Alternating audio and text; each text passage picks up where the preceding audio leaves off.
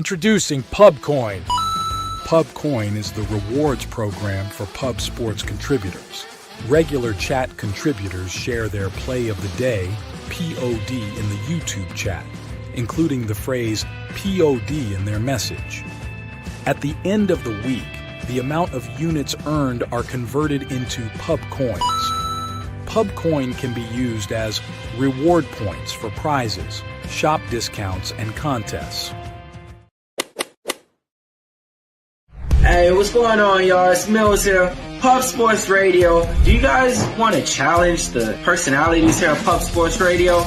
Do you guys think you're better than them at entering in your MMA predictions and picks? Would you want to get paid for it? $100? Here's how you do it, man. You sign up right here at the link below. It's just this easy. PubSportsRadio.com. Enter your email. Pick your weekly picks. That's it. Oh, and you get bonus points if you can predict how they're going to win in what round. Every single week, a new winner's getting crowned. So every Saturday on Pub Sports Radio. So come on and check us out. You can win $100 just for signing up. Only thing you need to do is see if you can beat us here at Pub Sports Radio by entering your UFC predictions and picks weekly. Do it. I dare you. See you guys soon.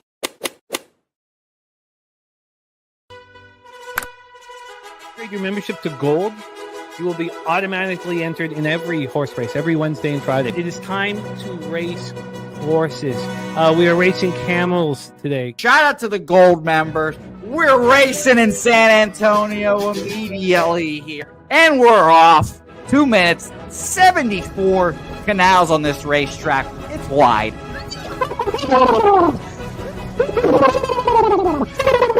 We're racing in San Antonio. Pat Wally moving forwardly. Jeff Slaughter in the mix as well. And as is Randall Sheffield, who's put that beautiful nose out front. But it's actually real grass here, Jimmy. Maybe Kentucky bluegrass. Oldie, no! There he goes. Oldie in the lead now. K. Wolf falls back. The horses love it. Sometimes they stop and eat it on the way to the finish line. That's why your horses start so far in the back. Here. Oh, look at Nutflush Allen bursting out here. J-Dub in the mix. Rude Boy up here as well. Jimmy, take it away. There's Oldie. Oldie is moving to the front. We are past the halfway mark in our 2 mile. And there's Ricky Levy. Oh my goodness, he's in the mix here. Jimmy, take it home. This is our first dog race ever. 19 seconds left in the horse race here. It's Fernando Mendoza trying to find the wire. 14 seconds left. Can Fernando Mendoza take this home? Here comes Kenny Can. Kenny Can wants a piece of the pie.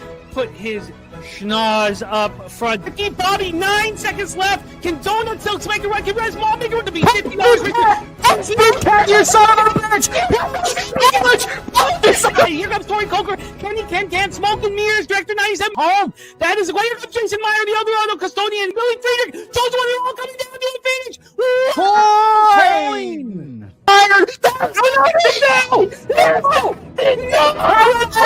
Nowhere! Oh no! Fanatical Jim!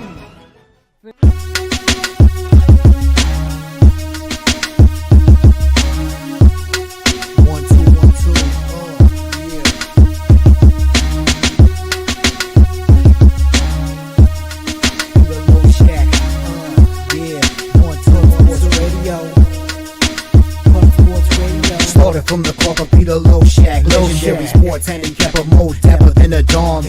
Father young phenom, known as Jimmy, who declared one day that the bag was here to stay. Information like a PSA, when we all PSR Pub Sports Radio is all. There's a man named Slaughter and he flipped the script. No competition in this but they quit the trip. But we say we be pubbing, better with the bag and you love it. We want a top 10, we above it. Leche. What up, cappers, gamblers, punters, hustlers, low baggers? Happy Friday, June 20th to all of you. Thank you for watching Betting with the Bag right here on Pub Sports Radio. Great job by the squad yesterday. Thank you for looking after me. It's not a big deal for me. It's a torn labrum in the right shoulder. Gave me a little shot in the shoulder and said, just go 100%. Just go 100%. If it keeps popping in and out, we can talk about surgery, but gave me the shot in the shoulder, and I will now just go 100%, man. My shoulder has gotten tiny. Get back in the gym, and also $100 a game ping pong back on. Anybody who wants it. Shout out to all the cappers in the chat.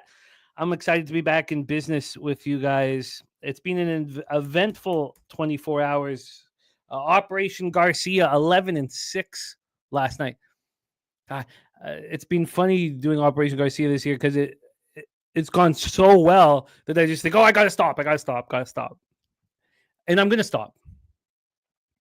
The total's already 215 for game 7. So we're dropping down from 222.5. I mean, how could it go better than that? I lost 2 by a half point. It could have been a much bigger score, but it was a great score. Now that was tempered by the poor decision making I made in CFL.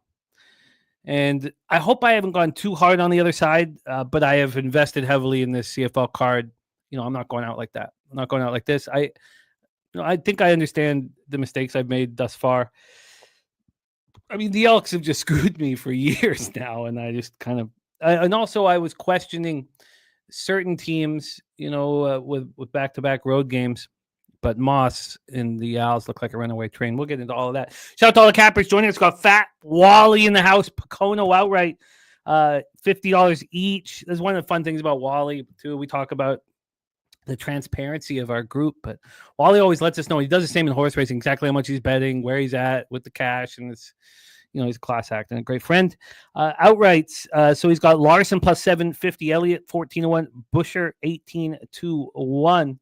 We got Leon Cubs minus 135 for 2 units. Cubsies run line minus 1.5, and Giants money line.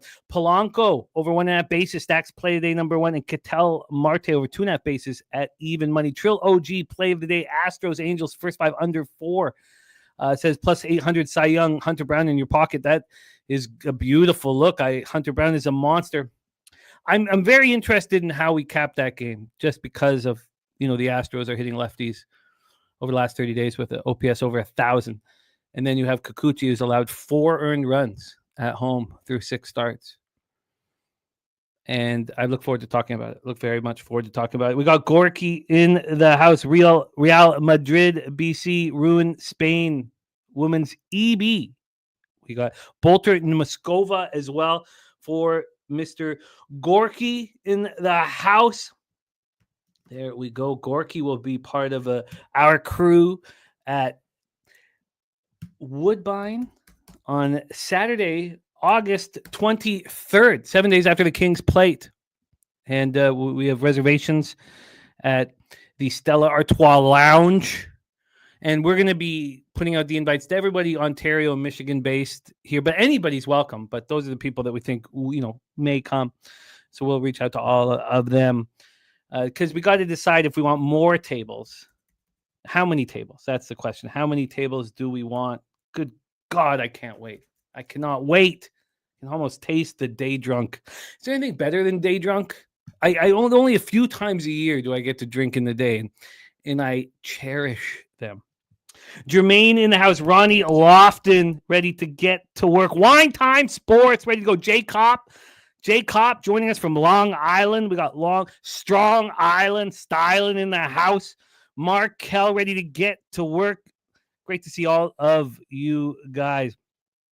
Eldorado custodian, Mr. Jason Meyer. We got Chad Pickard ready to go. And Maddie Ice here says the gambling roller coaster. He dominates here on Wednesday, 5-0, and then 0-4 Thursday. These things happen. It works like that. There's Chappie Funk in the house. What up, Chappie? I did message you back. I don't know if you replied, but I did get you. So I'll get you hooked up with those spreadsheets right away. Avon Polo in the house. Yeah, I mean, got the steroids in there now. So feels good. I'm ready to rock, man. I'm ready to throw the kids around. The doctor just said go 100%. But thank you for thinking of me. Avon Polo. We have an announcement to make, and we're going to wait for the big promo and all the artwork, but Von Polo with a new show on Pub Culture TV that we will be supporting and helping, and not that he needs it. VP smells good, man. It's a great, cool new show we have from Von Polo coming on our sister channel. We'll be talking more about that here in the coming days. Shout out to our guy, Von Polo. Redbeard ready to get to work. We got saturated, says TJ McConnell, JJ Barea. Oh, man. JJ, they're both beloved point guards. I mean, it's a nice comparison. Yeah. TJ McConnell, one of the 17 player props that did go over his point total. Only 6 did. All right. Great to see you guys. Ronnie Lofton in the house. We got Deacon Mike. Says aches and pains only get worse as you get older. Yes, but the bankroll grows, Deacon. That's all I do. I just want to go down to Vegas with bands. I want to do the show there, with the tickets in front of me. I might have to wait till the kids are off to university. But speaking of kids off to university, a shout out to our guy, Jeff Slaughter. He's with his daughter right now. His daughter checking in at Schreiner University in Kerrville, Texas. And shout out to the Slaughter family leading by example. There's Spooner in the house. Slats, he says, Al's baby. Good God, do they look good. Slats, I mean, Davis Alexander is looking, I know that he cramped up or, pulled a hammy. We're not entirely sure, but certainly looks like the best quarterback in the CFL right now, which is amazing. The Portland State product. We got Beavis. He'll be at the race this weekend. Oh, that's dope, man. MLG Beavis will be at the race this weekend. Serious business ready to get to work. Irish King ready to eat. And we got action here from Spooner. There we go. Let's copy and paste this. I got everybody else's action. Let's make sure we have all the action so we can discuss. There's AM in the house.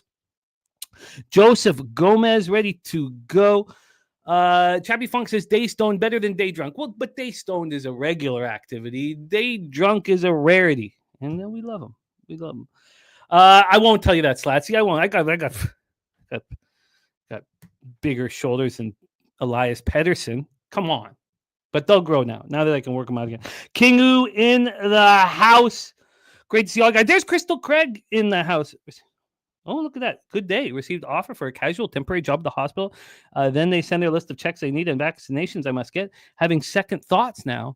All on the big line timeline, though. Okay, well, thinking of you, Crystal Craig, you know what we need, Miss Baseball, is we need you rocking with us at Woodbine. That's what we need. That's what's very special about the group, is that we get to meet up in person, make things real, and it's special. That's what we need from Crystal. We need to hang out. Young Native Tino says, who do I hit up for the Discord link?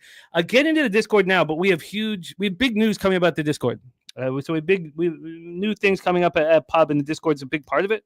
But I'll get Jose to get the Discord link here for you. All right, Young Native Tino in the house, ready to get to work. Great to see all of you guys. Okay, let's get to work. Crystal Craig says, I'm stressed out. I need sports capping to clear my head. Let's do exactly that here. Deacon Mike says, I'll have to wait for your kids to be at college before you show up in Vegas. Oh, no, I just mean 6 months a year in Vegas, man. I'll be in Vegas. Kids are getting old enough right now. Old enough right now. Spooner, a little concerned about his car. Says, feel free to ridicule my car. Drinking more juice than a toddler makes me feel uncomfortable, but data supports it. AOD ready to rock. Great to see you guys. Von Polo says getting day drunk tomorrow with the boys. UFC comes in at 12 p.m. Eastern. Yes, our live stream at 12 p.m. Eastern. And next Saturday at 12:30 p.m. Eastern, a full day of horse racing. And Von Polo, we need you for that as well.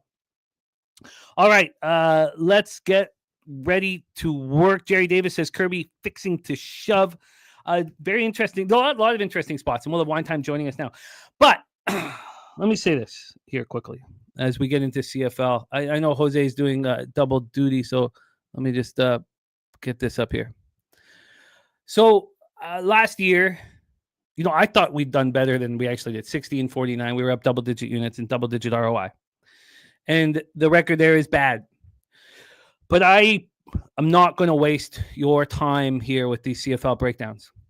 I'm going to get us paid. There's only 2 weeks of training camp, basically, for these CFL squads. And I was, hammering. Saturated. We have Bobana's record now. He cashed the Alouettes team total over. So he'll be 5-4 on our show now, but he's given us all of his action for the card. as well, which I'll grab right now here. So he cashed the Alouettes team total over. And we'll go over his action as we go over ours. Last year was just me solo with CFL. This year we have Bobano back in business, so we'll talk, all about that. But I've been backing underdogs, and I know I'm moving in the other direction. But what I'm noticing here is with the 2 weeks of training camp and some of the coaching staffs, the newer coaching staffs too, and the Bob Dice coaching staffs, that teams just aren't ready. There's injuries that are attacking teams. They're just not ready. And there's some teams that are ready. And Corey Mace's Rough Riders are one of them. And I'm going to start attacking a little harder and a little differently. But I do hate seeing that negative up there. And I'm going to change it. I'm going to change it right here, right now. And I'm not going to waste your time. I promise you that. We're not going to sit here talking CFL if I'm not putting money in our pockets. So let's get to work. 7:30 p.m. Eastern with the Saskatchewan Roughriders, undefeated, 2-0, 1-0 on the road at Toronto Argonauts, 0-2, 0-1 at home, BMO Field in Toronto, Ontario. It may be when all teams get up to speed that the back-to-back road games will hurt teams. The short weeks will hurt teams. It looks like the two most sound teams in the Canadian Football League, it's pretty clear, are the Alouettes and the Rough Riders. And the idea that the back-to-back road games or something, or a short week would affect them, maybe it's, look at the opposition. And the opposition may be a bigger mess than their travel issues. Bobano on yesterday's show gave us the Rough Riders money line. I have attacked this game. And I've invested pretty heavy, $750 in both of these first two games. And then I've left the third game alone at this point. Right now, we have the Saskatchewan Rough Riders minus 3.5 at minus 106. They opened up at minus 2.5, minus 119. They're now minus 3.5, minus 106. We also have another game without Chad Kelly. Chad Kelly unavailable. We'll go over the injury report here shortly. The total here is a 48. I think that there is a real issue here with what the Argonauts are capable of offensively. But we do know what happens to the Argonauts when they go down is Arbuckle just starts slinging it all over the field. He gets all the statistics basically in garbage time when they're way back. And I don't want a full game under, often with these Argos, the way they're playing. I've made 3 moves on this game, and the line moved through that very crucial number of 3. And I spent a lot of time thinking about this spot and how to get rolling here in CFL. I am not going to move on the full game under, even though I like it. I think that what we're seeing in these CFL games is these games are flying over late, and a lot of them are going under first half. I'm going to attack first half unders, and then when I double up, I'll add the full game. That's how I'm going to be handling things. I'm on the first half under 24.5 at minus 115. I'm on the on the Rough Riders first half minus 2 at minus 115. And I'm on the Rough Riders double result at plus 105. Let's roll here. AM says Argonauts at home in this head-to matchup have been covering an outright winning machine. Them being 0-2 and catching only 3.5 is telling. Well, it's gone from 2.5 to 3.5. Rods Wacky says bet under the first half total in Saskatchewan games and non-conference games. First half unders record since 2024, 8-1. I love to hear that. Slatsy says Rough Riders Argos game looks so fishy, just seems too easy with the Argo injuries. Going to sit this one out. And there's Razor Sharp Picks in the house. What up, Razor? Great to see you. So let's roll. There's a nasty Nate ready to get to work. So here we go. 71 Fahrenheit, mostly cloudy, 7 miles per hour. Rough Riders coming off an impressive 28-23 victory at Hamilton. It was 30-23. I don't know why I wrote 20. I know that was a 30-23 final score. I watched closely. 6 days off before another road game is not easy. The Riders put up 416 yards of offense. Trevor Harris would be Davis Alexander's competition for quarterback, MOP, most outstanding player. Keyshawn Johnson looked great, caught 8 passes for under 24 yards and a touchdown. AJ Ouellette ran 13 times for 96 yards and a touchdown. The Riders' defense is a problem. They've allowed 930 yards over the first 2 games. We know Corey Mace is a defensive specialist, the head coach. Nick Arbuckle was 31 of 42 for 309 yards, a touchdown, 2 interceptions. DeMonte Coxey caught 6 passes for 98 yards and a touchdown. But there's problems. A vet, an all-star, Devaris Daniels, he has 5 catches for 63 yards and touchdown this year. He's been placed on the 1-game injured list, hip issue. They were able to get more out of a running game with Mayan Williams running 9 times for 62 yards. They're going to be without Deonta McMahon. He is on a one-game injured list as well with the ankle injury. And they've called up they have dressed veteran Kevin Brown. And I think Kevin Brown is capable of taking over and becoming the running back here for Toronto. But the Argonauts' ground game is averaging 50.5 yards per contest. It's a real issue. And Kadeem Carey, who they cut before the season started, is now the backup for the Riders. And I think he's going to get some run in this football game. This offensive line is a problem for the Argos. Sage Dockstader, starter, he's out with a knee injury. The backup for him, Dylan Giffen, he's out with a back injury. So Ryan Hunter has to move from right tackle to left guard. Right tackle to left guard is a very difficult move. Now, he's capable of handling it okay, but it's a difficult move.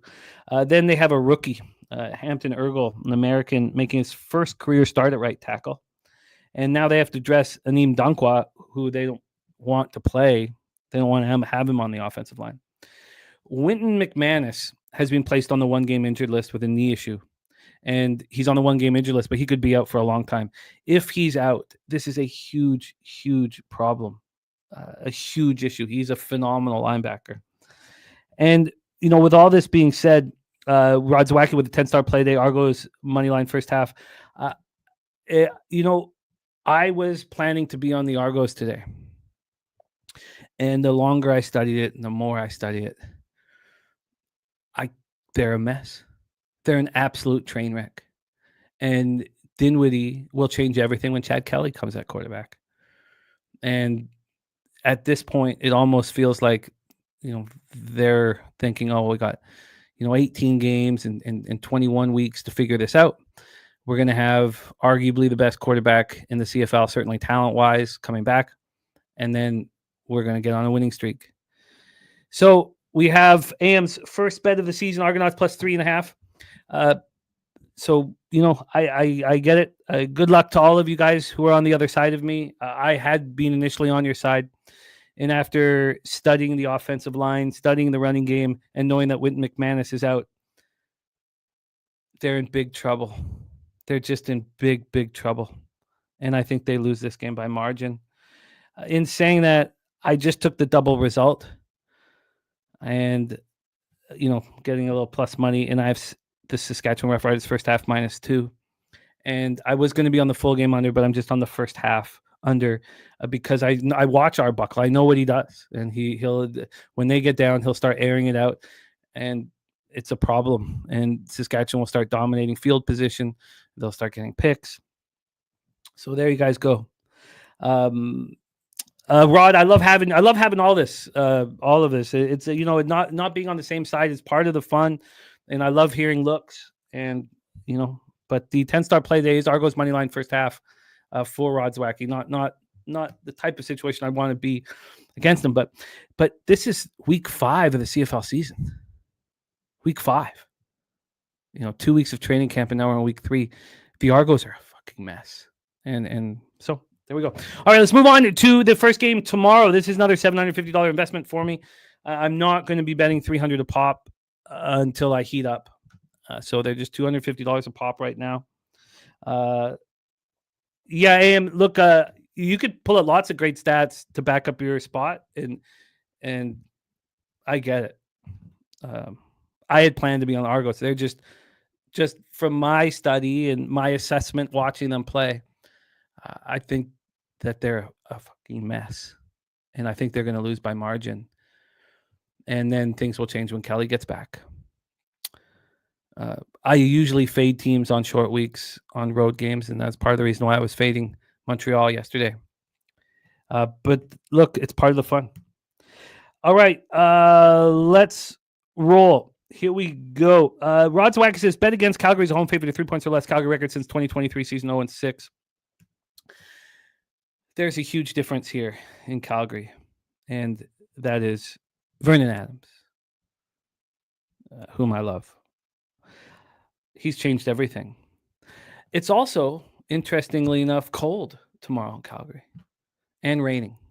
It's raining all day. The rain's it just becomes showers by the time the game starts, but it's not supposed to stop raining until 7 p.m. tomorrow, 7 p.m. Calgary time.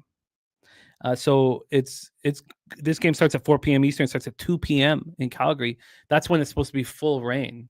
Halfway through the game, it's showers. Not only that, but 15-mile-per-hour winds. Let's go in. This game is really, really fun. It's a really fun game. Let's break down the line history here for this one. And I'm also a big Dustin Crum fan. Kent State quarterback. We had a lot of fun backing him. Here, this total is a 49.5. I moved on the under 50 at minus 114. I also moved on the first half under 26 flat. That's now juiced up to minus 118, which is a great sign. I think that gets down to a 24.5 or even a 24. Thank you, AM. That's great stuff.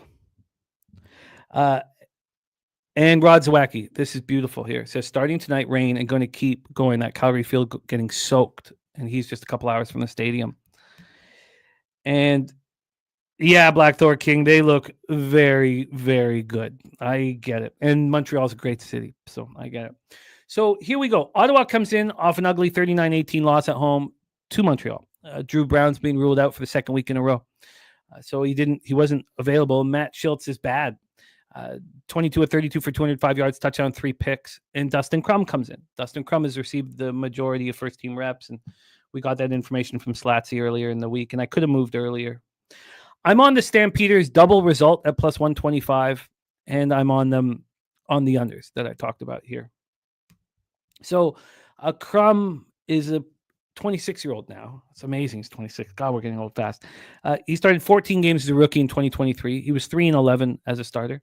He's had 38 appearances now in the CFL. And, from a throwing perspective, he's not that good. 3,434 yards, 10 touchdowns, 14 picks. It's rushing the ball. He's rushed for 18 touchdowns in the CFL, 142 carries for 950 yards. And he's going to need to run because they're getting nothing from their running game. They ran for 40 yards in their loss to Montreal. And the issue is their offensive line. It's a train wreck right now. Dice has to be losing his mind over this offensive line. And Crum can escape the pocket, which is going to do a lot and move the ball a lot with his legs. Calgary comes off its second straight win, defeating the Argos 29-19. Vernon Adams is the perfect quarterback for this situation. Perfect. Because he can run and he can throw on the run and he's very comfortable leaving the pocket. And I think Crum can do an okay job as well. In that win over the Argos, he went 17-25 for 301 yards. He also led the rushing attack with 7 carries for 54 yards. Dedrick Mills did not look very good. He ran 13 times for 28 yards touchdown. I expect more from him. The Philpott brothers, from my home province of BC, have been looking phenomenal. And this is Jalen, wide receiver for the Stamps, caught 6 passes for 117 yards. And we knew that Dominique Grimes would have a connect with Vernon Adams as they played together in BC a couple years ago. He caught 4 passes for 98 yards. Reggie Beggleton is hurt, and he's going to be on the 6-game injury list now with a knee injury. And Adrian Green was phenomenal in that last game, cornerback, 2 interceptions and a pick 6 from our guy Bobano in this one. He gave us nothing. He wanted to be with Ottawa with Drew Brown. It's not Drew Brown. And Deacon Mike has a great question. What is a red black? It is the color red and the color black. I wish I had a better story for you, Deacon. Unfortunately, I don't. This is a big investment for me. It's a big investment. I'm very interested to watch Dustin Crum, and I'd love to back him. I like him, but I can't back him. This is going to be rainy. They're not going to be throwing. These unders are going to drop, man. This total will be at a 48. I'd love to see a 47.5 come game time. And I like my action a lot. There we go.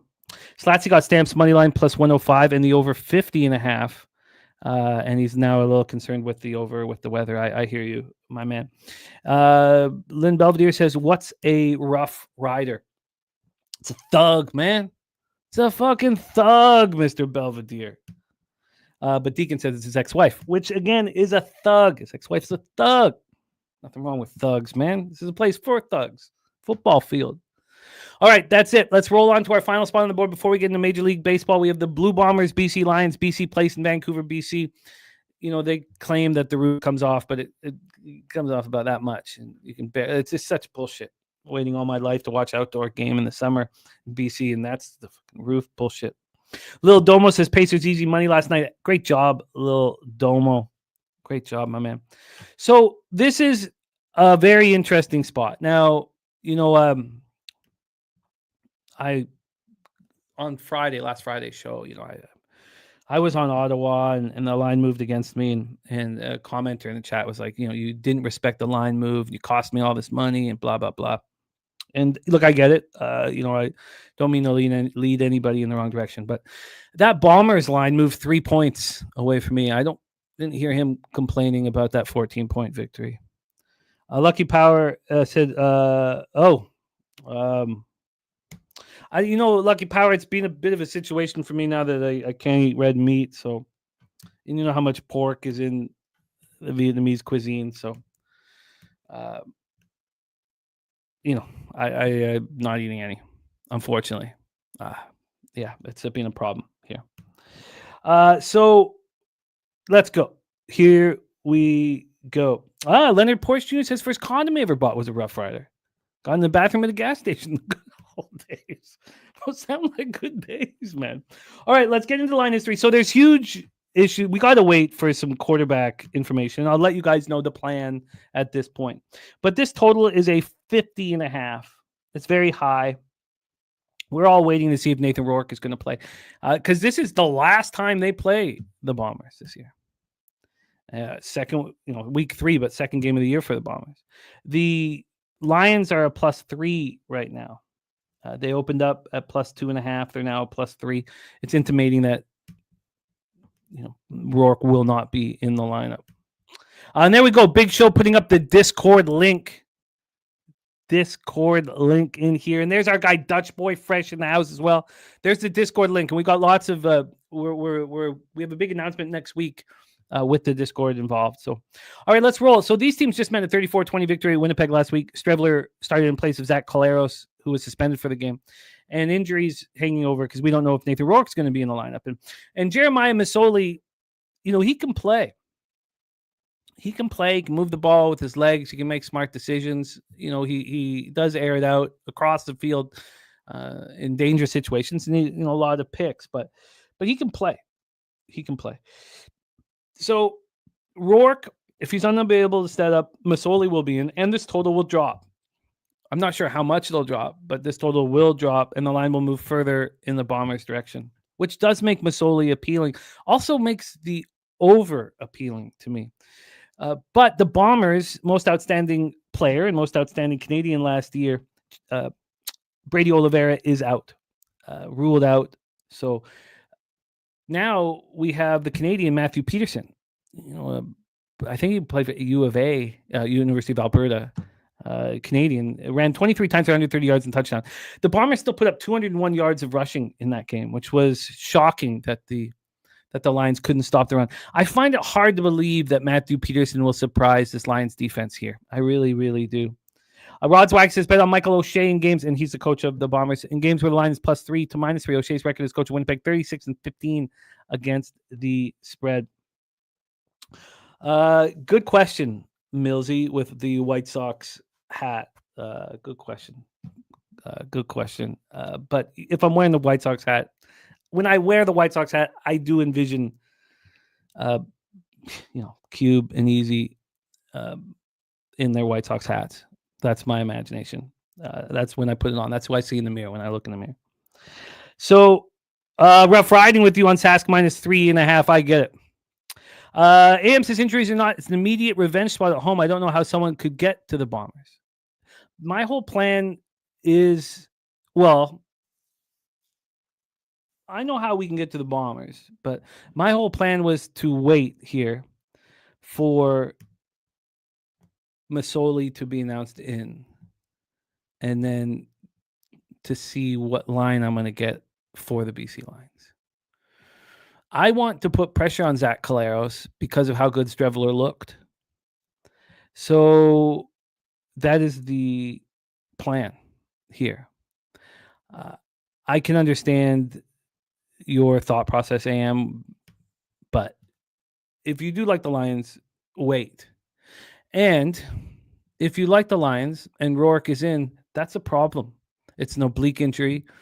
The Bombers are going to attack him, and then Masoli's going to come in mid-game because Rourke is going to get hurt. So it's a tricky spot that's going to take time, and we need to see what the line is with Rourke out of the lineup. If Rourke is in the lineup and this line moves, towards BC, I'm going to be very interested in backing the Bombers. I want to attack Rourke, but I don't want to attack Masoli. I like the Lions line with Masoli. AM, you're jumping on the lines now. Okay. I do. Go for it, my man. I think that come kickoff, there'll be a better line available. And it's cool that you look for spots like this. I imagine you'd rather have a 5 than a 3, but good luck, my friend. Saturated, more of a Slick Rick eye patch, man. Slick Rick, man. That guy's fucking, he's one of my favorites. All right, that is the Canadian Football League for week 3. Good luck. I am waiting on the information to see what happens with the line in Bombers Lions, but I've attacked with 3 bets in each game. I'm on the Rough Riders first half -2 in the double result. The Argos are a complete mess right now. And then I'm on the first half under. And on the first game Saturday, I'm on the Stamps double result and both unders, first half and full game. And then I'm waiting for more time to study the quarterback situation for Bombers Lions.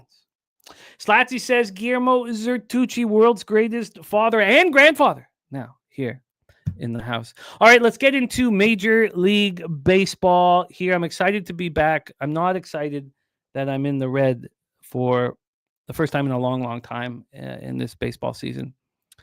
Very, very disappointed to see those numbers, but I can fix it, and I'm going to plan on fixing it right now. Let's get to work. We'll have Wine Time Sports joining us here. Happy Friday to all of you guys. Let's go out and get this money. I know our Star Friday shows is champing at the bit to get in business. So without further ado, please welcome from Los Angeles, California, coming off his first, real rough day here on the show. And I love the bounce back, and I love Capper's bounce backs, and I expect to get a beautiful bounce back from our guest here. So please welcome from Los Angeles, California, Mr. Wine Time Sports. Wine Time, what's good, man? How are you? Jimmy the Bag, my brother, happy Friday. Good to see you. Yeah, man, we had a bad Wednesday, you know what? But we're going to pick it up today. I capped this card a couple hours last night, capped it this morning. I'm excited to break it all down with you now, my guy. I've got my plays locked in. Feel a lot more prepared today. So I'm ready to work. I'm ready to get this money, baby. I'm excited. It's my favorite day of the week. Ben with the Bag on a Friday, man, talking this MLB card. Shout out to everyone in the chat. I see Lynn Belvedere in the building, Deacon Mike, Ron Loft, and Slatsy, my guy right there, Irish King, Saturated. My guy Guillermo Zertucci, good to see you, my guy. AM, everyone out there. Thanks for stopping by, Ben with the Bag. I'm excited to break this card down with you, Jim. Let's get to it. Let's get to it. And yes, Jerry, I'm certain that it is champing. And I try not to write off everybody that says chomping, but I do write off 80%. 4 of every 5 people that say chomping, I write off as an individual. Unfortunately, we had a couple people on the show that I do like very much and respect that have said chomping, and I've let them pass. They've been given a pass. But let's get to work here. And Guillermo, we are a week away, or 8 days away from our first horse racing stream on the channel in a long time, and we need you badly. We need you badly. Let's get to work, and to get things started, the Irish King says the real show has begun. To notify everyone that the real show has begun, we have our guy Justin McKelvey. Stacks play today. Number 1, Jorge Polanco, over 1.5 bases at plus 125. So Justin McKelvey getting us started. Stacks.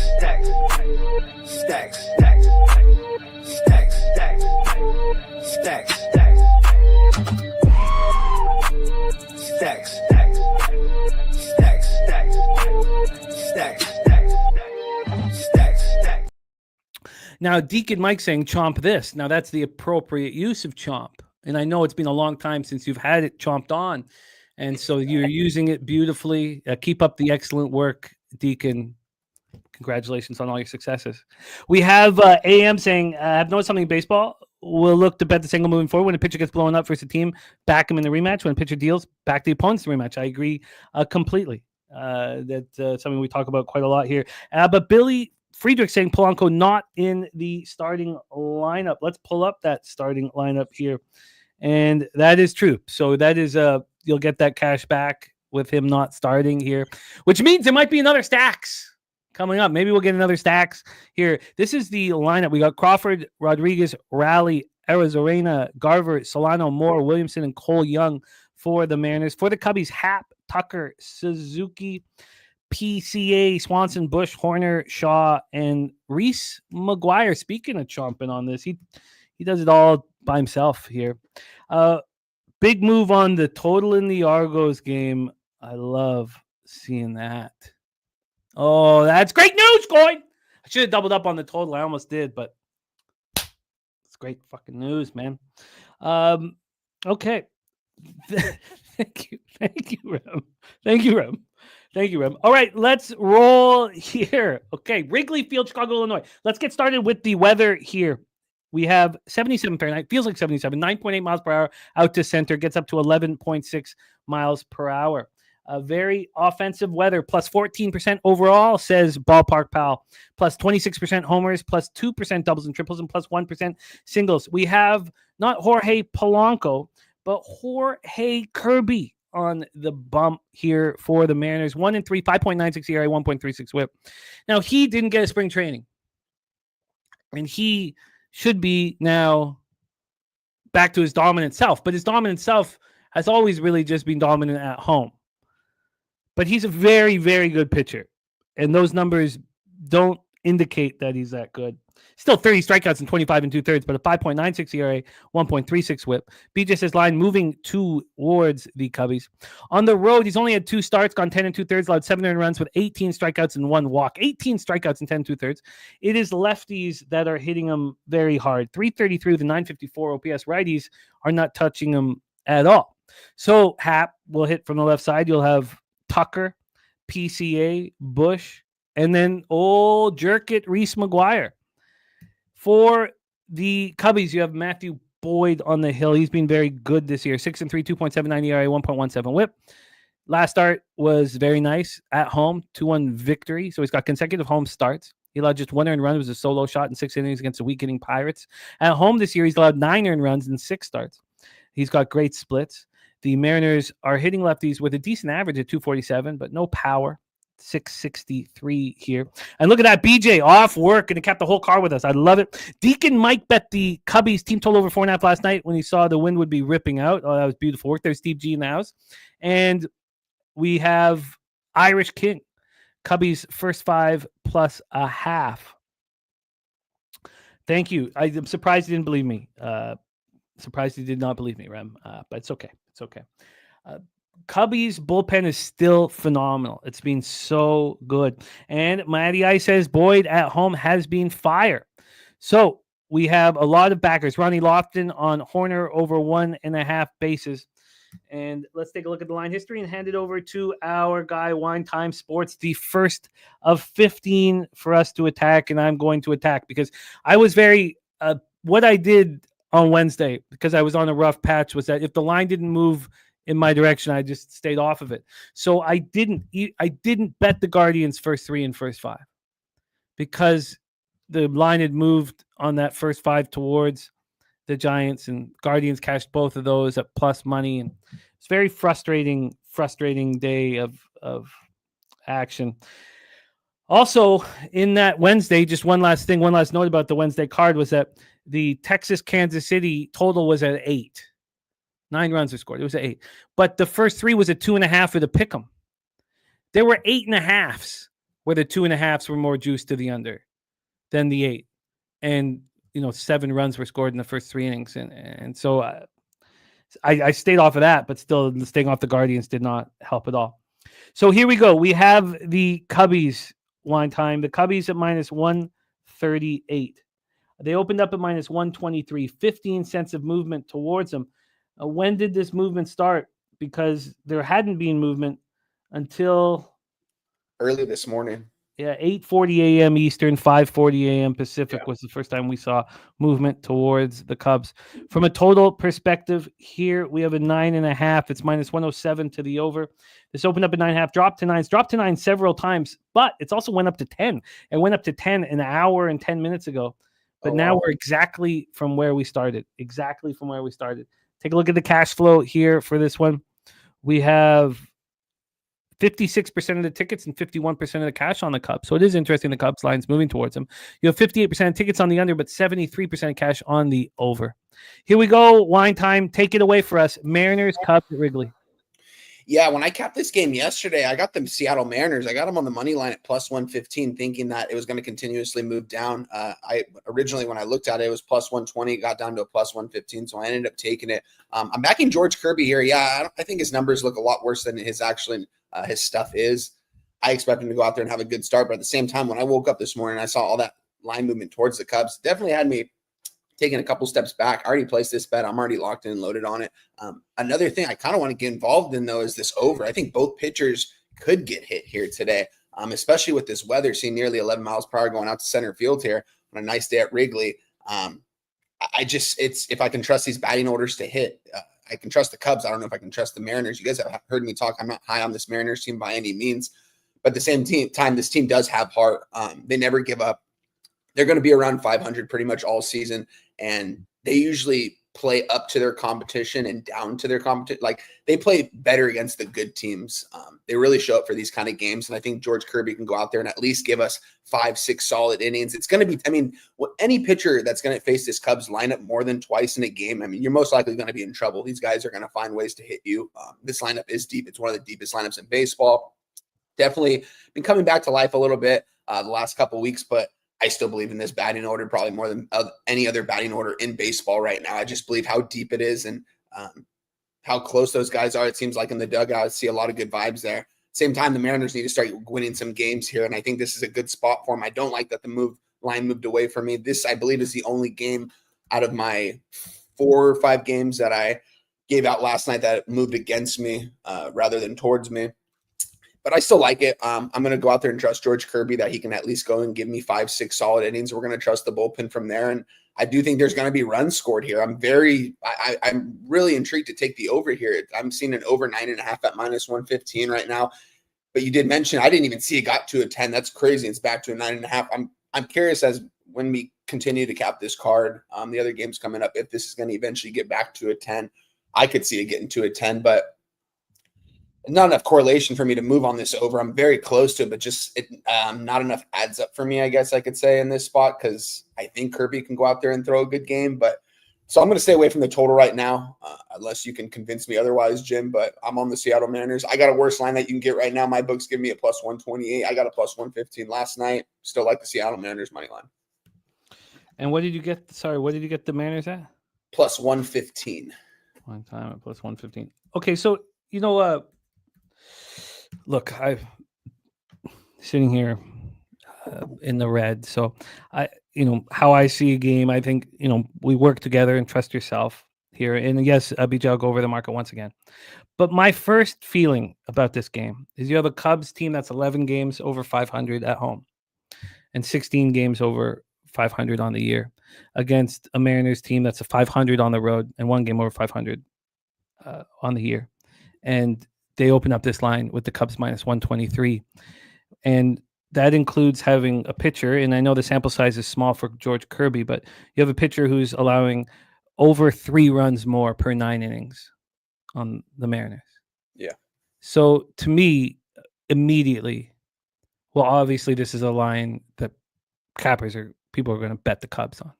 And that's not really fully happening, which is sort of a surprise here.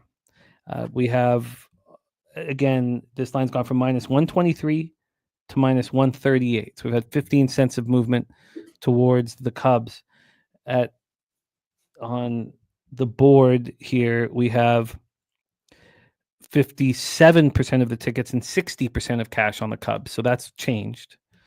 on action. Not that it's important to us, but we have 77% of tickets and 71% of cash on the Cubs. With all of that, and MLG Beavis on that, with all of that being said, I don't want to fade the Cubs at home, but this is extremely fishy. The Mariners are showing no power against left-handed bats, and the Cubs have a ton against righties. The Cubs have a huge bullpen advantage. There's so many advantages for the Cubs, and yet they open up this line at -123. So I don't want to get in the way of it. I don't think, but I don't want the Cubs here. Yeah, and I What get do you why think you about guys the want it. total in this one, Jim? Deacon says, with the wind, I don't think it's going to matter who is pitching for either side. He says, go to Wrigleyville Earth Cam. You can see the live street view of the right field and center field flagpoles. And he says the issue today is a normal deep fly ball is going to end up in the seats. So, look, I get it. I get it.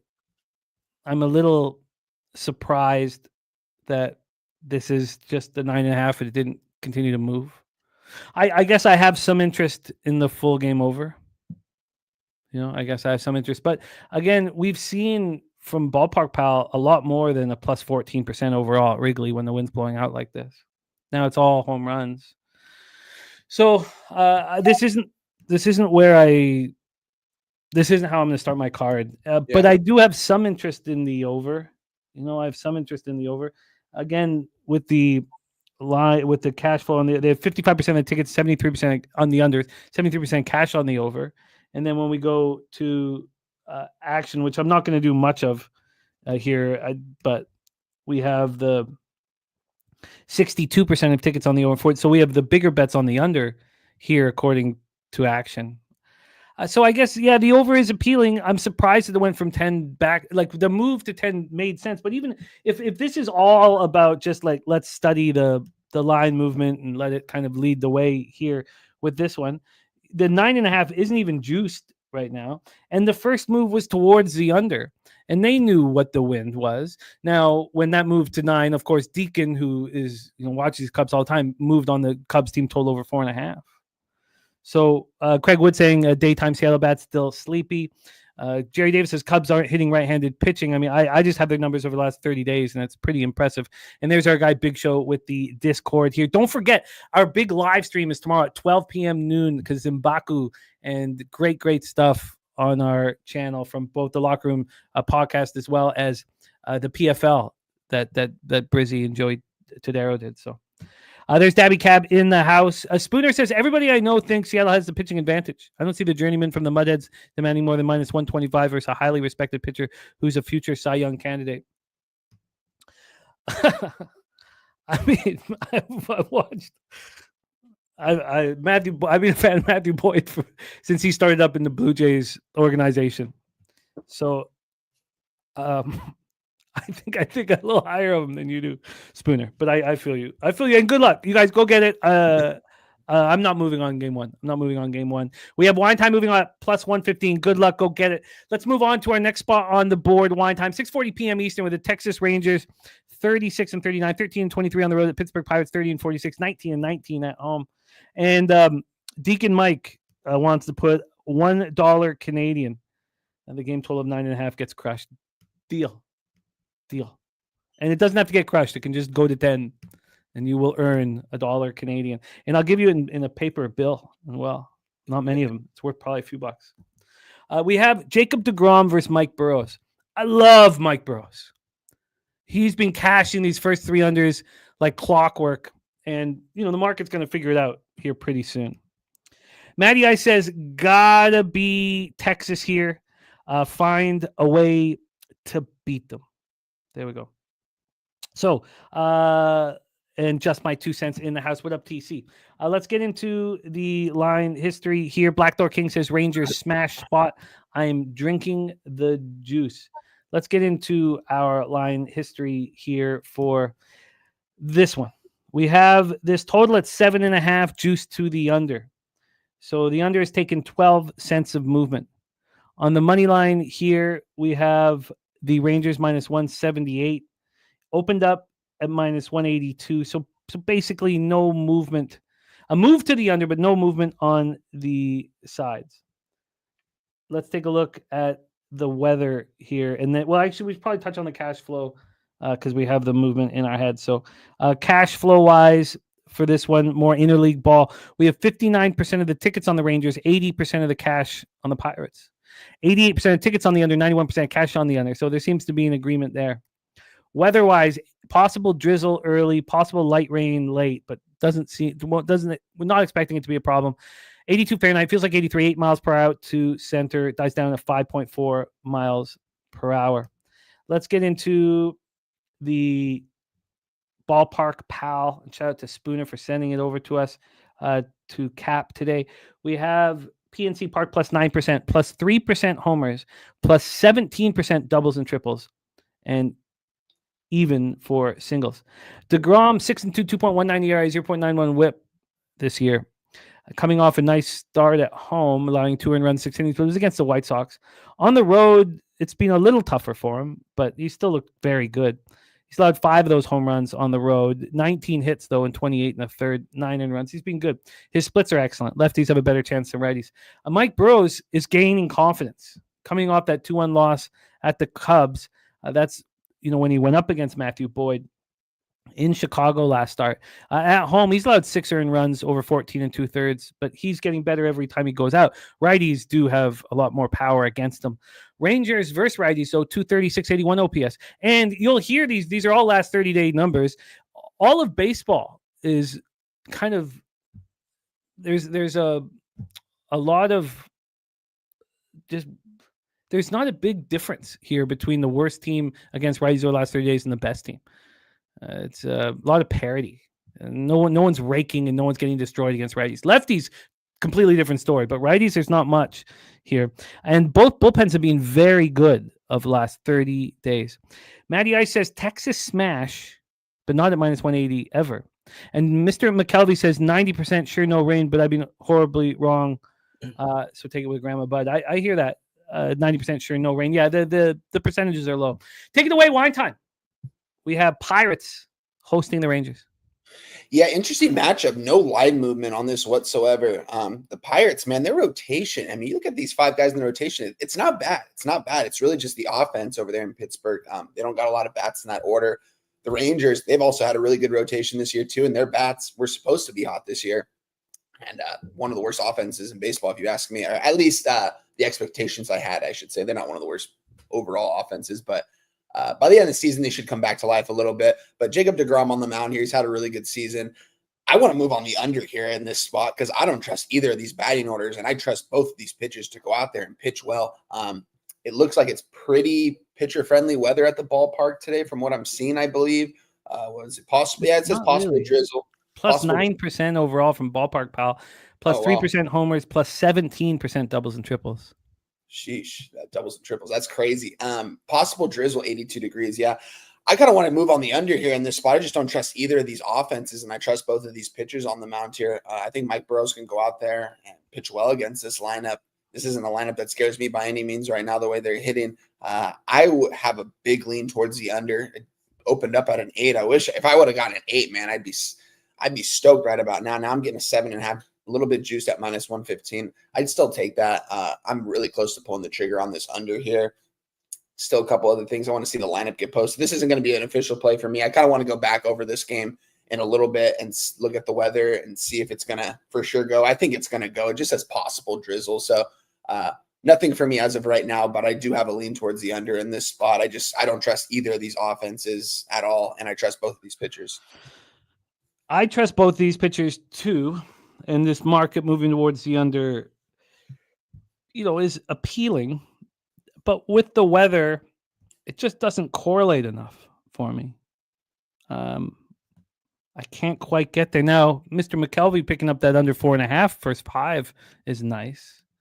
Rod Zawacki says, bet over the total in DeGrom road starts when playing against a bad team. Winning percentage between 38% and 46%. The overs record is 13-2.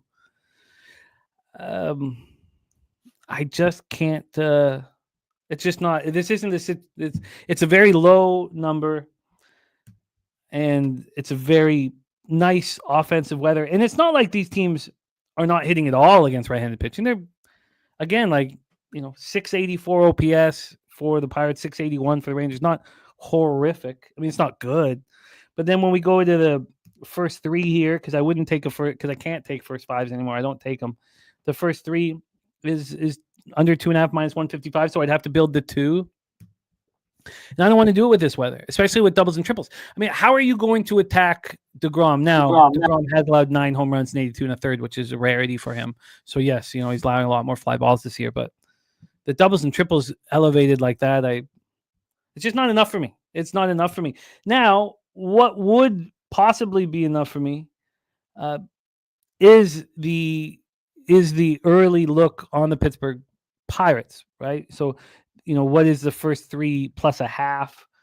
It's too expensive here. 365 minus 135. So then, what would the first 5 plus a half? I don't even want to get into it, honestly. And the difference here, I was very curious because one thing that has been very helpful is when let's say the Rangers here are 365 or minus 185 right now on the full game. If they were also minus 185 on the first 5, DeGrom versus Kidd, I'd be very interested in then a first 3 money line on Pittsburgh, or first 3 plus a half, or first 5. But that's not the case. They're much more expensive first 5, much more expensive. So nothing for me here on this one. Nothing for I'm me. going to pass on this one too, Jim. Maybe we can go back over this game when Jose gets on screen if he has anything to say in this one, but I might move on this under, but not enough correlates for me quite yet. It's going to be a pass as of right now. Blackdoor King on Rangers money line in the -1 here. Simple. He says K-Win bets in the house. He's on Texas money line. And let's roll on. Let's roll on to game 3 on today's card. 7:05 p.m. Eastern with the Baltimore Orioles 32-42, 16-23 on the road at the New York Yankees. Let me get this. Here we go. Oh, there we go. We have Tomoyuki Sugano going up against Maximus Fried, who's been phenomenal this year. Yankees, in a rut, but still 12 games over 500, just 7 games over 500 at home. And the Orioles are starting to win baseball games, 32-42 now, 16-23 on the road. And Dabby Cab is on Simeon and the Rangers money line together at plus 115. Also, Rod's wacky with a second move on the overseas, but over the total in Pittsburgh home games after 3 consecutive games versus an interleague opponent. Wow, 5-0 there. And AM says Sugano blanked the Yankees last meeting. Won't happen again. AM says Yankees -1 at minus 228. Drink the juice. Yankees smash spot. And Ross Pitts on Yankees -1.5. There's AOD in the house. So we have Sugano versus Max Fried. Let's start with the weather. Get us situated. Then we'll go through the line history and move like that. With the Yankee spot here, we have possible drizzle mid-game, but 12.5 miles per hour to right center. And dies down to 8.9 miles per hour. 83 Fahrenheit at first pitch. Feels like 79. It's same thing up here. It's a little, we're not dealing with the humidity until tomorrow. And there's Big Mastro in the house. Big Mastro, it's all good. Big Mastro, people can, the people can look, it's all about how much money did you make on the year? How much money did you make on the team? How much money did you make in the playoffs? So I was wrong in the Stanley Cup final, and Daniel Hernandez said that I should never bet again because of how wrong I was. And, the first thing I thought of was, sounds like Daniel Hernandez has not won many bets in his life. Because when you are used to winning bets, you're pretty calm about the whole situation. You can be pumped up, but then you move on. If you've not won many bets in your life, you would say very extreme things like Daniel said. So it's just part of it's part of doing things publicly. So it's all good. People can attack the look on the Oilers all they want, and it's just part of doing this publicly. I'm coming on 10 years of doing this publicly soon, so it's not a big deal. Saturate says sharpening chopsticks was your first thought. That is true. There's some truth there. So I'm not to bet again. Sugano 5. Oh, so that is the line. That is the weather. Ballpark Pal has this here with the Bronx plus 8% overall, plus 35% home runs, minus 13% doubles and triples, and minus 14% singles. Interesting weather situation there. When we get to the line history here for this one, we have the Yankees at minus 279. Good God, what a big move towards them. Minus 226 to minus 279. And this got to be, I mean, we don't know. Like, I've not spoken to our friend Troy this morning at all. So I don't know, but certainly feels like this could be.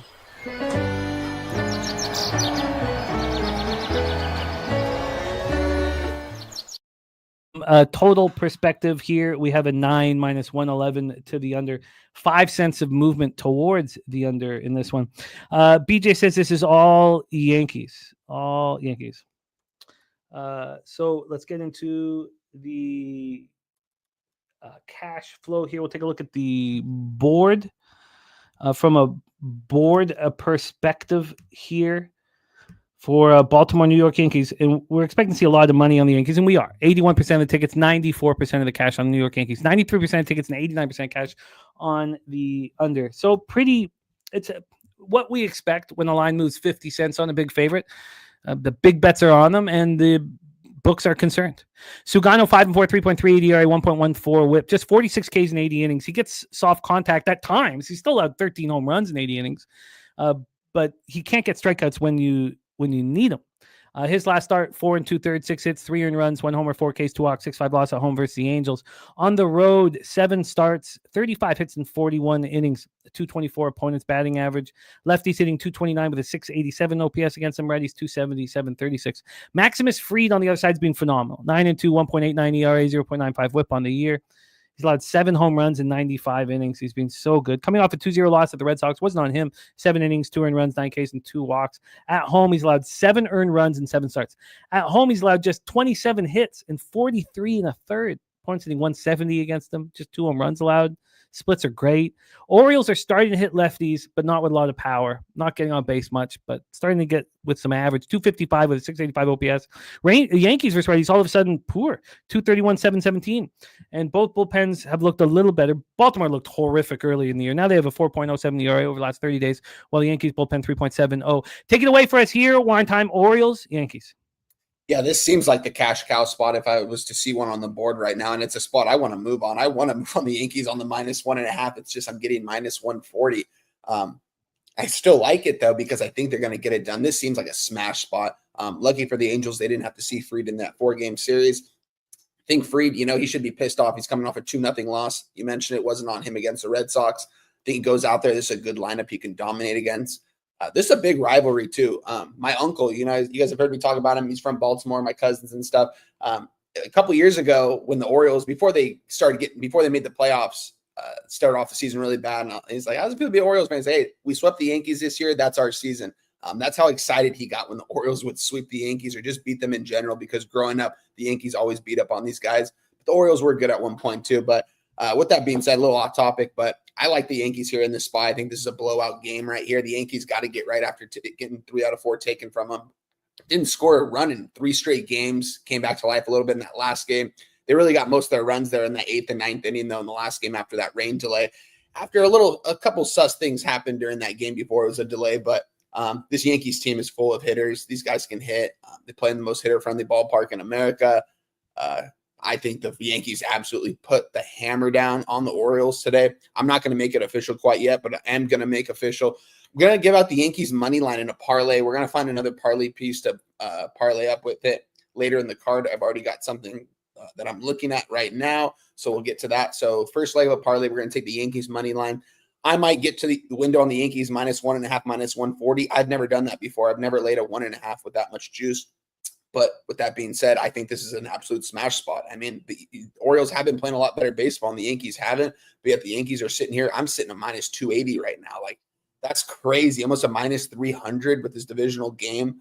I get it. You're getting a lot of value on the Orioles from a money line perspective, but I just think they have no chance in this ball game. I think this is Yankees or nothing. Yankees first leg of a parlay, and I'm considering taking the Yankees on the run line. Yeah. It's very expensive. So I don't know. I mean, it's not like Sagano's a gas can. I hear what AM is saying, though. That was the start, was at home. on April 28th against the Yankees, and he shut them down 8 strikeouts, 1 walk, 5 innings. Took 95 pitches to get through 5 innings. Robert Franklin says Baltimore money line might sprinkle alt run line. Still don't know if Yankees are hitting righties. As a Braves fan, I've seen Baltimore touch my boy Fried. Interesting. Could be wrong, but for the price, I'll take the chance. Dad fan says, once again, I'm an Orioles fan, and this one I cannot see them winning. Yankees red line first 5 is only minus 106. Justin McKelvey, Yankees minus 1.5, and Stan Peters double result plus 252 after the show. Von Polo says nobody's on Baltimore. Okay, I guess with all the money by myself, give me Baltimore money line. And Rod's Wax says bet under the total in Baltimore games after allowing 2 runs or less. The under's record during the 2025 season, 16-5 to the under. And Spooner was doing numbers here that are very, very interesting and need to be talked about. Yeah. The teams in this range on the minus 1 line would be plus 10 units. That's 85 and 40 with 38 pushes. On the minus 1.5 line, those 38 pushes become losses, and you're down 11 units. So very, very, very interesting. Billy Friedrich on the under 9, and that's what I'm coming back to. I mean, the Yankees aren't hitting. I can understand why AM thinks that Zagano won't get through this lineup as easy as he did the first time. And I know that this is set up for homers, but what do you think of? I mean, both bullpens are pitching a little better now. Yankees bullpen was bad for a bit, and Orioles bullpen were bad most of the year. What do you think about the under in this spot? One time. If I was going to move on, that's funny. I'm looking at an under here in this spot. I would look at maybe the Orioles team total under. It is a little pricey right now at minus 135, but I think Fried can go out there and pitch lights out against these guys. Like I expect this to be like a 6-0, 6-1 type of game just from start to finish. Max Fried goes out there and gives us 7 strong innings of 1 earned run baseball. And I don't think their team total even comes close at 3.5. I think it's juiced to the under for a big reason. The Yankees team total is 5.5. Orioles are 3.5. Both juiced to the under. So I think this Yankee spot, I think Fried's going to go out there and throw an absolute gem here at home on a Friday night in the Bronx, man. I just like this spot that he can mow down this Orioles batting order. And Spooner saying that Kyle Kerms did the work on those minus ones and run lines. That's great stuff that Kyle did there. So the first 3 under 2.5s plus 100. I don't hate it. Repeat that, Jimmy. Sorry. The first 3 under 2.5 is plus 100. Ooh. I don't hate it with the 9. I think that line makes sense. Remember what I was saying about that Texas-Kansas City spot was that was an 8. And the minus 2.5 was just minus 120. It was a pick 'em. And 7 runs were scored. Rod's Wax says Baltimore is 8-5 plus 4.9 units against the money line at New York Yankees since 2023 season. Vincent Hawkins says Baltimore team total under for the first 5. Deacon Mike says Bavard just posted the total game home run prop over 3.5 plus 135. That's for the Cubbies spot. I think, right? You're talking about the Cubby spot now, Deacon? And Davin says Yanks had 12 hits yesterday. I think they start hitting again. Judge still hasn't started back up, but he will. All right, interesting. So for the Cubbies game. And you're liking that look from Vincent Hawkins one time? Yeah, I like that first 5. I can't get a total right now, so I'm going to have to do a little bit more work on the first 5 under. I'm going to have to check out a couple other books that I have that I need to sign into, but I like what are you getting right now on that first 5 team total, Jimmy, on your book? I will grab it right now because, of course, 365 doesn't offer first 5 totals as 1.5. I'm gonna guess like 1.5. Oh yeah, it's 1. Well, yeah, it's Fried. Let's just see here. The offshore, we can get that first 5 team total. Give me one more second. Here we go. First 5 team total is a 1.5 and minus 125 to the under. Wow. And the Yankees team total first 5 is 2.5 minus 140 to the over. Jeez, they think the Orioles bullpen's going to get lit up. It's vulnerable today after Sugano goes out, maybe after 5 or 6 innings. They think everybody's vulnerable. Yeah. Minus 140 to the over 2.5 with a pitcher who's been quite good this year, 1.14 whip. And Kwin says line movement crazy. Says if it gets to minus 300, sprinkling on the Orioles. Okay, I'm interested in the first 3 under 2.5, and I have interest in the Yankees as a possible parlay piece. I don't I don't bet many of those, but I've watched Troy have great success with them. And JM saying it's minus 300 already on his book. Wow. Okay, let's roll on, fellas. And it is a parlay piece for Wine Time, right? Yeah. Sorry. Yep. So it is so Wine Time is, and that's on the Yankees money line. Yankees money line minus 280. Okay, so we'll see what you add to that here. Shortly, there's T-Moss in the house. All right, this is a game I really want to talk about. Tigers race, 7:05 p.m. Eastern. I almost moved on this pre-show, which is something I don't do very often. I like to talk everything out with you guys in MLB. By the way, TJ's on the Yanks -1 and the under from our guy TJ. So let's roll here. Tigers race, George M. Steinbrenner Field in Tampa, Florida. And Satcher says that deserves the Juice Man video. Speaking of all that juice, you know, we don't have as many of our videos of the legend Peter Loshak, man who's never ridden a bike in his life. He's never driven a car in his life. Some call him the most interesting man in sports capping, at least the most mysterious. But here is the Juice Man for our guy Pete. Oh, yeah. Uh-oh. Huh? Detroit Tigers, Tampa Bay Rays, where George M. Steinbrenner Field in Tampa, Florida. I can't wait to talk about this game. This game is being attacked here. Irish King on first 3 minus half and team total over 3.5 or 4.5. Let's get into the line history, or sorry, the weather here. So we have possible light rain and possible drizzle early, but it's supposed to go away. And the wind starts blowing in earlier than usual. I'm going to refresh this. So 3.6 miles per hour to right field. Within an hour, it's blowing in.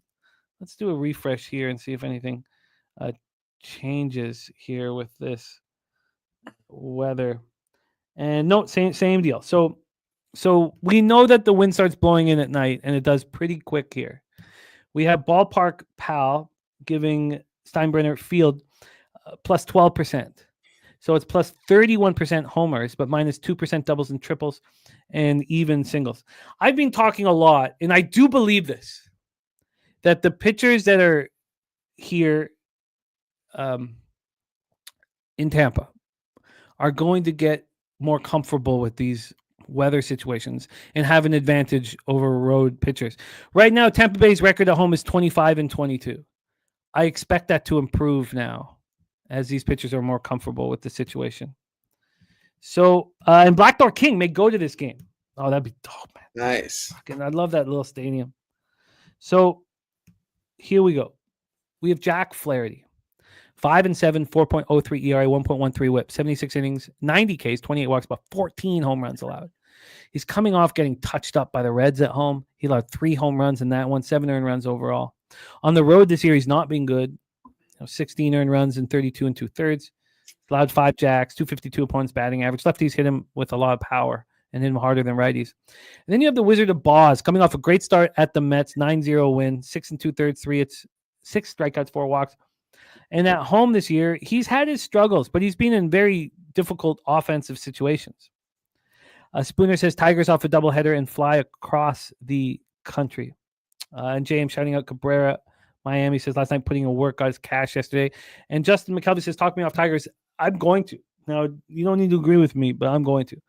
Righties are hitting Boz hard right now, harder than lefties. But again, he's been in very, very offensive situations and had to deal with those consequences.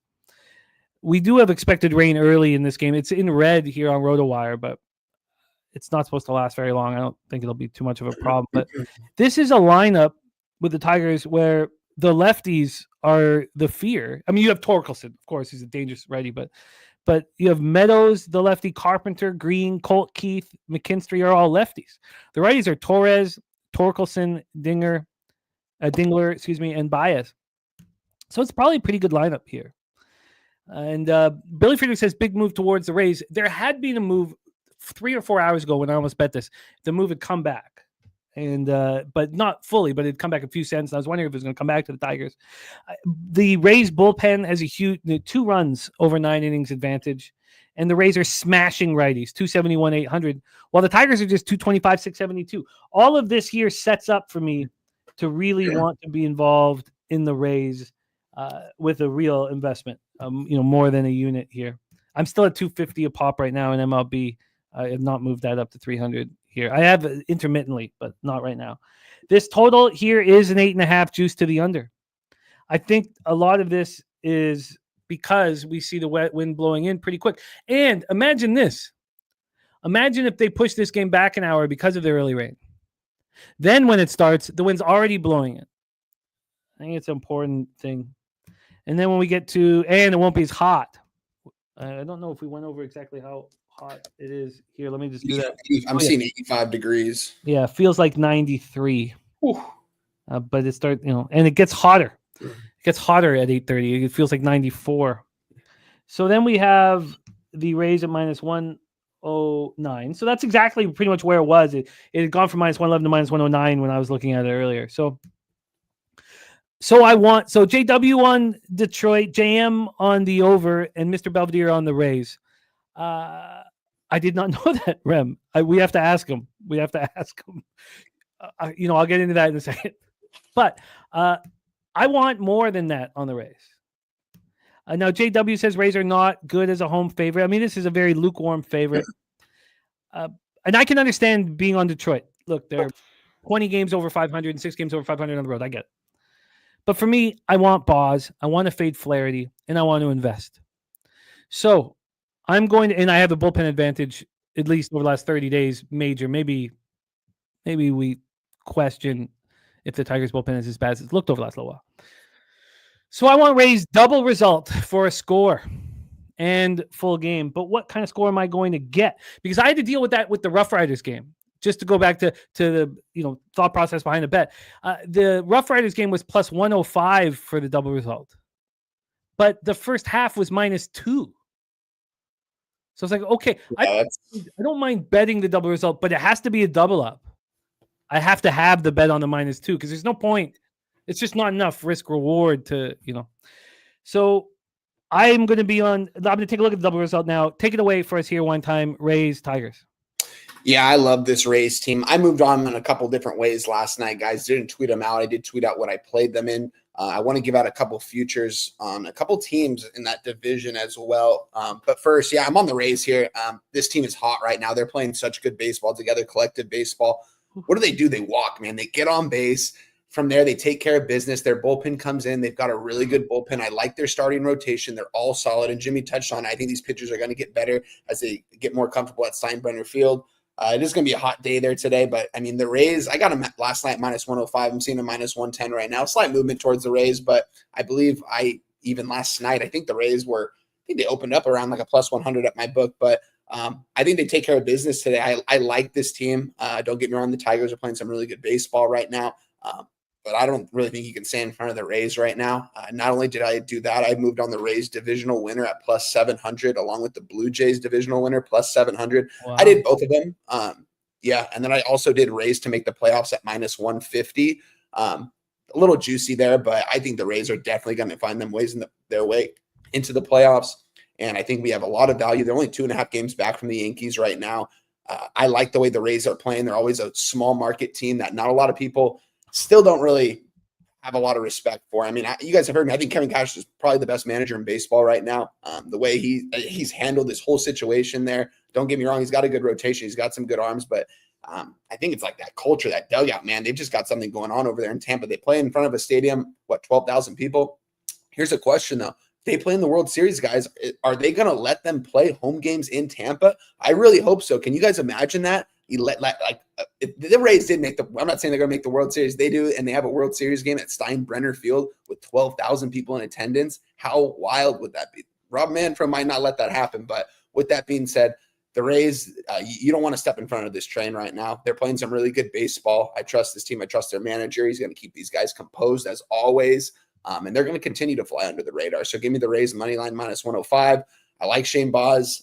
I like this whole rotation from the Rays, honestly. I think they're only going to get better as the season goes on. And the Tigers are playing some really good baseball right now, so it's hard to be on the other side of them. But I just think the Rays are the hotter team. They got the hotter hand, and I think the line's going to continue to move towards them today. And seeing them have let's see what the current price is right now before I mean, Rays -110, Tigers -103 right now. So it looks like they went from pretty much a dog to a favorite. Not really much of a dog. I think it was like around +100, maybe -102. I forgot, but I like the Rays here in this spot. It's a team I've been backing this season. I'm going to continue to back them here in this spot. Tampa Bay Rays money line. This total is now an 8. Wow. It's now an 8. So if you guys are looking at the over, LJ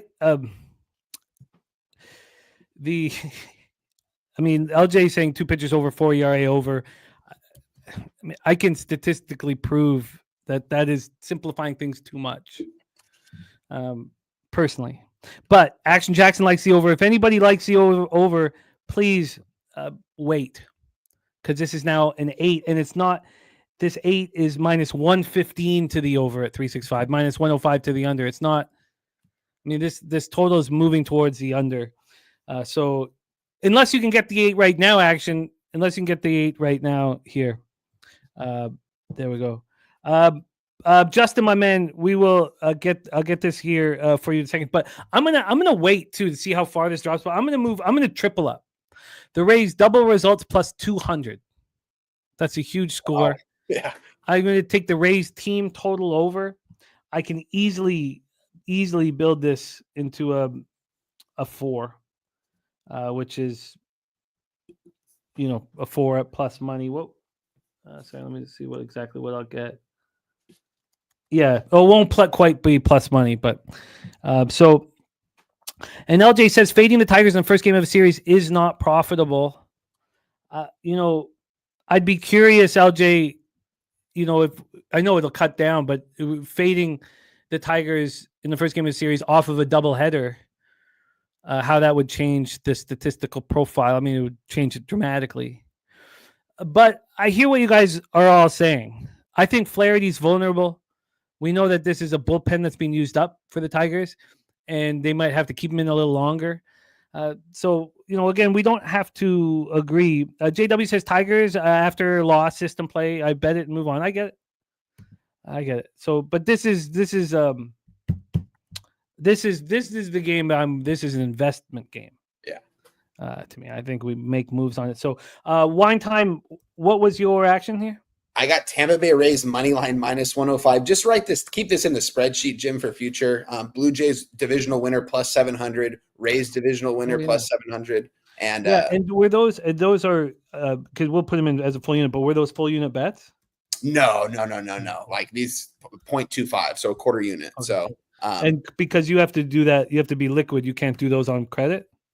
Oh no, I can. I don't need to throw a full unit on them. I just think if I can hit one of them, I'll pretty much get over a full unit back, I believe. And I just think the Rays to make the playoffs was a full unit though. So it was -150. Rays playoffs.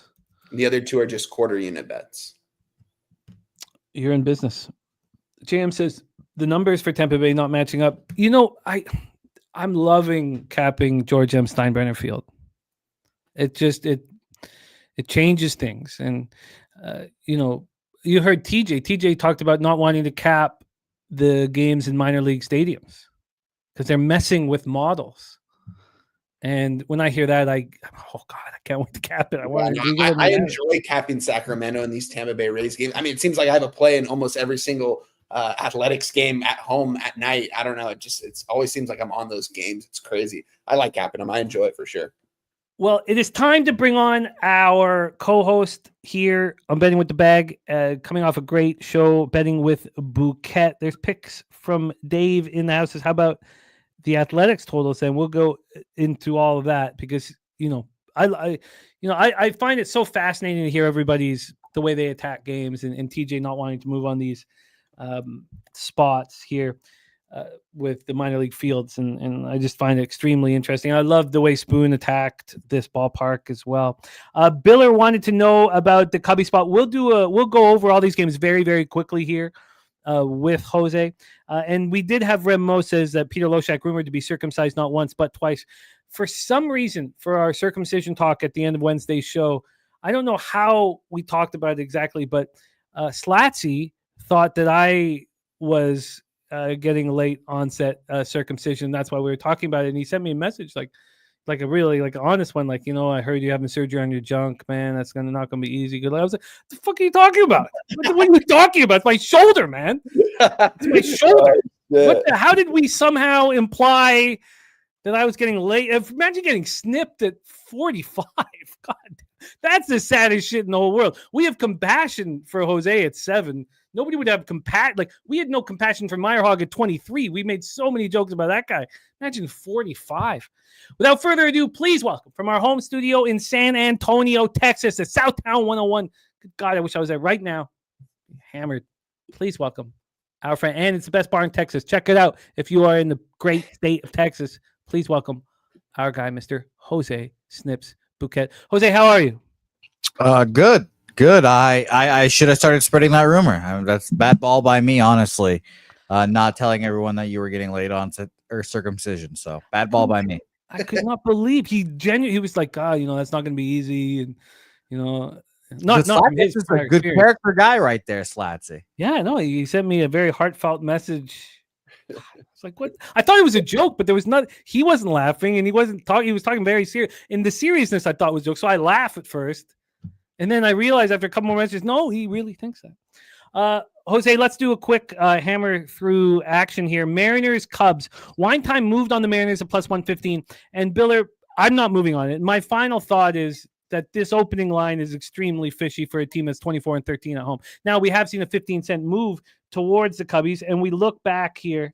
Let's take a quick look here. So this total right now is moving towards the over yet again. So now the over 9.5 is minus 114. So it's moving to the over yet again. And on the money line, it's moving back to the Mariners. It's now minus 134. So it's been 11 cents of movement towards the Cubs. Jose, did you move on this? No, but the line is moving back towards the Cubbies, or excuse me, the Mariners. Yeah. Oh, is it? Yeah, 4 cents. Yeah, Wine Time. You can start feeling better about yourself here. I thought this was a Cubs line when I woke up and I saw the minus 140. And you still wake up and you check out where it opens is like minus 125-ish. I was like, wow, okay. But yeah, I just X's and O's wise, it'd be Mariners for me. I like my guy George Kirby a lot, and it's been a few starts now, so I would have trusted him here, but no action for me. Okay, so Wine Time, the only one moving on this. Rangers, Pirates. Jose, did you move on this? Nothing, but it'd be interesting. You said there might be some rain in the forecast if we get some start-stop, kind of nonsense to see if they can get Jacob deGrom out of there. Orioles, Yankees. Wine Time using Yankees as a parlay piece. I have some interest in the first 2.5. Anything for you here? No, the cash cow, and I know you said it's not officially a cash cow, but cash cow has treated me poorly the last 2 days, so no thank you. And Lucas Ryan saying Jose Sharp is a taint hair, and that is a compliment. He's confirming that's a compliment. Is it? Yeah. That's a prickly taint. He uses taint hair with the highest esteem. The Tigers, Rays. I'm attacking this one. Fucking attacking it. Investing and attacking it. Are you moving? Under 8.5. I just bet it minus 120 before I went down to the 8. It just seems like the spots where the underdog seems live and the line moves to the underdog. It seems like the under just is good money then. So I took the under. I took the Mariners yesterday. I probably should have bet the under there, but or the Mariners, the Marlins. But yeah, I'm on the under, and I can see why everyone's on the Rays here. And good luck. And I did take it as a personal offense that Wine Time forgot one of the 3 teams fighting for that division in his futures. So I loved it. It. Not even a whisper. I'm sure. Yeah, I'm sure you loved it. Yeah. Had to throw your fucking shitty team in there who's paying a fat ass as well. That's not hitting home runs. Loved it. Like, I can't believe I thought I was going to put MVP futures on that fatty when he can't hit fucking 10 home runs. Under 8.5 for Jose. Mr. Belvedere says Jose's got Jose chopstick legs bouquet. You gotta love Jose because he's got arms for legs and arms for arms. Is that what we'd say? That's what they would say. Yeah. You felt good about that one, and then suddenly when you after it's like not as good. You know, no, it's better in my head than when I said it out loud. Yeah. You just sounded disappointment there. Yeah, I got to work on that. What? Oh, Jersey Steeler bouquet. There's a good one. What did I steal, Craig? we watched you got kicked out of a Venezuelan bar. Right. Can you believe that? Your own people said, "Get out! That guy's a thief." Yeah, I forgot. I found a new food truck recently, so I guess I'll be welcome there until I end up stealing something else there. I imagine that's the case. All right, that is all the games that we have discussed so far. I've lived a full life. Good fucking Lord. Okay, let's It's roll. Just everything gets fucked. Oh my God, look at this. Mr. McKelvey. Look Mr. at this. McKelvey turning 47 tomorrow. Making 47 look good, man. 47 tomorrow. I disagree. I thought he was on death's door. All right, let's roll here. Oh God, Justin's gonna beat my ass when he sees me at Pubapalooza. Okay. All right. Nate's gonna come in, drop some elbows on me. Justin's gonna kick me, and Jimmy's gonna sit back and laugh the whole time. Oh yeah, Jimmy might get it started with 2 taps on the shoulder. Just we have not done that. It's God, those were the days in stand up, man, when slap fights. Jesus, we'd get kicked out of bar after bar. We'd stand in a circle, take a shot, slap the person in the face to the left of you, and then we'd just get immediately kicked out. Sure. 7:07 p.m. Eastern, Mr. Before we start, Jimmy, we're getting a little ethnic slander as well here. Mhm. Justin Biller from the Europe side. Jose's worse than the Polish over here in Germany. It's the German jokes over here for Justin. Good Lord. Good God, Justin. Sweaty Butchers, Jimmy would actually have to come out of the studio to see that. I guess I did spend a lot of time in the. You know what, Sweaty Butcher, you're right, Jimmy. When you get in the studio, you lock yourself away. It's facts. Well, I've got all I need in there. Got all I need in that studio with our the power of French bottles of fucking Jameson. All right, let's roll. White Sox, Blue Jays, Rogers Center in Toronto, Ontario. Spencer Turnbull, the ex-Tiger, making his first start. He has had a couple opportunities out of the pen. And I like Turnbull. He's got a lot of movement with his pitches. I've always liked him. But he didn't make this ball club out of camp. And let's go over his numbers down in Buffalo. We have that's only his major league numbers. Let's go over to his and here we go. So Mr. Turnbull this year, I guess it was just an injury is why he didn't start with the club, because he had 2 starts. He went 6 1/3, and they immediately moved him towards to the show. So it must have been an injury that kept him from starting with the big club. So we have Spencer Turnbull, who is a big question mark here. Is it a bullpen day? No, I think that Turnbull's ready to roll. We have Turnbull, so June 15th, so both of his appearances have come on the road. June 15th, he had 2 1/3 in 11-4 loss at Philadelphia, 5 hits, 1 earned run. It didn't strike out a batter, 2 walks. On June 11th at the Cardinals, he was part of a 5-2 victory. He went 2 innings, allowed 2 hits, 2 strikeouts, no walks. White Sox are the 30th. So right now, White Sox are at the very bottom, and the Rays are at the very top for its right-handed pitching over the last 30 days. And the difference is not that much. The worst hitting team against righties over the last 30 days is hitting 228 with a 654 OPS. And the Jays are one of the top 3 or 4, 254, 767 OPS. And both bullpens have been quite good. Justin McKelvey's got Barger over 1.5 bases plus 118. Barger is full of confidence right now and hitting beautifully. We have Davis Martin, who I'm a fan of, a 2-7, 3.79 ERA, 1.23 WHIP. His last start, he allowed 4 earned runs over 6 innings at the Astros. This isn't going to be an easy opportunity. He's been great at home, and he's struggled a bit on the road. And righties are hitting him hard, 286 with an 802 OPS. So that's Bichette, Guerrero, Kirk, Springer, and Clement. And there's a belief here that Clement makes the All-Star game. Ernie Clement, the career minor leaguer, makes the All-Star game. There's a belief here. Yeah, there's a belief here in Toronto. Base? Sorry? What position is he? Second? Well, he can play all over the infield, but generally he's been a third baseman. Third. What? Yeah. There's talk here that they expect him to make the All-Star team here. Gorky says Turnbull signed off the street same day as Urena. Okay, so that's why he didn't come in with the big club. So here we go. Let's take a look at the weather here to get started. We have in Toronto. We have possible light rain. Let me get a better idea here if this is because, man, with the roof closed on Wednesday, remember I told you guys it was raining, even though we thought, it was blowing out. I was like, I think the roof's going to be closed. I moved on the under, and I got the push at 9, and that was bullshit. I should have cashed it.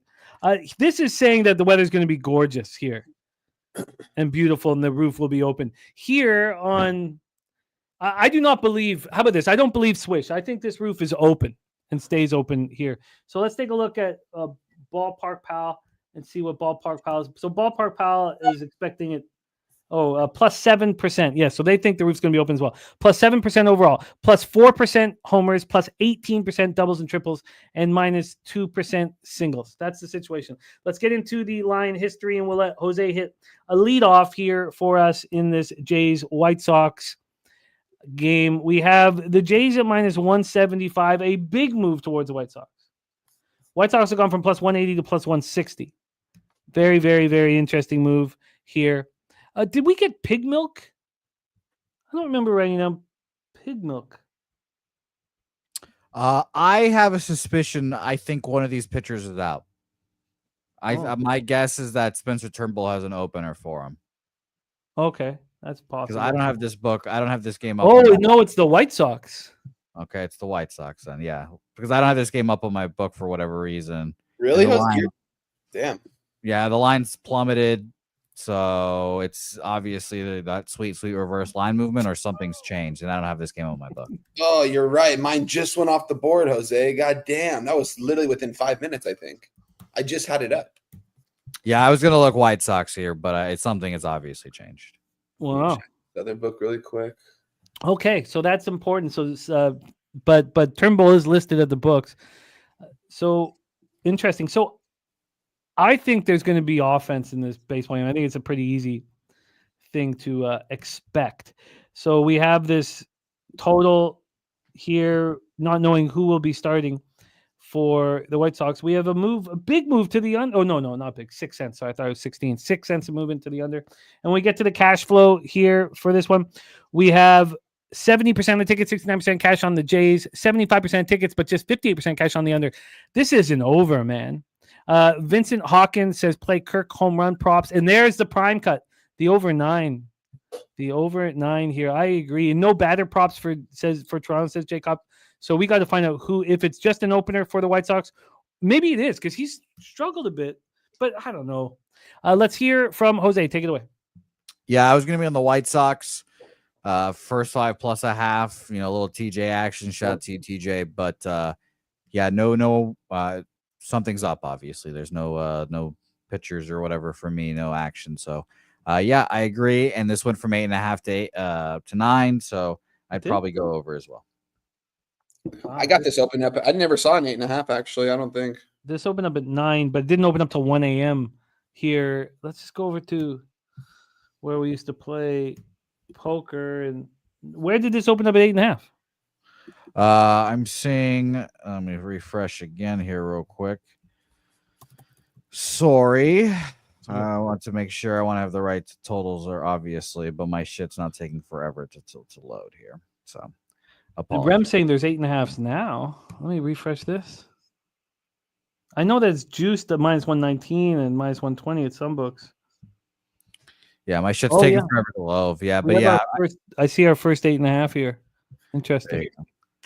I thought I saw this open at 8.5, but maybe I saw Rem's quote and then I saw the 8.5 there. So maybe I was a little mistaken there. But yeah, 8.5 is available. Very interesting.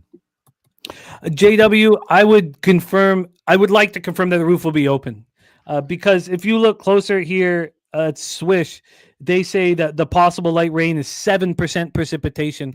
And I just went on the weather app for Toronto that I've on the phone, and it says nothing, no problem. So I can't confirm that the roof's going to be open, but I would heavily expect the roof to be open. Heavily. And remember, it's so key. This ball just doesn't take off when the roof's closed, but it soars when the roof's open, despite being right on the lake with the wind. Okay, so wine time, White Sox Jays. What can you say, my man? Yeah, I got nothing in this game. It's not available for me at either of my books right now, although it just was. I did kind of want to get involved with the Blue Jays. I mean, I already moved on a future for them, so I don't really think I need to get involved in this game, honestly. It minus 180 right now. What I did see, I believe, before it went off the board at a total of 9. It's a tricky game for me here. I'm with you. I like Davis Martin as well. So and Spencer Turnbull, crazy. I forgot. I totally forgot about this guy. But I expect him. He should be able to go out there and throw 5 innings. I'm going to say his other previous outings, 2 innings, I think, and 2 1/3. I'm curious to see if there's going to be an opener for this one for Davis Martin or what's exactly going to happen. So for that, I'm going to stay away from this. This is going to be a pass for me. Nothing in this ballgame. Well, speaking of a tricky cap, let's talk about Didier Fuentes, the 20-year-old making his major league debut here. Sorry, my YouTube just Where's Spoons when we need him? Spoons. crashed. Give us the Spoons, lowdown. he's lurking. He is lurking, and we'll have one for us here, I imagine, shortly. Let me just get this chat back up here. I lost it. Yeah, any young pitcher now, I just think, Spoons is betting on this guy. But yeah, shout out to you, Spoons. No, man, he's been against Mizorowski, who we'll get to talk about here. Oh, he's a Brewer, Jimmy. Come on, Cub Brewer lines. That is true. I got my computer's going very slow. Let's just get all this off here. Yeah, I was facing the same things actually from where we get our odd shopping bullshit at. All right, let's roll here. Okay, there we go. Then we're back in business. Okay, so let's start with Lone Depot Park. The roof we expect to be closed. We have Ozuna RBI plus 155 for Mr. McKelvey. Spooner disagreeing on the roof status today. Really, Spooner? Oh. Why? Can you tell me why? Let's go on to AccuWeather here. Step outside, Jimmy. Let us know the lowdown. Oh, it's absolutely gorgeous. They have light rain at 10. Wow, okay. I don't have that. Now, this is different. This is a different result here than I have on my weather app. Yes. Oh, yeah. Look at this. So this has, on the Weather Network, has 23% chance of rain at 7. Wow. Okay. So that is that's crucial. That's crucial absolutely crucial for the total in the White Sox Jays game. If that roof is closed, and by this line going from 9 to 8.5, it's indicating that the roof's closed. So why would it be going down? So we'll wait on that here and keep an eye out. I'm surprised because my app here says beautiful, but okay, here we go. We have a Didier Fuentes going up against Jansen Funk. A pretty interesting spot. So let's start with Didier Fuentes. We have he started the season at high A and then went up to Gwinnett. So 2.41 ERA, 23 strikeouts, 4 walks over 18 2/3 over his last 4 outings. So he's only had 1 start in Gwinnett. So at high A, he had 3 starts, and he didn't look that good. I mean, he had 18 strikeouts, 13 innings, but he allowed 8 earned runs. Then he goes up to Double A, and he has 5 starts. Interestingly enough, he's had 9 starts in the minors, and he's 0-7. He had a 4.98 ERA and a 1.29 WHIP in 5 starts. Then he went up to AAA, and he looked really good. 4 2/3, 1 earned run. Maybe he was just kind of, working stuff out.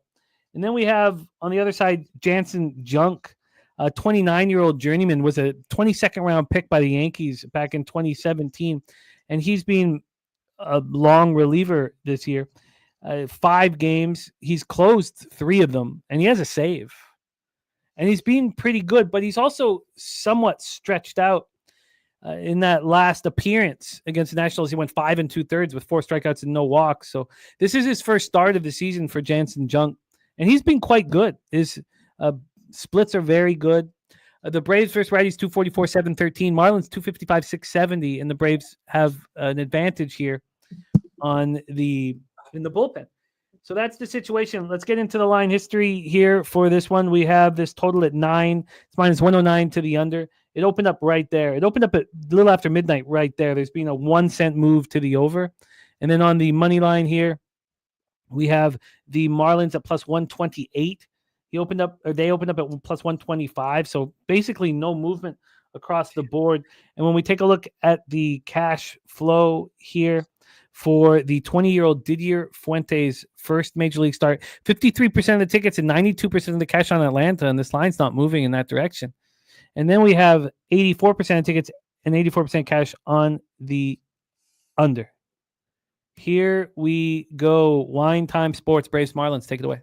God damn, this is what makes me want to break stuff right here, man. That over 9.5 is now a 10. I'm too late to the party on the Mariners Cubs game. I know I wanted to circle back to that one. It's too late. It's at 2 at 10. I'm not going to take it at a 10, but shout out to everyone that got the over in the 9.5. I think there's going to be a lot of runs scored, and I think he could still probably move on the 10, but I'm going to end up staying away from the total. I'm going to stick with the Mariners in that spot. As far as this game goes, Braves got it done for me yesterday. Took them, I was on an 0-2 in one day, and they were down 1-0. And, I was like, God damn, I ended up scoring, getting it done for me. Shout out to the Atlanta Braves on the minus 130. This is a fishy line, though. I know it's Fuentes. He's a young guy, so that's probably why the line is priced the way it is. But, I mean, it's still the Miami Marlins. But at the same time, that whole series, at least in 2 of those games against the Phillies, the Marlins, I mean, were pretty much almost the favorite in those games or a slight dog. Didn't make a lot of sense to me. I'm not sure what the books are really trying to tell us on this Marlins team. It looks like they're a sharp play in these last couple of games, but they're not getting it done. It looks like it's the sharp play here today. If I was going to move on this game, it would only be the Miami Marlins here. I can't, not enough correlates for me here. I don't know enough about Fuentes to actually move on the Marlins here, but this Marlins team does have some heart, man. In those last couple innings, they're one of those teams that does somehow try to pull off these miracles at the end of the games. I've seen it happen a couple times when I've been on their side. But with that being said, it's not a good enough price for me to move on the Marlins here against a Braves team that should start being better this season. I mean, sitting 6-7 games under 500 right now. This team should turn it around. They've got the good bats in their order. They've got a decent rotation. I mean, they've got some hurt guys, but I don't know. This is too tricky of a game. I have a lean towards the Marlins. It seems like it's the sharp play, but at the same time, I can't really follow it just because it's the sharp play. Not enough correlates for me. It doesn't all equal out. But if I had a lean on this game, it would definitely be on the Miami Marlins. Let me just see what the best price I can get right now. If I was to move on this game, right now I can see the Miami Marlins are currently sitting at a plus 127, Braves minus 140. Oh, this is tricky, man. Nothing. I'm gonna pass on this game. Marlins definitely look like the spot, but I'm not gonna move on it here. Not enough for me. God, the question. I think Jansen Junk is proving that he can pitch at this level. As a 29-year-old journeyman, he knows the opportunity here. We have the 2 different ends, of pitchers. You have a journeyman who struggled to get any opportunity against a 20-year-old making his MLB debut. Mr. Bouquet, your expectation of Didier Fuentes, and are you moving on this one? Yeah, I'm not going to move on it, but personally, this would be Braves or nothing for me. I don't know if you said this and when you were talking about Fuentes, Jimmy, I was looking at stats, but he started the year in single A. High single A. And doesn't really pitch all that great, but 5 innings, 2 hits, 1 earned run, the 9 Ks, no walks, gets him promoted to double A. And then pitches pretty well in double A after 2 shitty starts, and then 1 good start in triple A gets him called all the way up here now. He got the fast track, obviously, so that makes me feel like he's got some talent, and I think that he could pitch well here today. And I don't want to bet on the Marlins when it's Jansen Junk and probably a slew of bullpen arms after his 3-4 innings. And maybe I'm just a little bitter that the Marlins didn't score another run for me yesterday when I had them. And a double up here, which is super frustrating. But I'd lean Braves or nothing, and I'm just going to stay off. Got a lot of cappers on either side here. AM says crystal clear letdown spot for the Braves. Just swept top team in their division.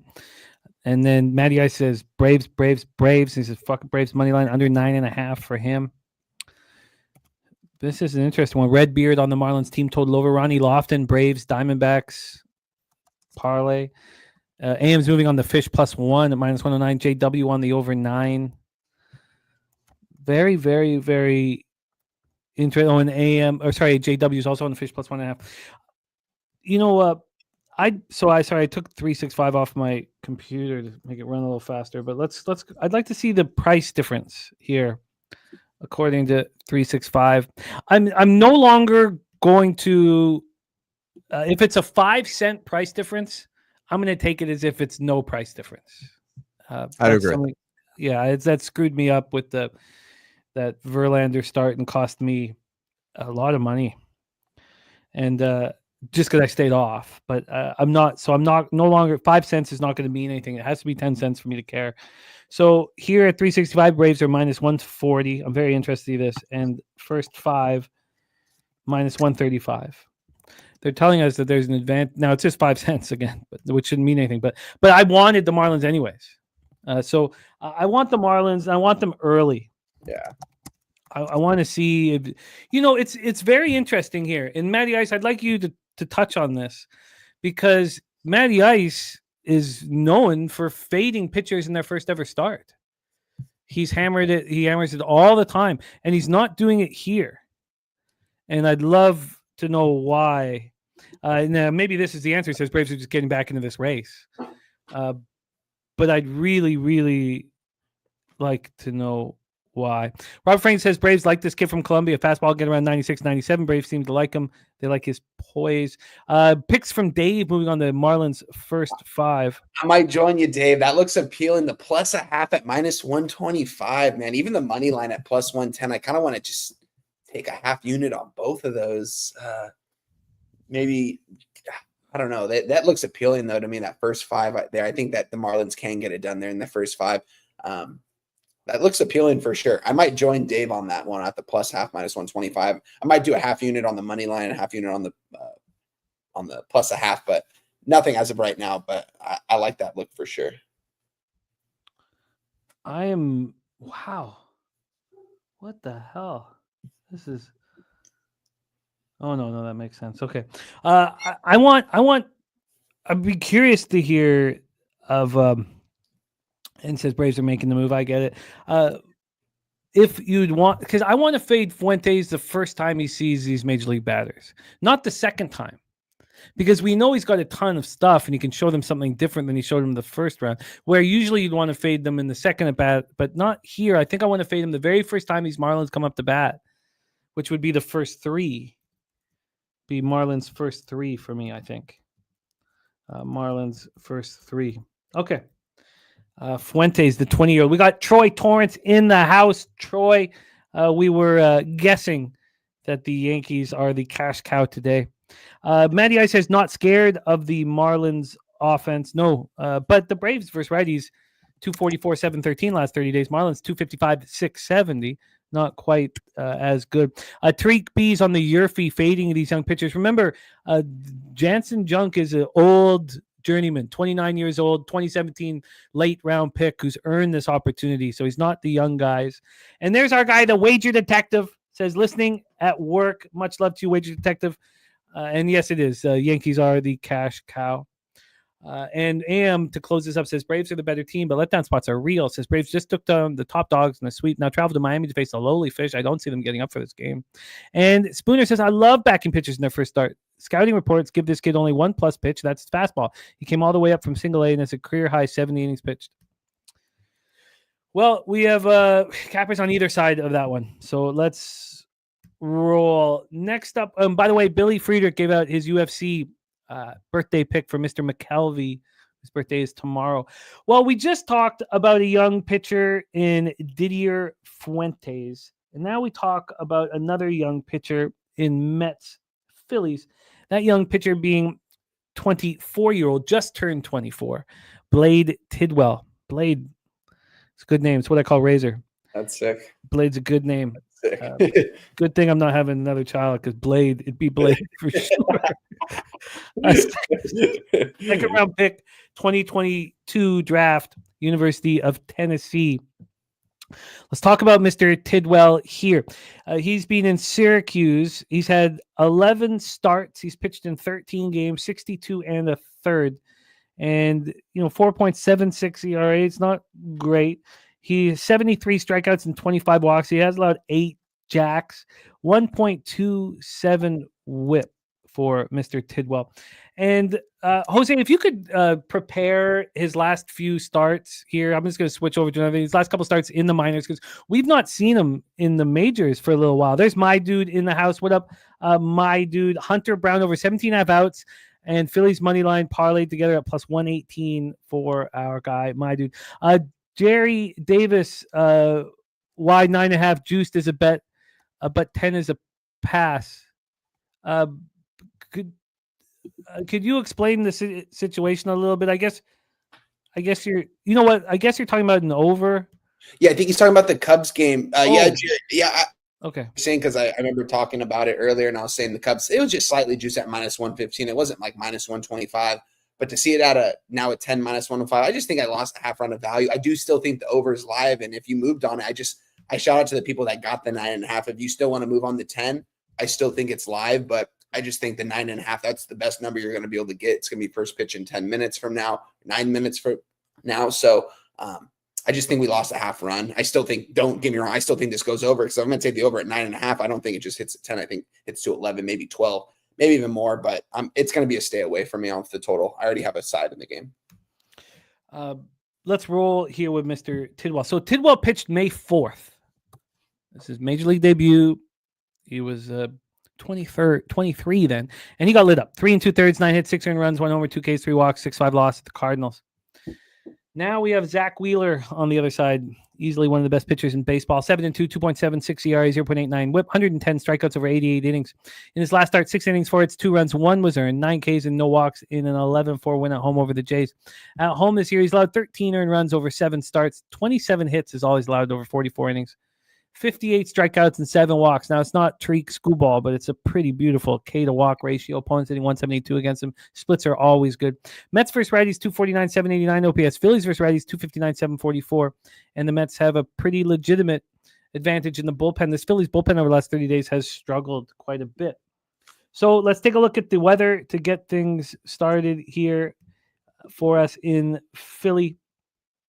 We have 84 Fahrenheit, feels like 83, 8 miles per hour, left to right, slightly out, dies down to 5.4 miles per hour. Let's get into the ballpark, pal. Citizens Bank Park, plus 10% overall, plus 30% home runs. And the only stadiums that are higher than that is the 31% at George M. Steinbrenner and 35% at Yankee Stadium. So both of the Steinbrenner fields, basically. Here at Citizens Bank, plus 30% homers, 0% doubles and triples, and minus 6% singles. Coin leading to the over 8.5 here. JW says really want to take the Mets. JM says insanity pick, Turner 1 hit, Philadelphia money line. The insanity pick. And Chad Pickard got that over 9 in Cubs Marlins at 8 a.m. Beautiful work, Chad. Always feels good to beat a market move to that extent. So let's take a look at the line history here for this Wheeler Blade Tidwell start. We have the Phillies at minus 191. Wow, a huge move to the Mets. Wild. Yeah. Wild. Philly opens up minus 233. Now they're minus 191. Absolutely wild. Now, we've seen the Phillies in this situation often. We saw them recently in this situation, and Spooner put out a pretty legitimate breakdown and angle why he thinks that they're moving the market away from the Phillies so that people don't bet them. And he cashed with the Phillies in that breakdown. This total is an 8.5. It's minus 118 to the over. Open up minus 113 to the over. 5 cents of movement towards the over. And then for a cash flow standpoint, we have the Phillies here with 72% of the tickets, but 70% of the cash on Blade Tidwell, the New York Mets. 60% of tickets on the over, 80% of cash on the over. This is a wild, wild situation. Mr. Bouquet, take it away. Yeah, I don't want anything to do with Blade here, unfortunately. As cool as his name is, his last few starts against the New York AAA team, which we all know sucks balls. 3 2/3, 7 hits, 6 earned runs, home run, 4 Ks, 1 walk, 5 innings, 4 hits, 3 earned runs, 2 home runs, 5 Ks, 1 walk there. He went 6 innings, 6 hits, 3 earned runs, 2 home runs allowed, 3 Ks, 4 walks. And on the 29th, what month are we in? June? Well, I don't know what the last month is. May? 5 2/3, no hits, 2 runs on 4 walks, 11 Ks, and a hit by a batter. So, you mentioned his only major league start. He got destroyed against the Cardinals. I find this line movement to be fascinating, obviously, but I don't want anything to do with it here, so I stayed off. I just don't know what to expect here from old Blade Tidwell. Maybe he pitches well as that pitcher that goes down or gets called up, gets a taste of the majors, gets crushed, gets sent back down to think about it, eat the fucking shitty AAA food, and then now that you get called back up, you're eating steak in the nice clubhouse. You want to stay up there. I could see all the motivations for Blade, so maybe a first 5+ a half. Shout out to TJ, but nothing here for me. Can you go over those starts one last time? Sorry, I heard him, but I wasn't focused enough on it. Yes. So he went back to back against the Yankees AAA team. So the first one was 5 innings, 4 hits, 3 earned runs, 2 home runs allowed, 5 Ks, 1 walk. In his second start against them, the most recent start he had, 3 2/3, 7 hits, 6 earned runs, 4 Ks, 1 walk on a home run there. So you can give me the back-to-backs are tough excuse. That's fine.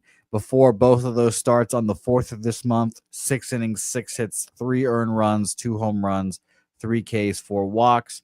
And on the last start of May, whatever it was, we decided 5 2/3, no hits, 2 runs allowed, 11 Ks, 4 walks, and a hit by a batter. 11 Ks. Yeah, that was a long time ago now, unfortunately, though. Yeah. Wow. But it seems like he's going to pitch well. Like I said, he ate the AAA shitty food after getting wined and dined with lobster and whatever the fuck else Steve Cohen has in that locker room now. The Yankees obviously have a famously good away locker room spread as well. But yeah, I wouldn't be surprised at all if he went 5 strong innings here and match Wheeler as well. But I don't want it. The prime cut from our guy Sweaty Butcher is the under 8.5 at plus 100. Says Mets 1 over 9 unders as an away dog off a loss. Mr. Wine Time Sports. What are your thoughts here? Mets, Phillies. Yeah, when I capped this card yesterday, I thought the Phillies were going to make the parlay spot with the Yankees. I thought this was going to be the second leg to it. Didn't end up moving on it. And seeing this much line movement towards the Mets definitely has me turning my head a little bit. I'm not going to back the Phillies here with this much line movement towards the New York Mets. Definitely thinks that they still could be live. But this is nothing I want to move on. Rookie against the vet here. I want to see how Blade Tidwell does. It's going to be I still think the Phillies are going to win this game, but it's just seeing this much line movement. I don't want to be on it. This is going to be a pass for me. I don't want to have anything to do with this game. I will say in this Cubs game now, before it's about to be first pitch, it's juiced to the over now, -115, guys. I got -120. Wow. I kind of want to move on it right now. I mean, we got 2 minutes. I don't know. It's too late. But the record's not as important as your cash. So why don't you just see if there's an out or two? Yeah, and then move on something live. Yeah, you're right. All right, well, we're going to be paying attention here the next couple minutes. Spooner is using the Phillies as a parlay piece. So let's roll on. Wine Time going to hit leadoff for us here. And Brady Singer, as expected by Mr. Morgan Spooner, has started pitching better. And that last start was a thing of beauty. At the Tigers, 6 innings, 4 hits, 1 earned run. And he's not I think he was trying too hard to be perfect, trying too hard for strikeouts. And that will happen for a young pitcher who gets jettisoned by the Royals, but a team doesn't want him. And now he's starting to pitch quite well because he had been struggling on the road. On the road, opponents are hitting 296 off of him. Now, he's only allowed 3 home runs on the road, but 45 hits in 37 1/3. He's had some issues here. Going up against Andre Palante here. Let me just get this up here, make sure I didn't screw this up. Going up against Andre Palante, who I think is a vulnerable pitcher. He's not looked good lately. He got off to a really good start. He's not to be trusted at home. 18 earned runs over 31 1/3. 16 strikeouts and 31 1/3. I mean, you can't get your Ks when you need them. Coming off an 8-5 win at the Brewers, but he allowed 3 earned runs over 4 1/3. Got 7 strikeouts, but didn't get through it. And righties are teeing off on him. So when you have the big Singer, tall dude, his splits are pretty nice, pretty even. But Palante here is getting lit up by righties, 298 with an 862 OPS. And the Reds have been teeing off against righties. The Reds did have the best numbers against righties in Major League Baseball over the last 3 days until the Rays just usurped them. So here we have the righties in the lineup. Ellie De La Cruz. So the first two batters are lefties, Friedel and Lux. Then you have Ellie De La Cruz, the switchy, who will hit from the right side. Stevenson, who will hit right side. You have Steer and Matt McLean. Not a ton of right-handed bats, though, here for you. So that's the situation here. So let's also Reds bullpen's been a train wreck, an absolute train wreck. And by the way, Troy Torrance also there on the Phillies.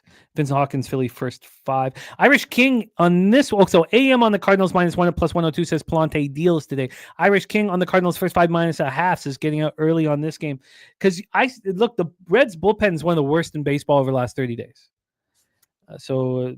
Legit here. And Mr. McKelvey, the new Stacks play of the day because he lost the Polanco spot, is the over 9 here. The over 9 with these bullpens, very questionable. So let's get some more Stacks action. Stacks.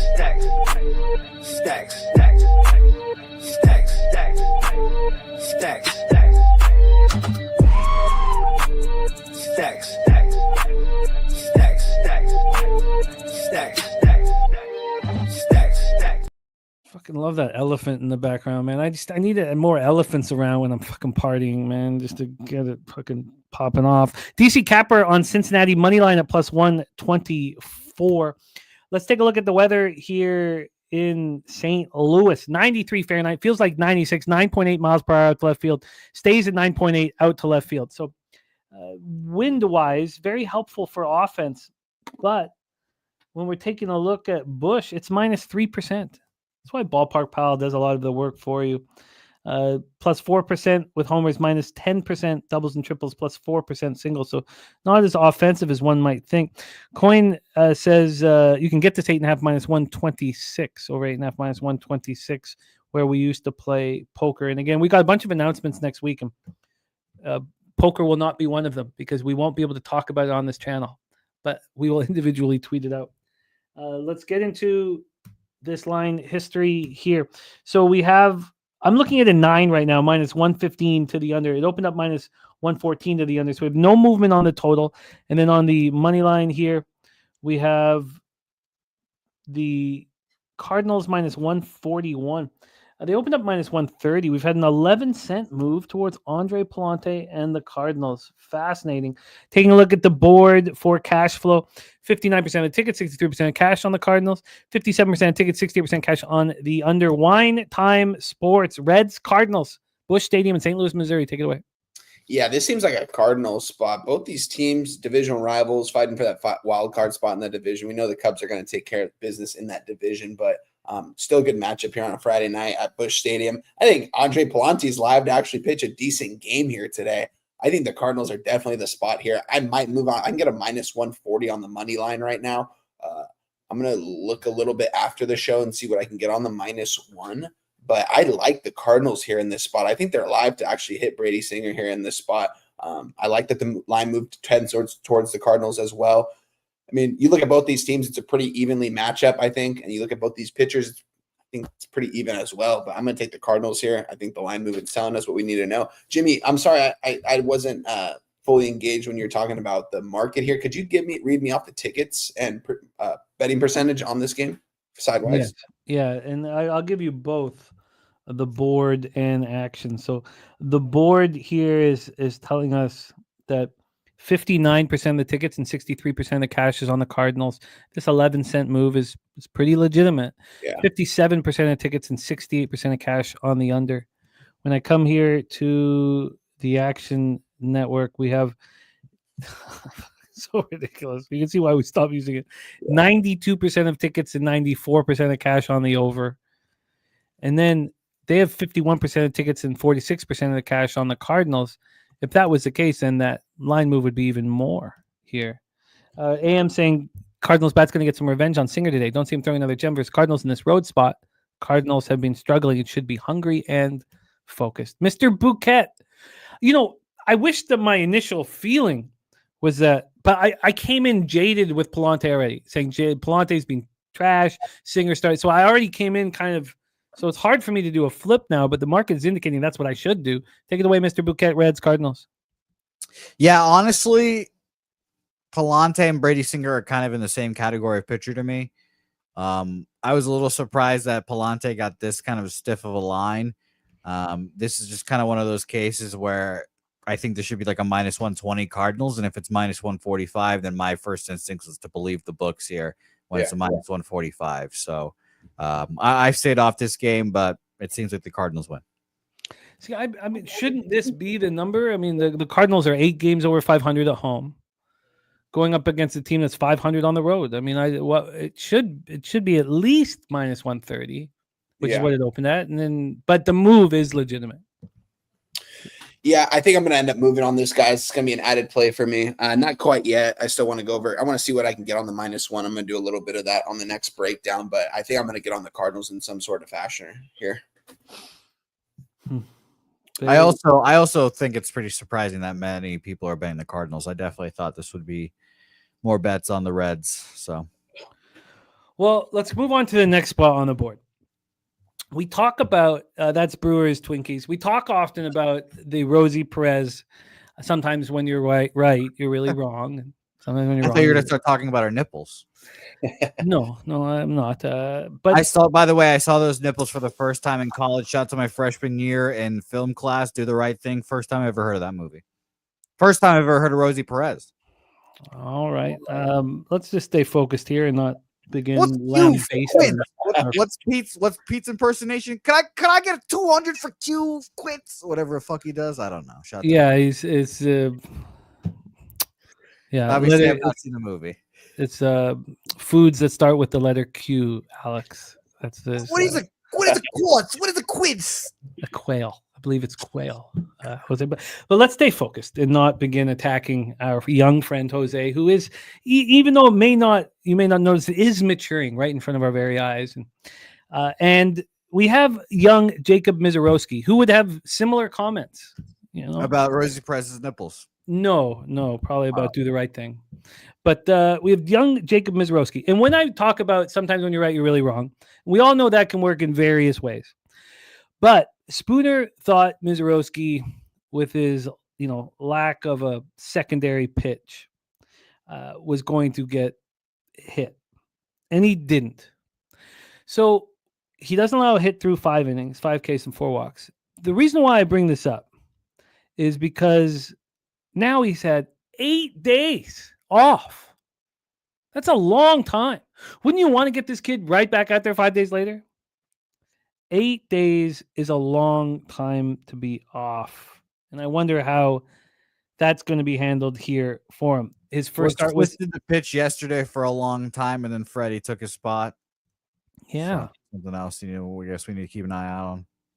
Yeah, it's a wild situation. Now, AM is Brewers +1. It's another revenge spot for the Brewers bats. Joe Ryan blanked this Brewers lineup, betting that it won't happen again, which is interesting. Spooner says, Jimmy, these Twins bats don't have the discipline. I wanted to fade Mizorowski when he was going to pitch in Wrigley with the wind blowing out. Let's talk about the weather here for this one. So in Minnesota, we have 85 Fahrenheit. Feels like 87. The wind's blowing in. 11.6 miles per hour, right to left, across the diamond, slightly in, dies down at 10.7 miles per hour. Let's get into Ballpark Pal's expectation here. In target, plus 13% overall, plus 8% home runs, plus 7% doubles and triples, and plus 8% singles. Let's get into the line history here for Mizorowski versus Joe Ryan. On the money line, we have the Twins at minus 151. They opened up at minus 160. So we've had, the Brewers have gone from plus 144 to plus 138. So a slight 6-cent move over there. Let's get into the total. From a total perspective here, we have an 8, and it's juiced to the under, minus 114. This was heavily juiced to the over at some books. When this opened up at 10:16 p.m. last night offshore, it was minus 108 to the over, and it immediately started moving to the under. There was some buyback on the over around 4 this morning. Then the under started getting hammered, and it got hammered to the extent that 15 minutes after the show started, you could have got a 7.5. Now we have 10 cents of movement overall on the under. So let's get into the cash flow here. And oh God, here we go. Sorry. Cash flow wise here for the Brewers Twinkies spot. Little interleague action. 55% of the tickets on Minnesota, but 72% of the cash on Milwaukee. 53% of tickets on the over, 78% cash on the over, but it's moving to the under. This is taking what I wanted to do in this game. It's throwing it out the window because of this market movement. We have a Brewers team that's hitting just 238, 718 OPS versus righties. Twins 257, 44. So the Twins bats have been hitting harder. We have Brewers bullpen 3.98 ERA while the last 30 days, while the Twins is over 5. Over 5. Isaiah Scurry says Brewers pitch pretty good low key. Those are my only two futures right now. Is the Brewers over 83.5 wins. Hey, remember, no Mariners futures. Yes. No, I'm very thankful. I'm very thankful for that. And I have Brewers to win the division, which obviously with the way the Cubbies are playing, doesn't look very good. Speaking of that, I wouldn't mind just taking a look at that division right now here in the futures market. The Cubs are minus 600. Reds and Brewers are 10-1. Cardinals 11-1. And the Pirates are 600-1. Here we go, Mr. Bouquet. Take it away for us. Brewers, Twins. And Craig Woods says, why is this total an 8 if both pitchers are considered elite? Well, I think the weather has a lot to do with that. This is a pretty low total.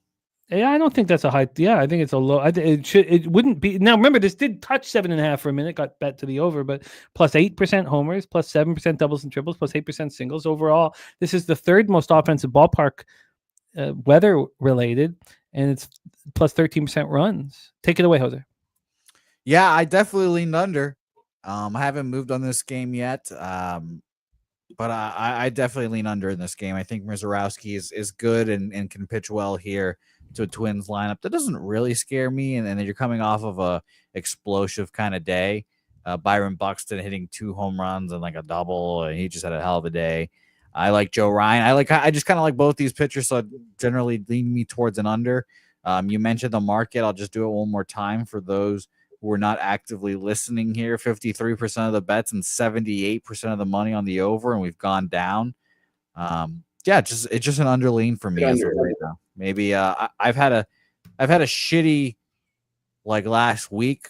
I got cut up on Tuesday, and then from then on it's just been paper cuts, like one unit. It's just been a little annoying. So I'm keeping my volume a little lighter, I guess, today. Are you still in the black overall?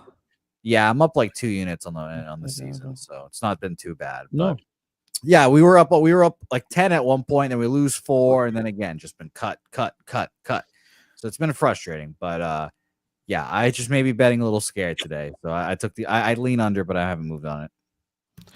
Wine time. Are you kidding? Wow, guys, I'm in the midst of putting in the under 9.5. 5, 4, 3, 2. Your wager has not been accepted. Next pitch, bomb by Cal Rowley. Oh man, that's crazy. You mean the over 9.5? Over 9.5. Sorry. So now we're up to let's see, what is it sitting at? 10.5 minus 133.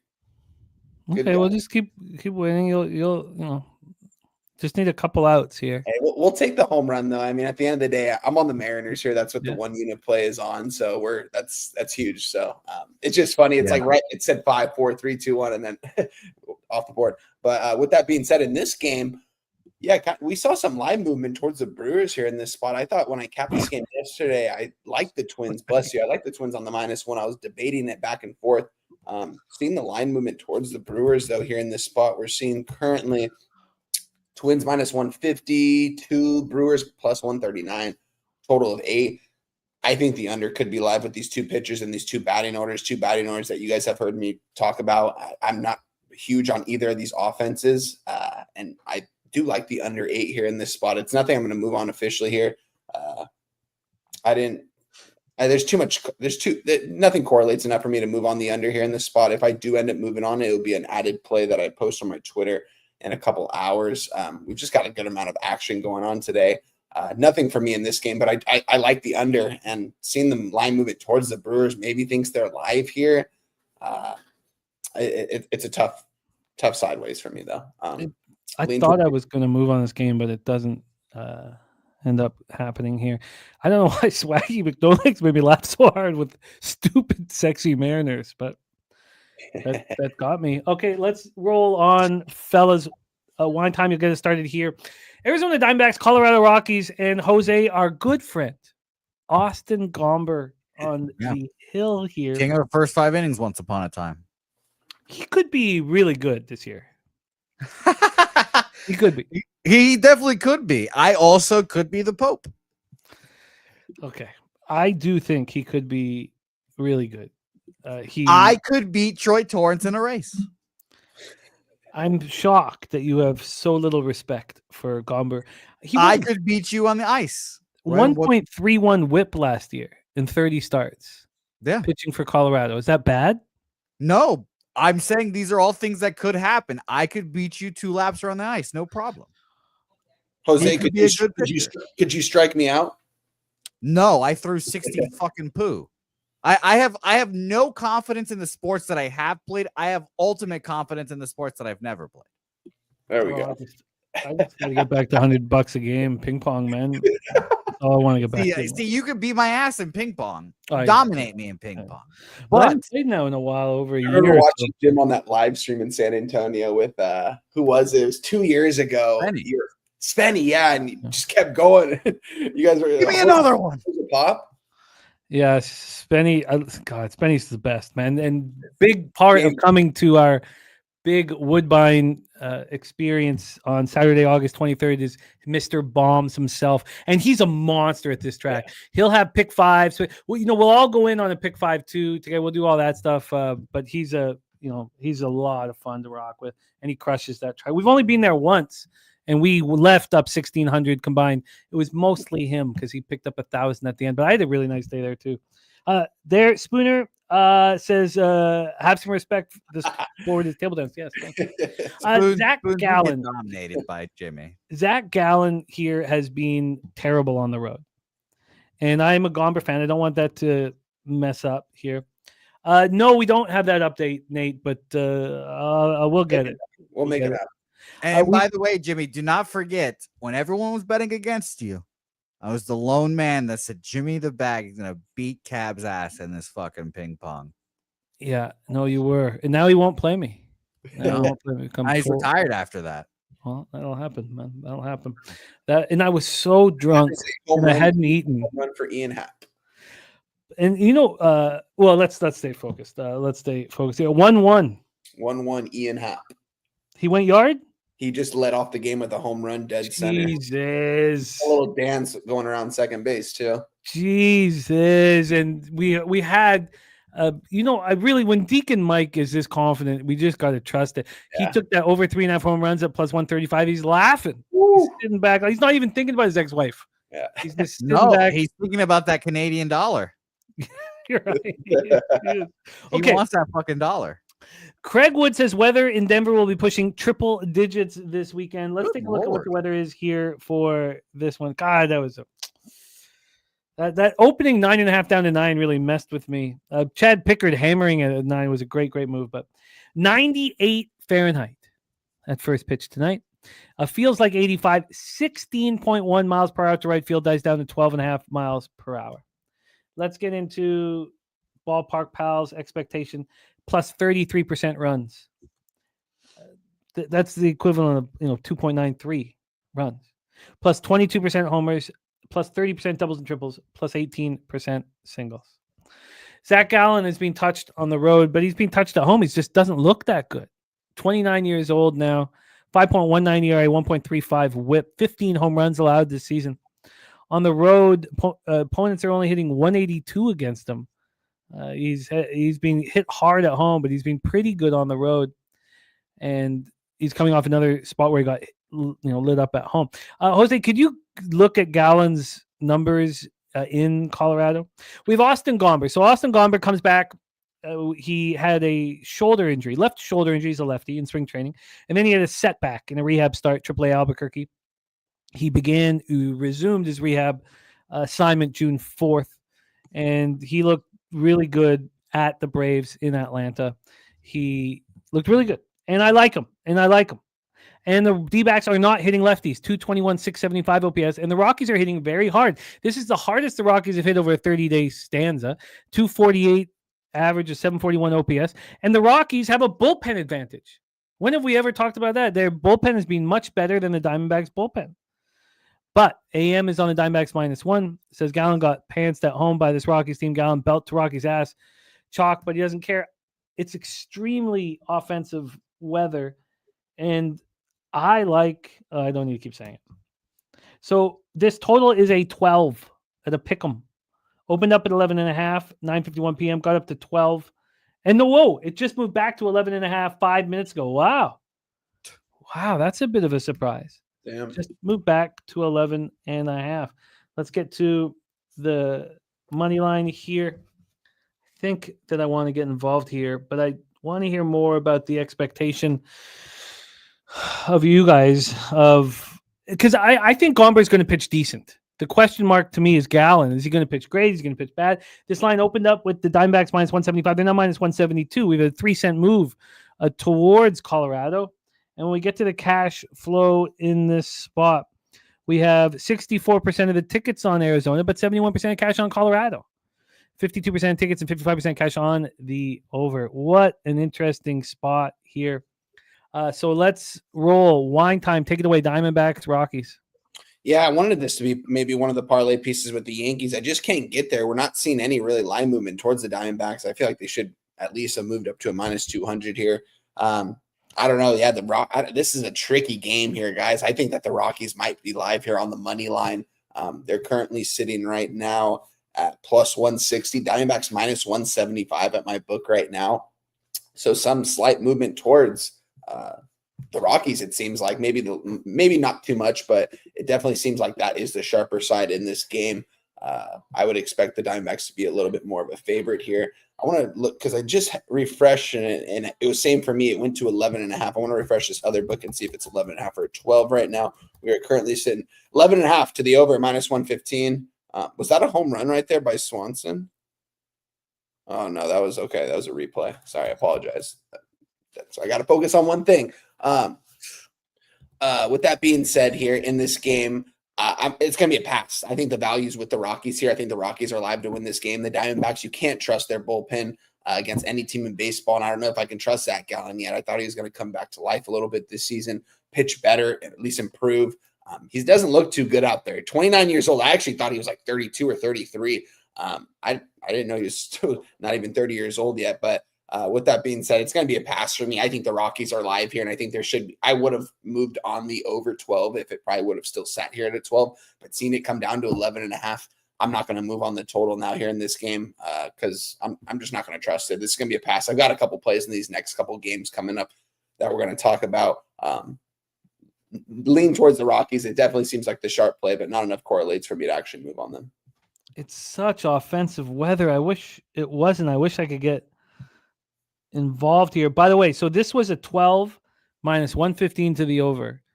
Click on that 12 -115 to the over, and it's an 11.5 -120 to the over now at 365.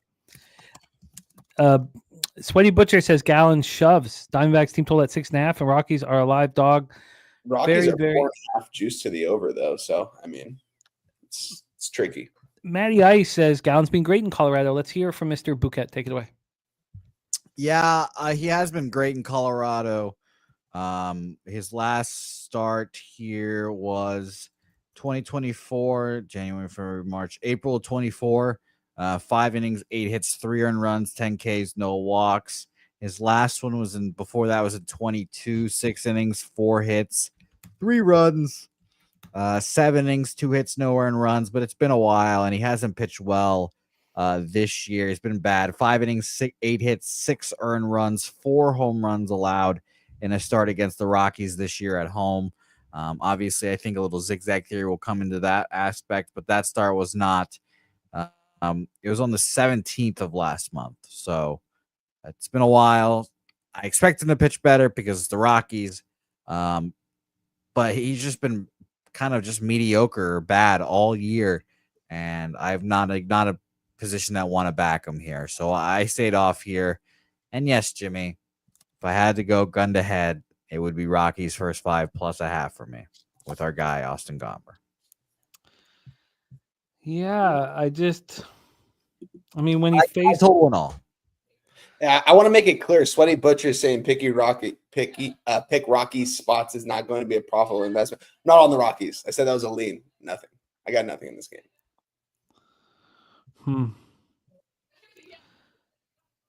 I mean, God. All right. I mean, I get it. And I will, figure this out on my own time. But obviously, there are certain pitchers that I have. I don't know. I think it's just going to get worse the older I get. And I like Gomber. He's made me a lot of money. He's a pitcher that always seems to be better in the thin air. And the Diamondbacks are just not hitting lefties. And, I guess when it comes down to it, honestly, I don't care what Zach Gallen did in Colorado because Zach Gallen was a great pitcher. And the reason why I know he's 29 is because I was like, is this guy getting long in the tooth? What the hell's wrong with him? So I looked that up today. So Grant Taylor, now the starting pitcher for the White Sox, and it's 3-1 in the bottom of the first for the Yeah, Cubs. I just saw that. Wow. Runs. Thank you for that coin. Grant Taylor, now the starting pitcher for the White Sox. Was it another jack? No, it couldn't have been because there's two. No, it's RBI single. Okay. All right. Okay, so look, I want the Rockies. I understand that that may not make sense. And I will figure that out on my own time and not sit here and hem and haw. But I want to be involved with Gomber, whether that's a first 5 plus a half or a first 3 plus a half or whatever it is. I'm interested. So let's go. Rem Mo saying, is Grant Taylor any good? So why don't we just go back quickly to that Jays game and pull up Grant Taylor on Baseball Reference and do a quick once-over for him. He's a second-round pick in the 2023 draft out of LSU. Just turned 23 years old. Wow. And this year, he's only been in Double-A Birmingham, and he's been incredibly good. Now, he's not going to pitch for very long. He's only pitched one inning at a time, so he's just a opener. He's not stretched out. But he's not allowed a home run this year. 26 2/3 at Double-A and 4 innings in the White Sox. 37 strikeouts and 11 walks. So I imagine that Davis Martin will go on next. And Swaggy's saying that Taylor's an opener. I guess the dude looks like an MLB closer. And AM says, I really think Gallen pitches well. I would imagine he circled the game, allowing most runs on the season at home to a divisional opponent. Yeah, I'll need more time on it. I hear that. And JM saying Kirby over 2.5 runs was free. So going back to that Jays spot, I think you guys are right that the roof is going to be closed looking at these different weather reports, even though this one hasn't changed on my phone. I wonder, let me just see if they've changed it here quickly. No, I mean, they say it's going to be absolutely gorgeous. No clouds, nothing. I mean, this is saying that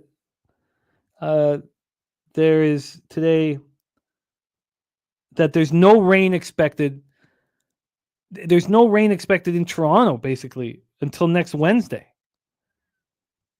So, again, we're going to have to take a lot of time here to figure out if that roof's going to be closed or not, because I think that's going to be very indicative of what move we need to make.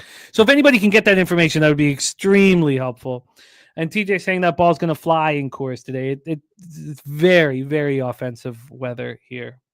And we just saw what's happening here in Chicago, which should lead us over there. So yeah, I'm just confused at why it did go to 11.5 and it's not at 12. Well, but with the same thing screwed me in that Cubs game because it went from 9.5 to 9 when it first came out. Yeah. Okay, let's roll on here, and we have your LA Angels in effect. This is the most interesting game, I think, here. Yep, agreed. And look at that. And Spooner's being honest with that. That's no gags. Spooner's got to connect with Ballpark Pal, the guy who runs it. So I like it. That's like Wine Time calling his bookie right there to Yeah, it is. complain. That's the same fucking thing. I'm making a call. Most people, when they say that shit, are joking. But No, Wine and Spoon are very serious when he says, "I'm going to call my old school, bookie. guys. We're old school. I'm going to call Ballpark." pull out that rotary phone and figure out what the fuck is going on. Flip razor phone, man. Wine, you have a landline, don't you? You could admit it. No, but I will say this. My grandparents still have a landline. They live about 15 minutes away from me. And you know who calls? Those random people, like bunch of random fucking numbers. I'm like, why do you guys still have this set up? It doesn't make any sense. But yeah, my pops too is the landline. So the only way he gets hold of me is he emails me. So I got to keep an eye on that shit. That's awesome. Let's go. Astros, Angels Stadium, Anaheim, California. This is the most. I really love the Rays game. That's my favorite game. I really love that Rockies game. This is a really fun cap. Shit, Gokster has a landline. Oh yeah, Gokster has a landline. That's awesome. Peter Loshak has the landline. Can we get that? We have a clip of Peter trying to bike. We need more Loshak clips. But Troy Torrance says Astros, Angels under. So the issue here is the Astros are annihilating lefties. Last 30 days, they have a 1.018 OPS. They're destroying them. And then Kikuchi this year has allowed 4 earned runs in 6 home starts. It's incredible. So what do you trust? The Astros' ability to destroy left-handed pitching or Kikuchi's magic at home? And you'd be happy to know, I would say that Ella has been asking about Kikuchi every 2 or 3 days, how he's doing, what's going on. So she's still fully invested in Kikuchi, and she's still trying to understand why the Jays didn't offer any money to Kikuchi. She's upset and trying to figure it all out. Let's get into the weather here in Anaheim, not far from where our Wine Time Sports is right now. 74 Fahrenheit, feels like 73, 8 miles per hour to left center. 8 miles per hour to left center, dies down at 7.2 miles per hour.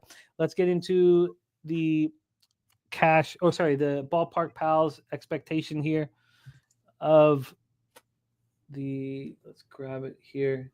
Angel Stadium minus 2% overall, plus 7% homers, minus 2% doubles and triples, and minus 5% singles. Money line for the Angels is plus 143. They opened up at plus 159. That's a pretty big move towards Yusei Kikuchi. When we get to the total in this one here, we have an 8, minus 107 to the over. It's opened up minus 102 to the over, so we had 5 cents of movement towards the over. We get to the cash flow here. We have, here we go. Cash flow wise, we have 64% of the tickets on Houston and 55% of the cash on the Angels. 83% and 83% on the under. Craig Wood, I'm not going to just start tailing Ella, but she would be on the Angels. Hunter Brown, 8-3, 1.88 ERA, 0.93 WHIP, 105 strikeouts over 86 innings.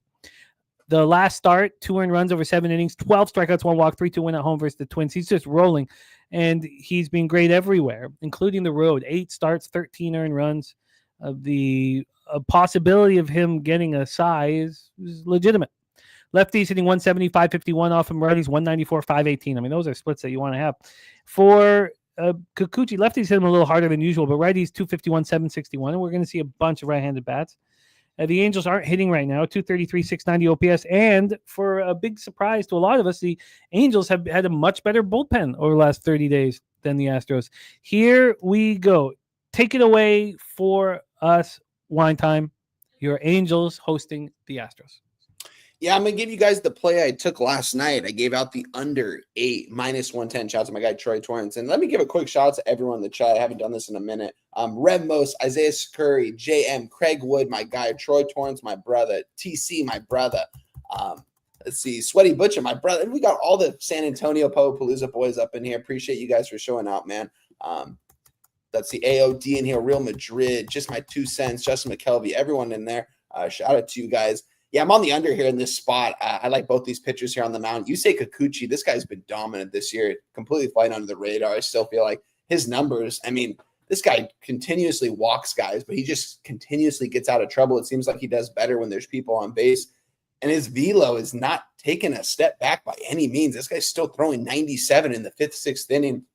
And he's only been getting more stretched out as the season goes on, I feel like. And he looks a lot more comfortable.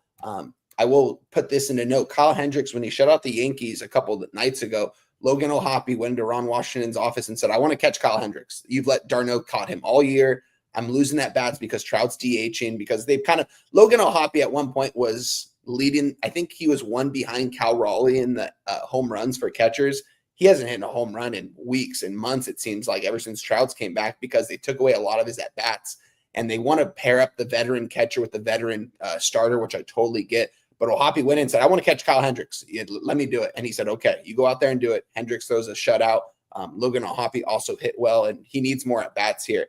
Right now, Kikuchi, d'Arnaud is his catcher, but Logan O'Hoppe is projected in the starting lineup. So Ron Washington, I think he's going to trust O'Hoppe here 4 out of 5 days, which I think he needs to. This is a young star that needs his at-bats. He stays ready, but at the same time, when you're only playing him every other day, there's only so much he can do and make the adjustments necessary.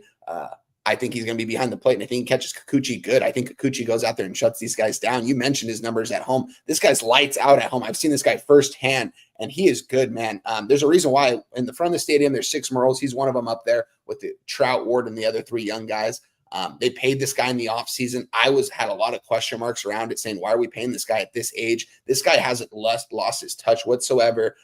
Angels are allowed to win this game, guys. I'm going to give it out right here. Haven't tweeted it out or anything, but I am going to move on the Angel. I'm on the under already. That's official, -110 on the 8. I am going to officially give out the Angels +145 on the money line right now. I think they take care of business here against Hunter Brown. It's going to be at home. I think it's going to be a lower scoring game, but these bats, man, I mean, I watched an interview with O'Hoppe and Trout, and these guys are like best friends right now. And this team, I've never seen so much cohesiveness and continuity as an Angel fan, seeing this team. Like, Trout really likes these young guys. They go out and hang out. They all go to his son's Little League games. You know what I mean? Like, they're really close. It's a close group that wants to win ball games. I'm not saying they're going to win now. They're going to make a playoff run or anything like that. This team's going to be around a 500 team, I think, by the end of the season. I think they take care of business. Their struggles are against the Houston Astros, but all this line movement towards the Angels tells me what I need to know. It is a little bit intrigued. It is a little bit interesting, though, because Kikuchi has done so well this year, why he is opened up as such a dog. It is the Astros. I mean, the Astros have been playing some really good baseball, and they've missing a lot of guys in that order as well this season. Shout out to the Astros for honestly playing as well as they have been. I think they're going to start taking a step back as the season goes on, but I'm on the Angels, and I'm on the under. Angels money line +145 and the under 8 -110. I love both of these plays here today. Great breakdown here. I wonder why the 2.5 is just -130. I was expecting to see, a -155.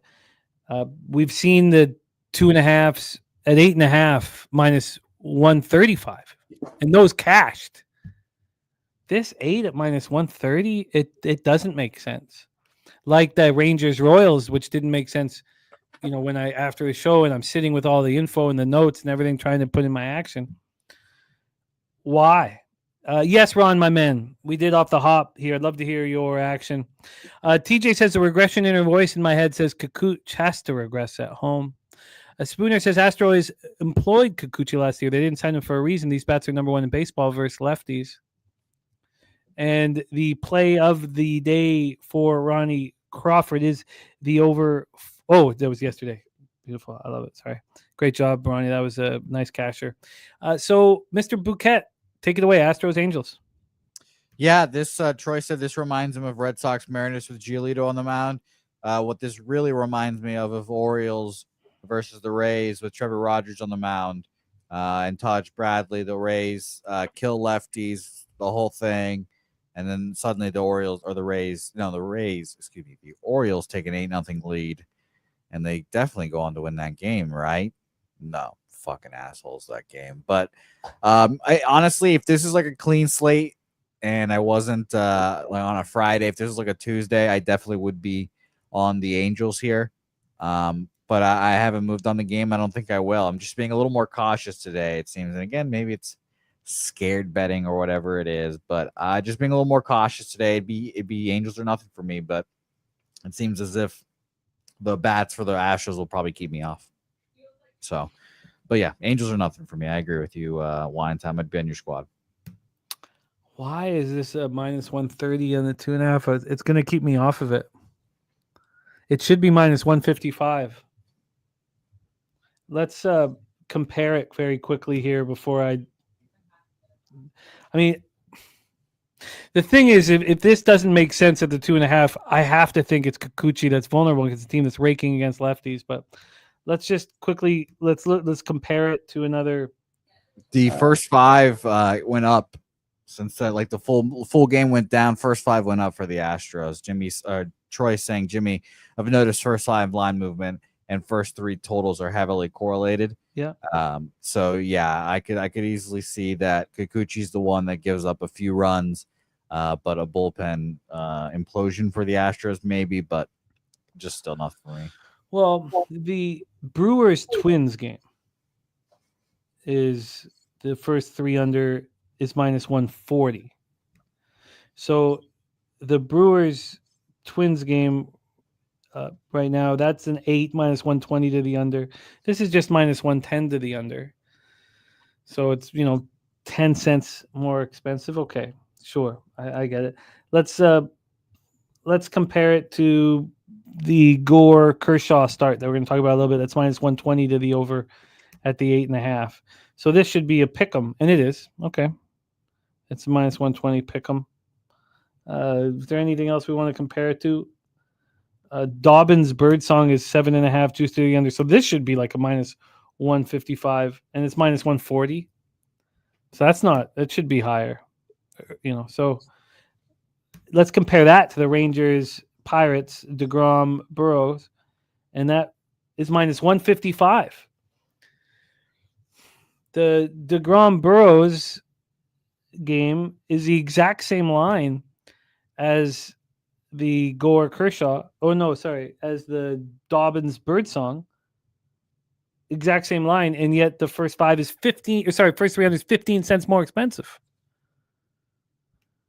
That brings us back. That takes me back to that spot. That DeGrom Burrows spot is probably the first 3 under backer, and that's at PNC.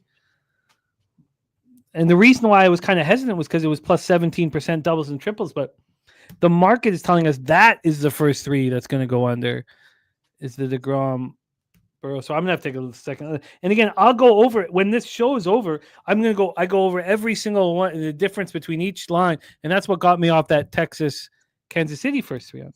So AM says, kind of makes sense to me personally. I think the line is short for Hunter Brown and Astros versus left-handed pitching. I think it takes into account 7-game road trip home dog winning angle, and that's the angle that AM's talking about, saying nasty travel spot for the Angels. But I believe there's a long-term winning angle betting home dogs off a 7-game road trip. I can't remember if it's 8 or 7 that works. Stephen Harrison says Astros smoke these guys, and Ron Crawford, CFL play of the day is the Argos, which is interesting because I got completely off of that spot after watching. It's now a 4, by the way. And that totals down to 46.5. The market's moving wonderfully for me in a bunch of spots. But that was going to be my initial spot. I capped myself off of the Argos, and I've watched every second of their game so far this year. Okay, so let's go back here again. And we have the under 8 minus 120 for wine time. The Angels plus 145. And I'm going to sit with this game for longer.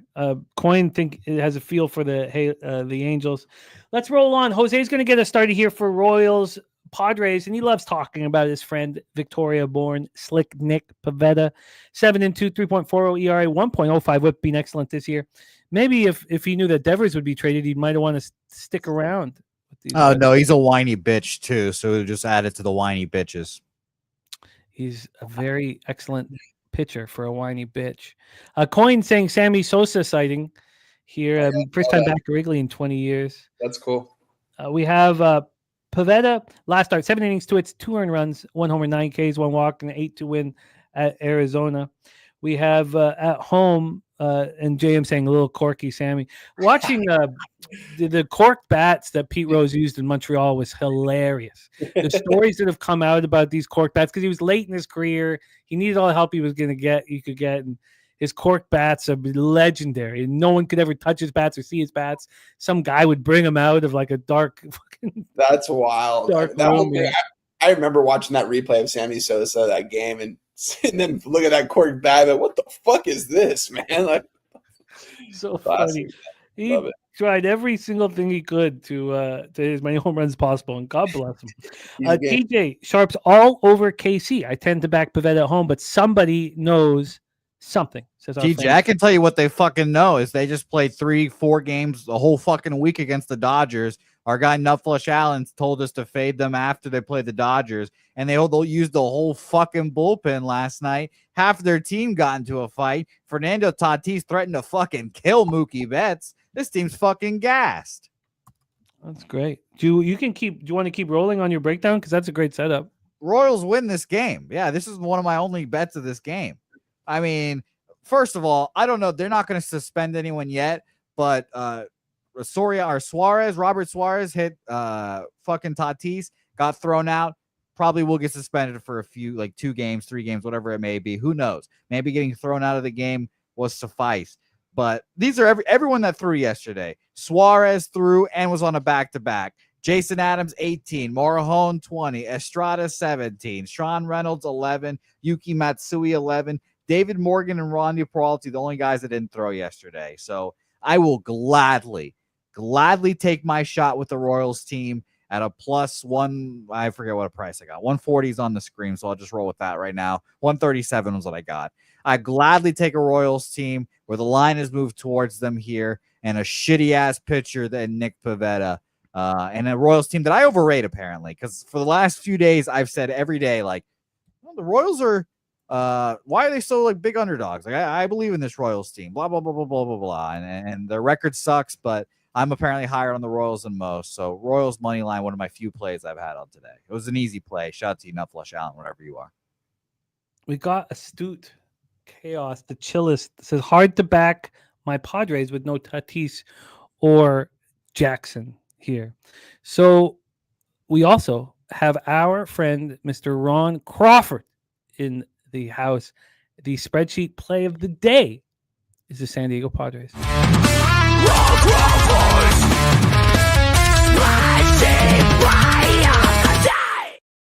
Ron, your fucking spreadsheet's wrong today, and you should back your Royals. Ron. Jesus. Okay.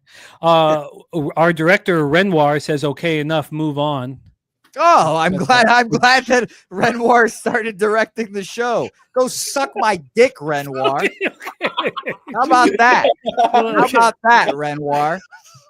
Suck both of my balls. Okay, dude. we're at Petco Park, San Diego, California, where the Padres are 21 and I've won 2 bets on the goddamn show. I can't talk about them, Renoir.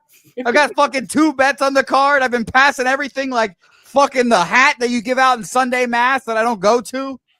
Shit.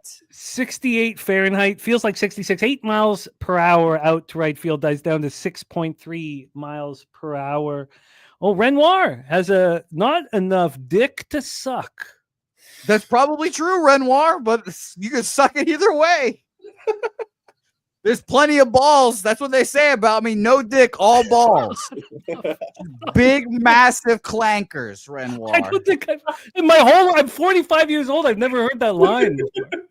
45. I've never heard anyone say, not enough dick to suck. Wow. The Jose Bouquet. I'm going to steal that from you too, Renoir, now. I'm taking that from you.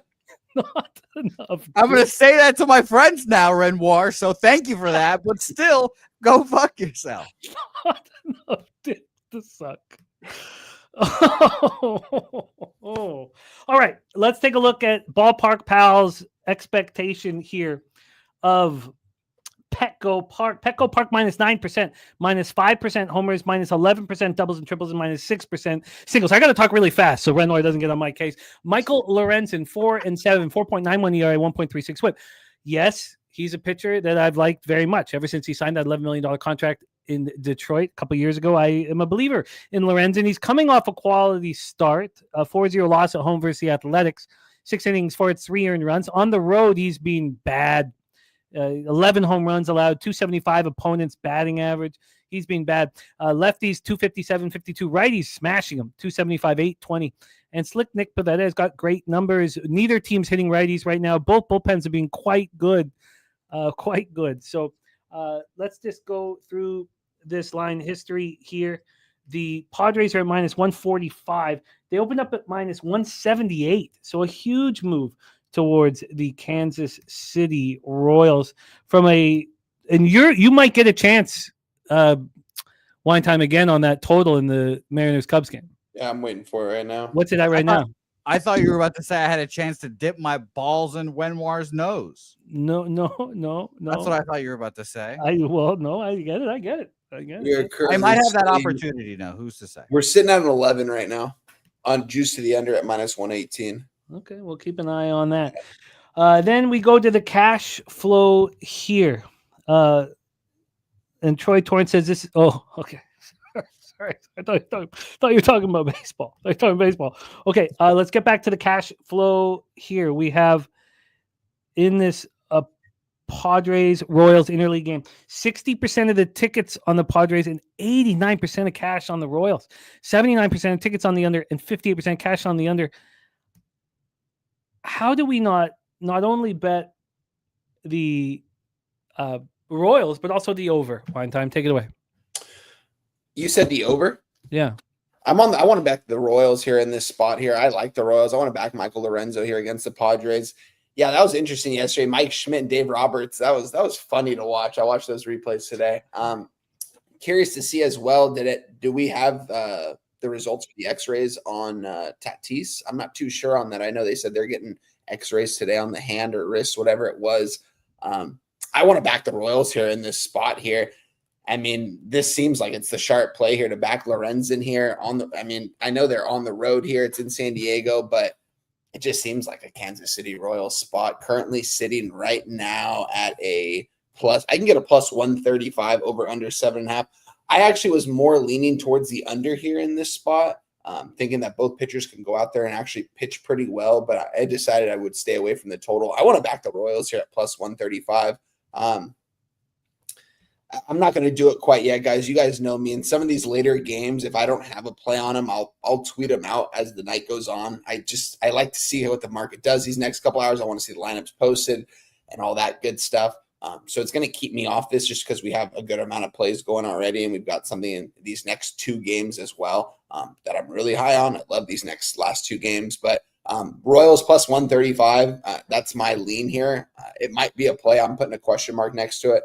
I have a question mark next to them. The Yankees minus 1.5, the Cards money line minus 140, and the Rangers Pirates under 7.5. So I have a lot of question marks next to a lot of games that I'm going to be looking over as the day goes on. We've already got a good amount of action. It's going to be a pass for me, but this is a Kansas City Royals spot or pass for me. I would not back the Padres here. Wow, look at these numbers from Troy Torrance.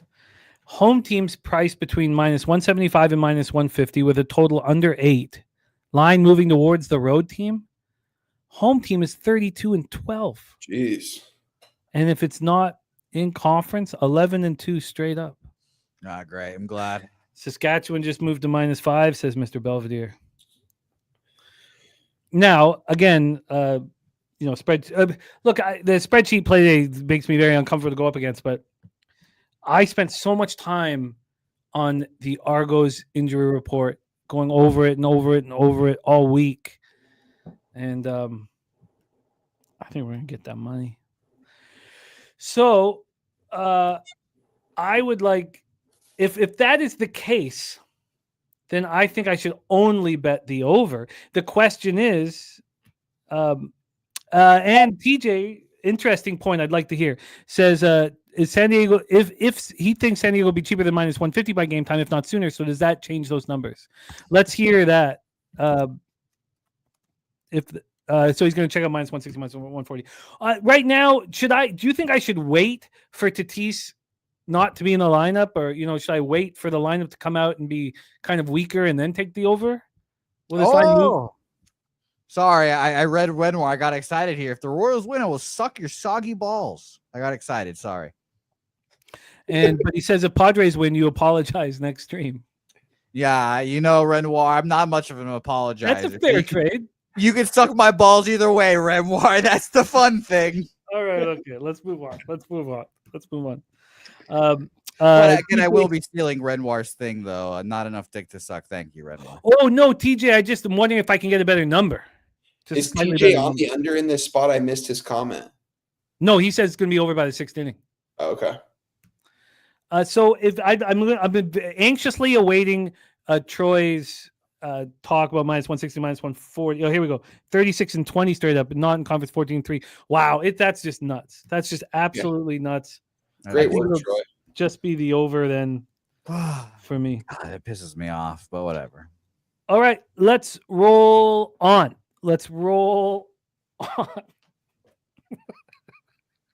We could stay on this game for a long time because it brought a lot of humor, a lot of levity.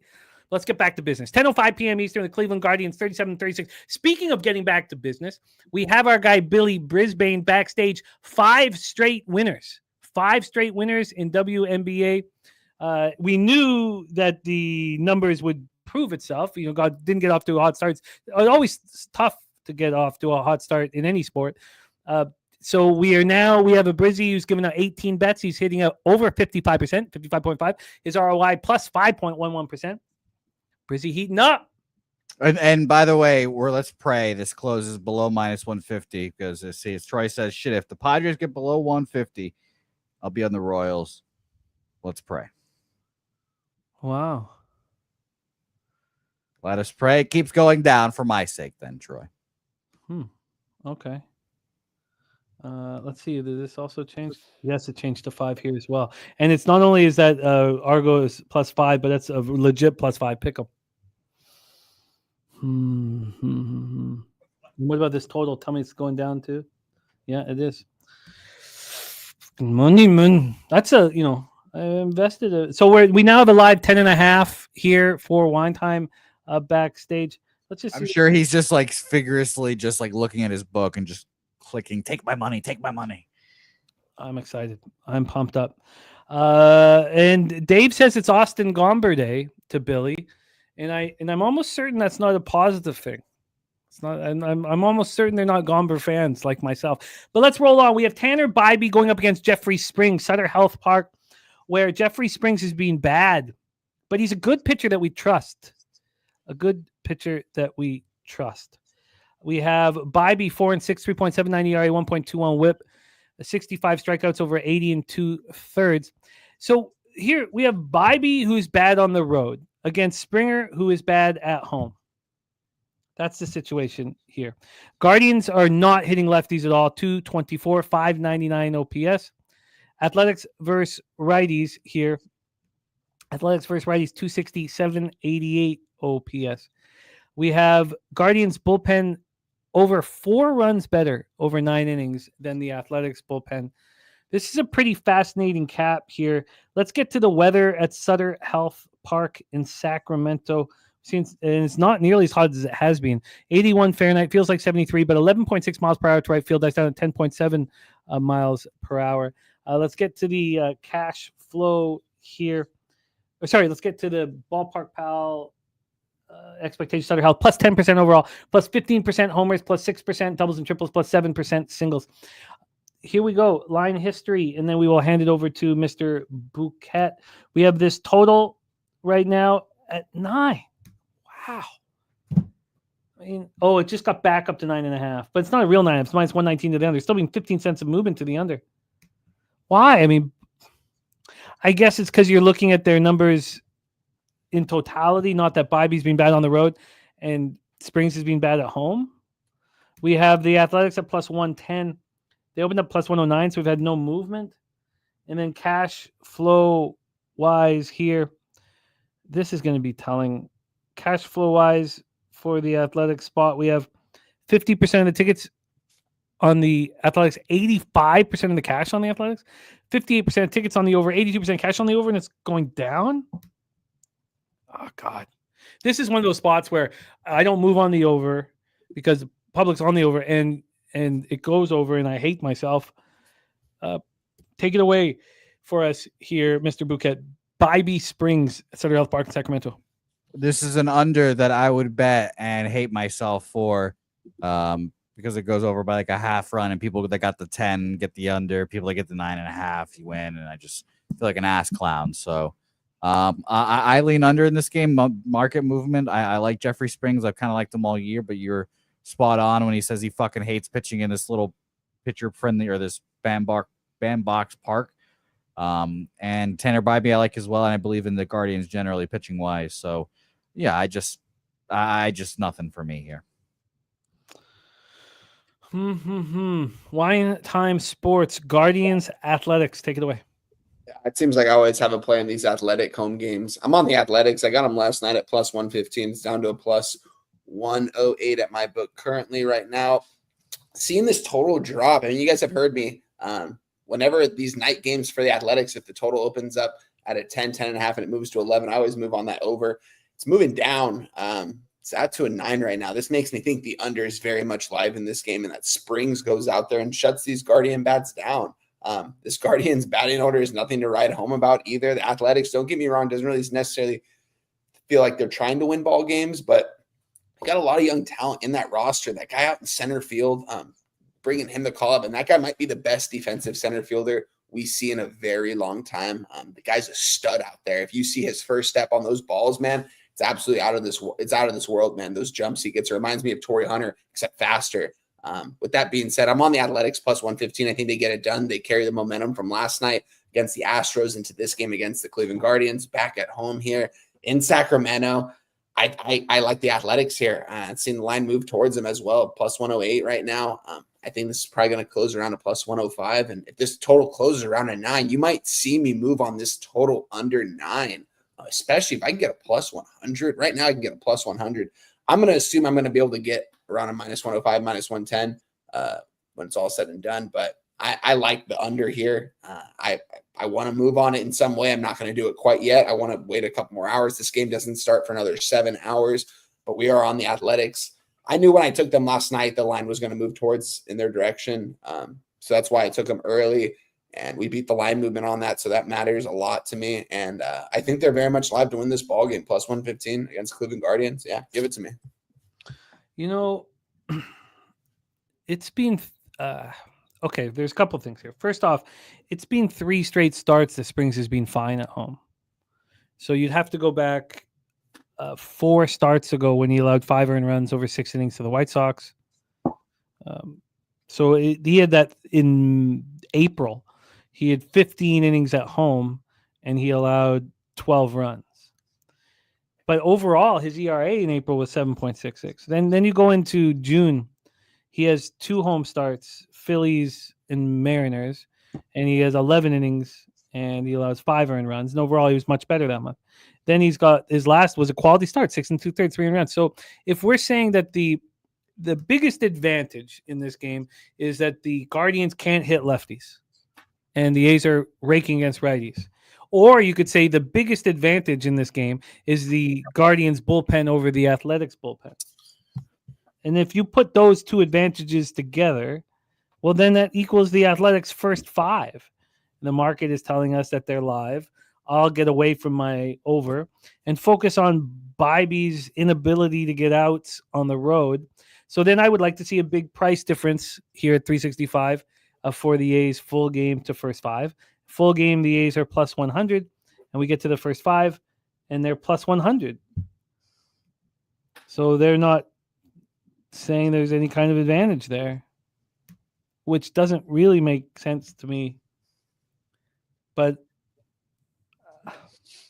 I guess, again, maybe they're just looking at the numbers as a whole, and as a whole, Bybee's been great at home. Maybe I can explain it that way. I'm going to need more time, but I lean towards the Athletics first 5. This is the exact sense that I made of that Verlander start.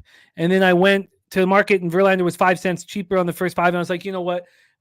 Just because there's no move doesn't mean it's a bad thing. So again, though, Wine Time got the A's at plus 115. Now they're down plus 100 over here. So that's a good sign. Okay, so I lean towards Athletics first 5. I'll give more asterisks than question marks.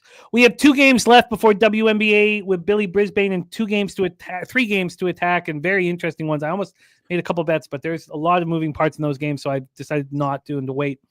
Let's move on to Dodger Stadium. We have Chavez Ravine here. Wine Time will hit leadoff here, and then Jose will hit leadoff for the Red Sox Giants game. We have Mackenzie Gore going up against Clayton Kershaw. Dodger Stadium in Los Angeles. Let's get into the weather here. We have 70 Fahrenheit, feels like 68, 8 miles per hour to right center, dies down at 7.2. So a pitching ballpark, but offensive weather. How offensive is Dodger Stadium? Well, minus 6% overall, plus 8% home runs, but minus 3% doubles and triples, and minus 8% singles. Mr. McKelvey's got the Dodgers on the run line, plus 104. Kershaw is coming off a really nice start at home against a Giants team that's not hitting lefties. You could say the Nats don't hit lefties as well. They're not as bad as the Giants, but 236, 35 OPS. TJ says, I wish I had a C hair. We use taint hair as our, but one C hair of faith in the Washington offense today. Gore, 3-6, 2.89 ERA, 1.15 whip. Coming up 3-1 loss at home versus the Marlins, but he went 6 innings, 2 earned runs, 5 Ks, and 1 walk. This is a real wonderful opportunity for him. Any left-handed pitcher who gets a chance to go up against Kershaw understands how special it is with Kershaw now at 37 years old. On the road, he's allowed 17 earned runs over 8 starts, but opponents are hitting 283 off of him. 6 home runs allowed on the road. Splits are really strong. Kershaw coming off of a great start. It was his first good home start. He did not look good in the first 2 home starts. Now his numbers are a little better. His splits are fine. The Dodgers aren't hitting lefties either, and both bullpens have been weak. Wow. And there we go. Davis Martin from the IL with a forearm strain. That's crazy. Yeah, well, that makes sense. Yeah. Now, it's interesting that line didn't go up towards the other team with that pitcher change. It went down towards the White Sox. So. Because it's going to be a bullpen day from a White Sox bullpen that's pitching quite well. Yeah. Did we get who's starting in that game? Yeah, we went over his numbers too. It's a kid. Well, he's not starting. He's throwing an inning. Yeah. So we don't know if there's a primary. We don't exactly know what's going on here. Thank you for the heads up, Craig. Okay, so here we go. Nats, Dodgers. This is a really, really fun one. Let's go over this line history and then hand it over to Wine Time. Dodgers right now minus 183. They opened up minus 196. We have a move towards the Nationals because, they have the better pitcher on the mound. Yep. From a total standpoint here, we have an 8. And this opened up at 8.5, and it moved to 8 1 minute ago. 1 minute ago. So is Kershaw locked in, not dealing with arm fatigue and going to pitch well against a team that can't hit lefties? Because they're not the only team that. Coin put that info in the chat 30 minutes ago. Yeah, that was great, Coin. So here we go. Let's just take a look at the cash flow and hand it over to Wine Time. Cash flow wise here, we have 65% of the tickets on the Dodgers, but just 50% of the cash. We have 72% of tickets on the under, but 85% cash on the over, and this is dropped. This is a fascinating one. Take it away. Wine Time, floor is yours. Yeah, I found the second piece to my parlay here, guys. It's going to be the LA Dodgers on the money line. You parlay the Yankees and Dodgers up today, you're going to get about plus 105 here on that action. I'm going to give that out officially. I'm going to tweet it out right now as well. You guys know me. I mean, there's not much of a bigger fan of Mackenzie Gore than I am right now. Love watching this guy pitch out there. His numbers. I mean, this guy's going to be a future Cy Young type of guy. I really like what the Nationals are doing over there in DC with that roster. I think they're doing all the right things. They go on their spurts where they'll win 6 straight games and they'll go out and lose 8 straight games. They're still learning how to win together. They've got so many lefties in that lineup. I don't think that's going to do them too well against Kershaw here. You guys have heard me not say many good things about Kershaw this season. But I mean, his numbers don't lie. He's been pitching pretty well. Spoons right there says Kershaw needs 12 Ks to get to 3,000 in his career. Wow. He ain't getting them today. He ain't going to get it today, but he can. Maybe he gets close. Maybe he can give him 6 strong, 8 strikeouts. I'm going to trust Clayton Kershaw. I'm going to trust the veteran against the young guy, honestly. I like Mackenzie Gore. If you were to ask me who I like better between these, I mean, Mackenzie Gore, it's not even close. Kershaw, career-wise, obviously, but at this point of his career, I thought he was going to have some negative regression. He's been pitching pretty well, honestly, this season since he's been back. I'm going to parlay these two together. The 2 biggest markets in baseball, or 2 biggest markets in sports, LA and New York together here.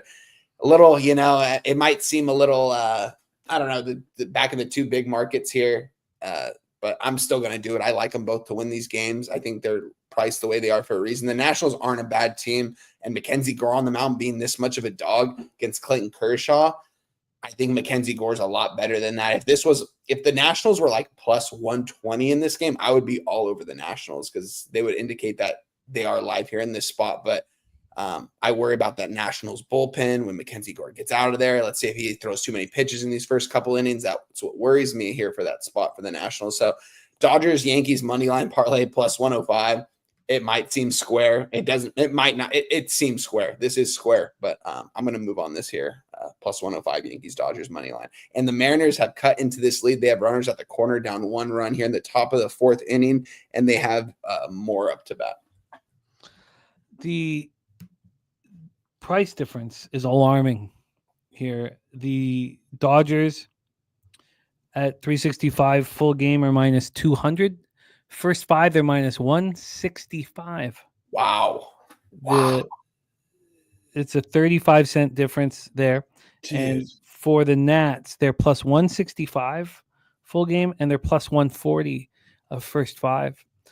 I think that Kershaw could continue to pitch well, which would lead me to not only the first 3 under with these teams not hitting lefties, but it also leads me to a Nats spot. But I can't early, even though I don't think there's that big of a difference with these bullpens right now. Honestly, they're both kind of. But you're right. It's more of the Dodgers lineup late in the game, and it's the thing to trust that. Like we talked about, I think on Wednesday, to trust the Dodgers lineup a full 9 innings rather than 5 innings. I don't think you can back the Dodgers first 5. I mean, you can, but for me, it just seems like you want to trust this batting for 9 strong innings, and they're going to get it done for you most of the time. They've been playing. I don't know, but I like the consequences. I've rooted the Mackenzie Gore's ERA is under 3 right now. This guy's so good, and he's this much of a dog against the Dodgers. I get it, it's the Dodgers, it's the Nationals, but still, I feel like this should have been a little bit more priced towards the Nationals. So the books, I think, are telling us that the Dodgers are very live here, even though the line hasn't really moved towards their direction. It still is only 12:20, and this game doesn't come off for another 6 hours and 45 minutes or so. So I expect the Dodgers I hope to move up to like a minus 205, minus 210 before first pitch, but it doesn't matter. I think they're live to win this game, so I like the parlay. The first 3 under, and this moved to an 8 full game, is a pick'em.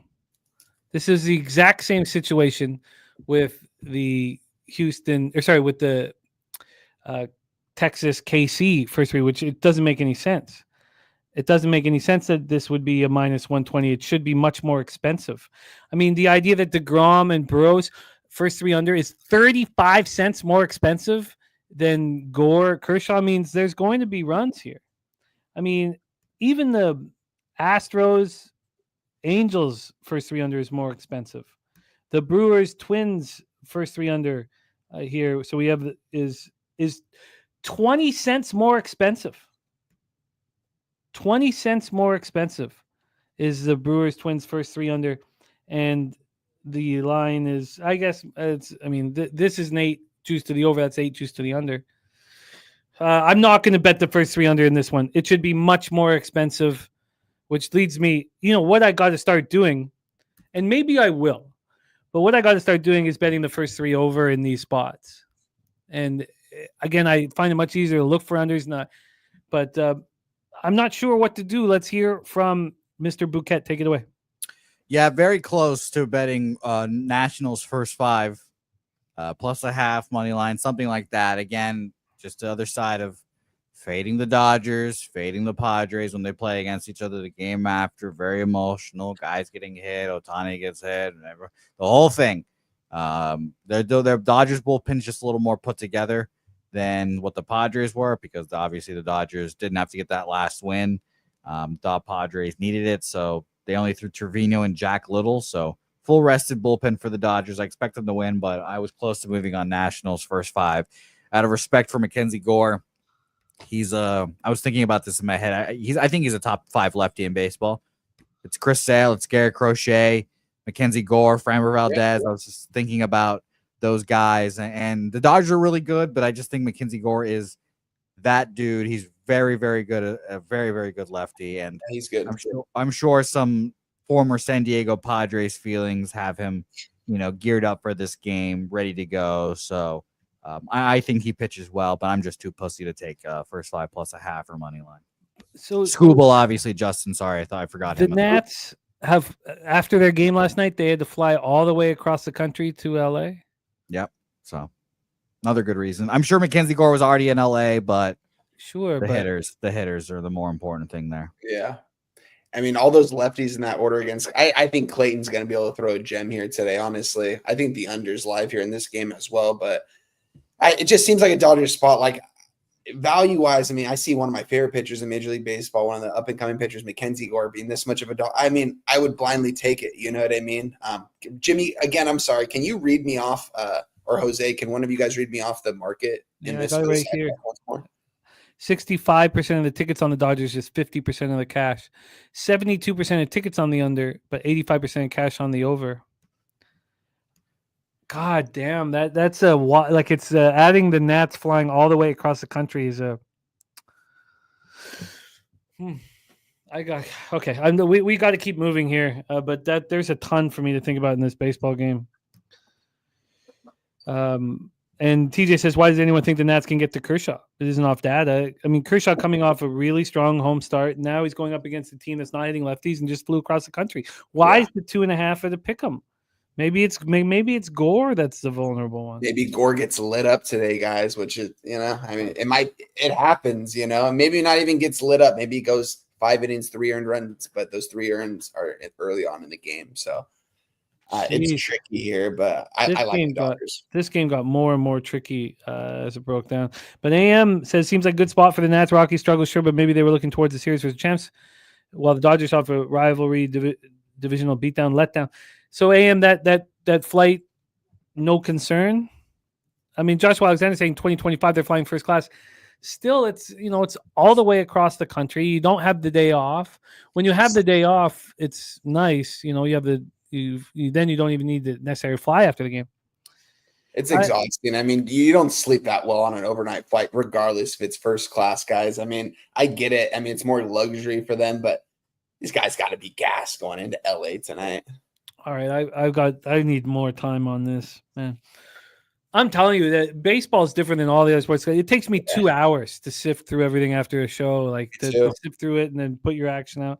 Mark Stosowski saying that Washington can't hit right now. Joshua Alexander saying young team playing in LA. These are games they circle on the schedule. I agree with that, but maybe they're circling on the schedule because of the femme de fatales out there in Los Angeles. I mean, I'm sure they all have fucking some chick in LA waiting for them. Oh, by the way, fuck ICE and fuck everyone that works at ICE. Just a quick reminder there. Facts. Yeah. Idiots. They went into Delaware Park, right? They went to Delaware Park. And what? they took 80. They arrested 80, put 80 people away. And now they don't have anybody to work. Do you see that Dodger Stadium said get the fuck out of here when they showed up last night? And then they pretend that they weren't there. They pretend they said get the fuck out of here. Yeah, just another reminder. Fuck ICE. Fuck everyone that works for them. And if I ever see one of those motherfuckers, oh man, I can't wait to say some bullshit to them, bro. I can't wait. But they just shut down a racetrack. Oh yeah, that's what happens. They shut down. Now the racetrack can't function. Yeah, it's shitty things. I'm with you guys. Oh my god, it's just fucking awful. It's just awful. And then you're looking over your shoulder all the time for these fucking assholes. Yep. If you're an American citizen or not. It's just fucking atrocious. But But let's keep our head in the sand and focus on baseball. Next up for us is our final game on Fuck this game too. card. No, Jose, we love this game. Come on, take it away. No. Sorry. And look, the clouds have come in Pittsburgh. Wow, interesting. And Big Daddy Boom getting that money with Flamengo. I like it, Leo. Rain is coming, says Justin. Here we go. Hunter Dobbins versus Hayden Birdsong. We're in Oracle Park in San Francisco, California. Let's get into the weather here. We have Ronnie Crawford saying, love Boston. It's 59 Fahrenheit in San Francisco. It's not warm. Very, very interesting. Feels like 48. And it's 20.6 miles per hour to right field. Very, very, very interesting. Oh, yeah, I know there was no overnight flight, Spooner. I knew. I just saying that they flew across the country. That's all. We have a minus 11% despite all that wind out. Minus 29% homers, plus 5% doubles and triples, and plus 1% singles. We have line history-wise here. We talked about this low total at 7.5. We've had a 12-cent move towards the under at 7.5. And then on the money line here, we have the Giants minus 122. They open up minus 125. Minus 125. Let's get into here. Hunter Dobbins going up against Hayden Birdsong. Hunter Dobbins 4-1, 3.74 ERA, 1.19 WHIP, 42 strikeouts over 55 in the third. His last start was beauty, 4-3 win at home versus the Yankees, but he didn't allow a run over 6 innings. He's had 3 starts and pitched in 4 games on the road, and he hasn't been very good. Allowed 10 earned runs, 3 jacks, 280 opponents batting average. Lefties hitting him harder than righties. Nuke Worker has Devers to hit a home run at plus 310. I'm sure that's music to Jose's ears. And I just wanted to look at that money line once more. Okay, so just a no move, basically, tightening a VIG. So we have Hayden Birdsong and a multitude of pitches this man has, a young man. 5 different pitches he can throw and more, supposedly, that he's working on. 2.79 ERA, 1.28 WHIP. His last start, quality start in the thin air of Colorado. He's a good young pitcher, and he's going to have, probably part of the reason why they were ready to let Kyle Harrison go was they have nice young pitching coming up. Now, lefties are hitting him hard, and righties aren't touching him. And it is an elephant in the room when all Hayden Birdsong starts. The lefty bats are a bunch in Boston, and they're expected to be only Narvaez, Trevor Story, and Rafaela is the only right-handed bats. So they're going to have a lot of left-handed bats here. We have Red Sox 223, 685 OPS versus righties, Giants 234, 688, and both bullpens have been very, very good. One look at the cash flow, and then we'll hand it to Jose to hear his thoughts. 61% of the tickets on the Giants, but 79% of the cash on the Red Sox. 92% of tickets on the under, 88% cash on the under. Mr. Bouquet, our last game on the MLB board, Red Sox Giants. Yeah, I find this game to be just so difficult. I mean, maybe for me personally, especially. It's 2 young pitchers that I kind of like, and Hayden Birdsong honestly probably should be on the Boston Red Stockings right now. It's just I just don't really know what to do with this game, Jimmy. I've gone back and forth. There are emotional angles on both sides. Guys in the locker room didn't like the the DH for the Giants very much for when he left. Again, I've told you guys that clubhouse is primarily white guys, and the white guys and the Latin players, they all stay in their cliques. So why would the locker room really care that much if Devers gets shipped off? The third baseman for the Giants. The DH for the Giants. So I've kind of gone back and forth on this game. Does the DH RBI prop stand out to me? Yeah, I could easily see him getting an RBI. I'm sure he'll be super torqued up. But let's just say this: the Boston Red Sox know how to pitch that guy, and that guy I've watched get terrorized by fastballs for years now. The Houston Astros threw him 20 straight fastballs, didn't touch any one of them in a series. High fastballs, that's what I'm expecting for him. So we'll see. I'm not going to move this game. I obviously will be glued to this game. It's just maybe an emotional game for me, and that's why I'm not on it. But I leaned Red Sox. Duh. So I just didn't want to move on. If I bet this game and I lose a bet on top of the potential result that happens in this game, I'll just be furious with myself. So no action here. But again, I don't expect it to be like a really emotional fire spot for Boston, because they kind of all wanted him out of the dugout, and it didn't really seem like it was a big deal. Are the Giants really going to play for a dude that just got there a few days ago? Maybe Adames, who apparently loves the guy and they're best buddies, even though no one's ever reported that ever in their fucking lives. So we'll see, but I stayed off this game. I'm very fascinated to watch what happens in the series, and this is just a classic. I don't bet Giants games because they're a very confusing team for me, I guess. Come on, Jose. You know what to take here. You take your fucking Boston Red Sox to the bank here. I got them last night at plus 120 on the money line. They're sitting at a plus 113 at one of my books, plus 106 at the other book. Screw that other book. Haven't used it since we last talked about it. I still look at the line just to see, and it's just crazy how much they're trying to rip me off on the underdogs. It's absolutely wild, but it's also expected. So with that being said, we're on the Boston Red Sox here, guys. I think they're very live to win this game. Who won this trade between the Red Sox and the Giants? I'm sorry, Jose, but it's the Giants, and it's not even close getting Rafael Devers. No shit, wine time. No fucking shit. I know. I got to get my point across. Let me go. So they got a top 10, 12 player in baseball, but I still don't think that has anything to do with this game.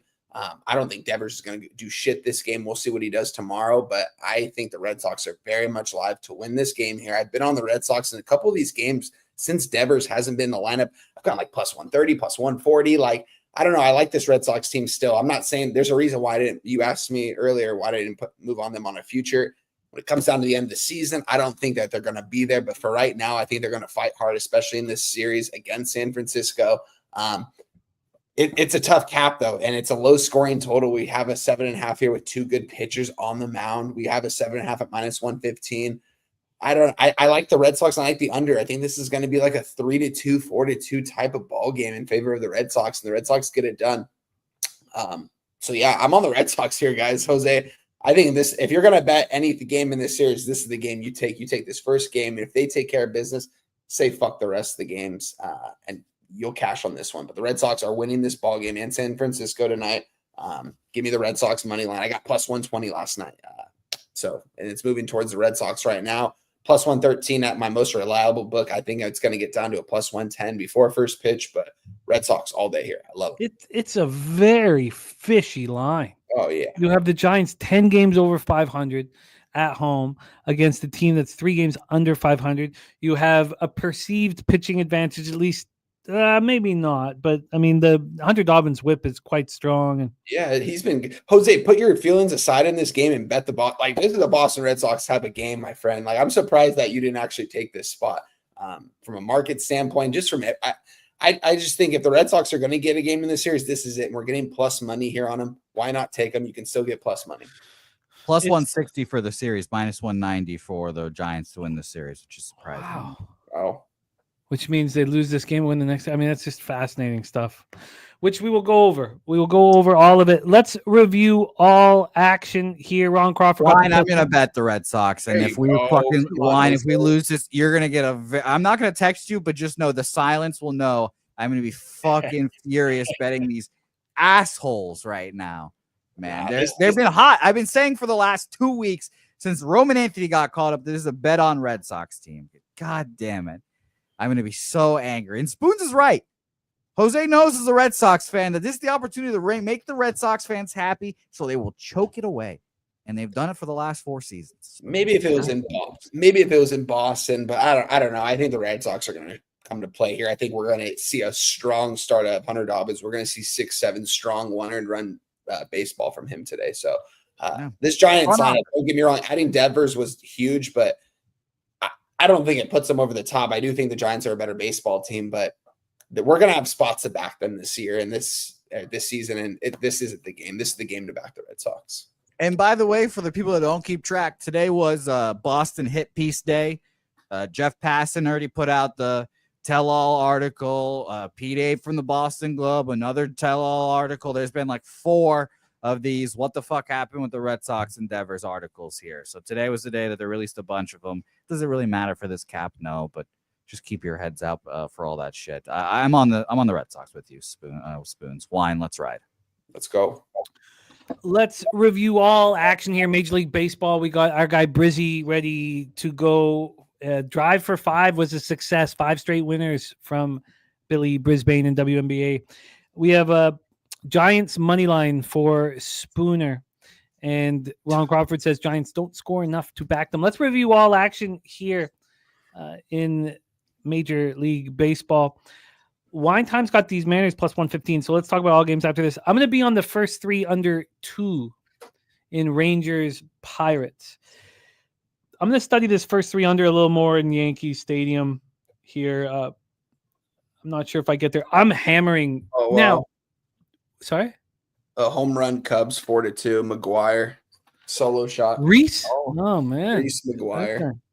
Okay. I'm going to invest heavily in this Rays game. And with the total dropping, maybe I leave the team total over out, but I'd like to move on it here. Oh, interesting. Moved it to 4 p.m. because of the heat. God, that's good. I love it. It's going to heat up here, Gorky, my man. Can't wait to rock with you, Gorky.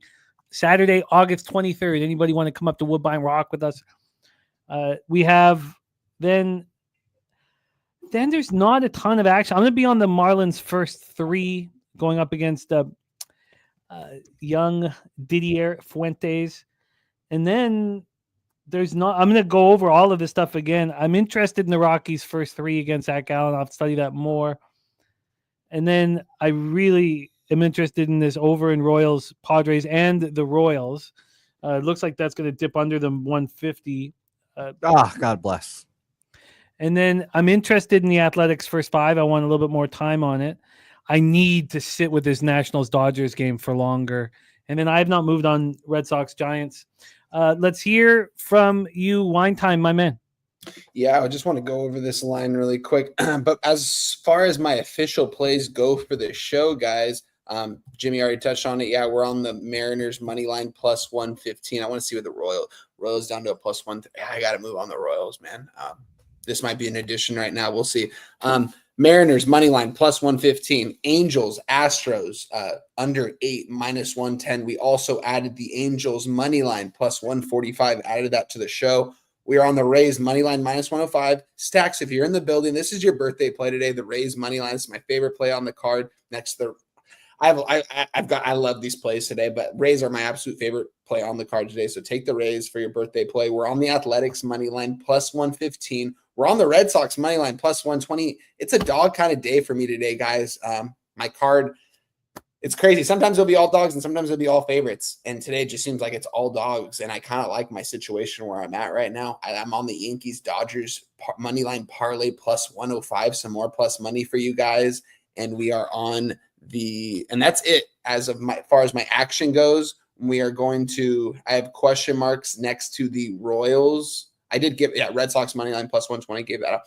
Royals money line plus 132. It was plus 135 when I wrote it down, but it's plus 132 right now. Have a question mark next to it. Cardinals money line is currently sitting. I'm going to have to get on to -1, I think, minus 145 now. Yankees minus 1.5 definitely has some appeal for me.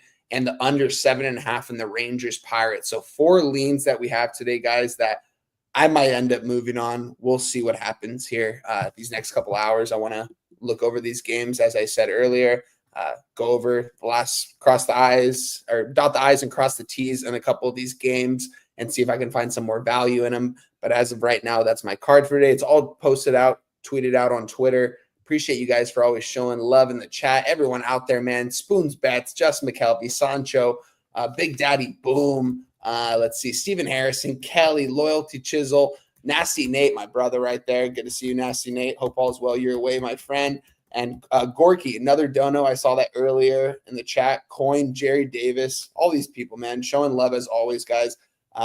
It's Friday, so you know what happens in 2 days, guys. It's Walk-Off Wagers presented by Pub Sports Radio. It's me and my guy Morgan Spooner, Spoons Bets. 8 a.m. over here on the West Coast, 11 a.m. over there on the East Coast. We break down the entire MLB card, guys. We had our best show of the year last year. It was an absolute pleasure. It was such a good time. It's great. We appreciate the support from all of you guys showing out. Go ahead and do it early. Hit the like button now. That's what I've been telling people. Hit the like button. We want to get over 150 likes again.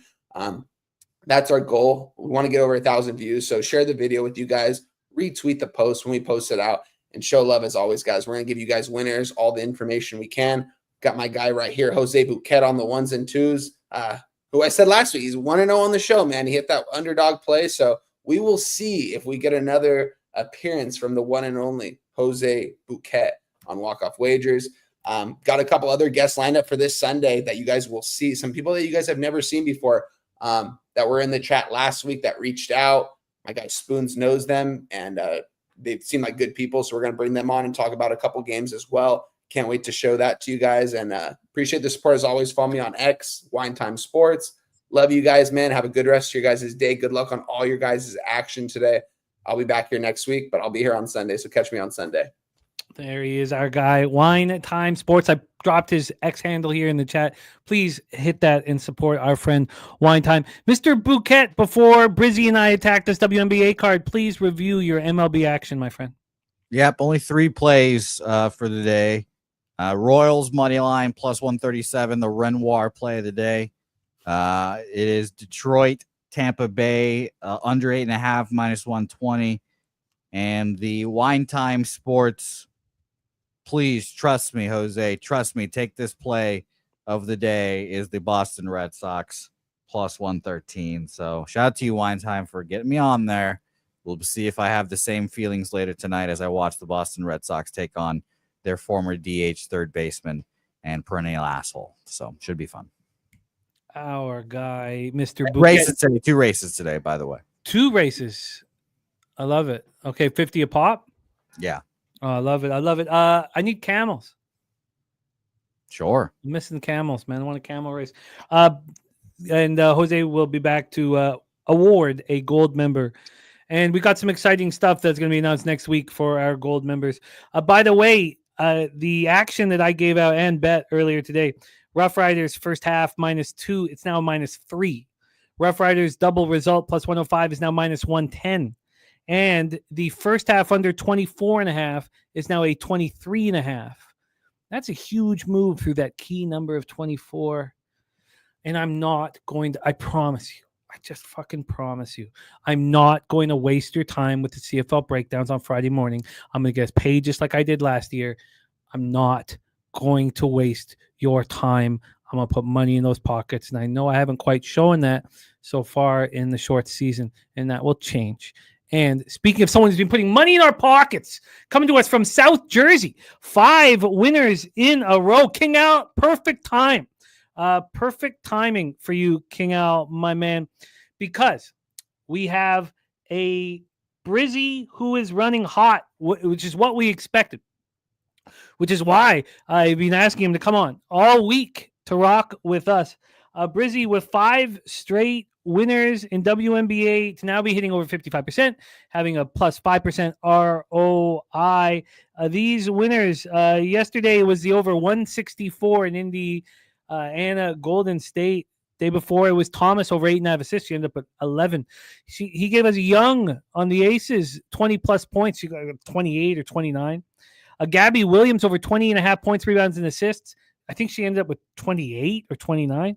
Mercury team total over. That was the start of this 5 run. So he's not only giving us winners, but these are clear smash and grabs, no sweat winners. Coming to us from South Jersey, star of the Locker Room podcast, as well as the PFL breakdown. That was our showcase video for the last 24 hours and will be a big part of our big Baku live stream tomorrow at 12 p.m. Please welcome our friend, Mr. Billy Brisbane, to the show. Brizzy, what's good, man? How are you?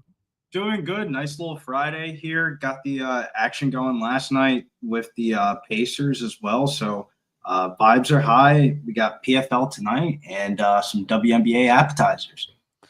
I love it. Yes. Plus 3.75 units. And for me last night in the basketball game. And the only reason why, and it's not quite 3.75 units because I'm only putting 200 on each of these player props, but that's 3,400 I had to put down on it.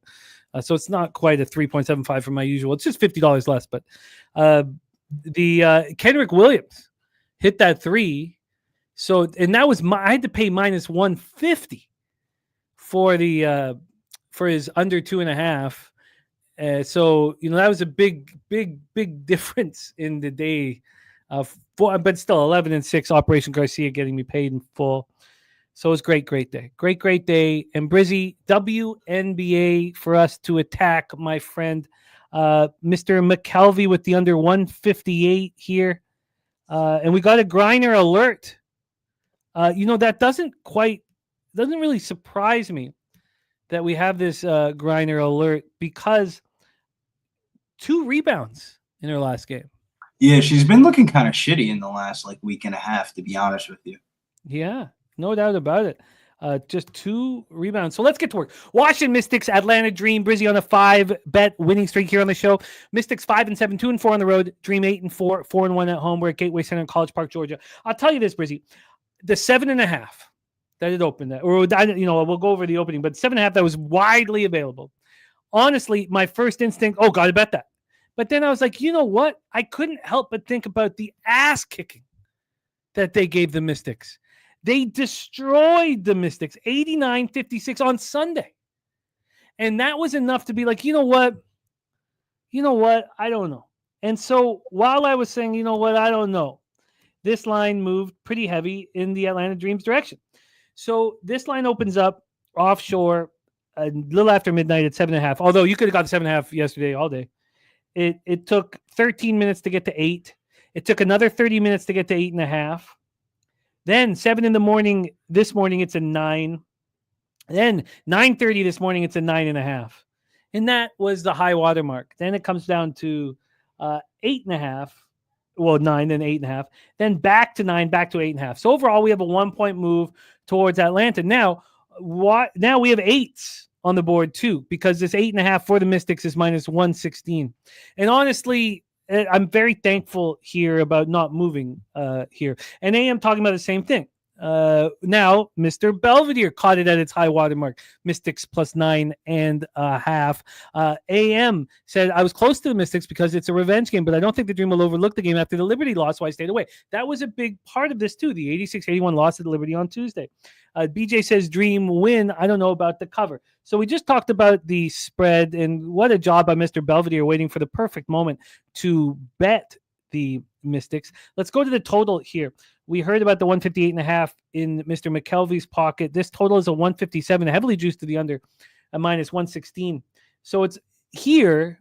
It's moved a half point, but we could say 3/4 of a point because it's minus 116 to the under. I see 156.5 on the board. Let's get to the cash flow here for our first game in the WNBA. We have 59% of the tickets on Washington, 68% of the cash on them. I'm surprised again that they're public, but they are. 93% of tickets and 93% of cash on the under, and it is moving towards the under. Mystics coming off a 79-72 win at Chicago on Tuesday. That game made me want to hurl myself, through a sliding glass door. I was on the Mystics first quarter and first half and lost both of those, and yet they cover the full game, and it was a mistake. Brittany Sykes, it was a Brittany Sykes show, 32 in the victory. We talked about that loss to Atlanta, and that was the only game over the last 4 that the Mystics didn't cover. They shoot 29.5 from the field, 17.6 from 3 and loss. They score 22 points in the second half. They get annihilated. Now we have Atlanta with their 3-game winning streak snapped in an 86-81 loss at the Liberty on Tuesday. Alicia Gray goes for 14 points, 5 boards, 5 assists in the loss. We talked about Grinder's quiet night. Alicia Gray, Ryan Howard are leading the charge for this much improved Atlanta Dream team.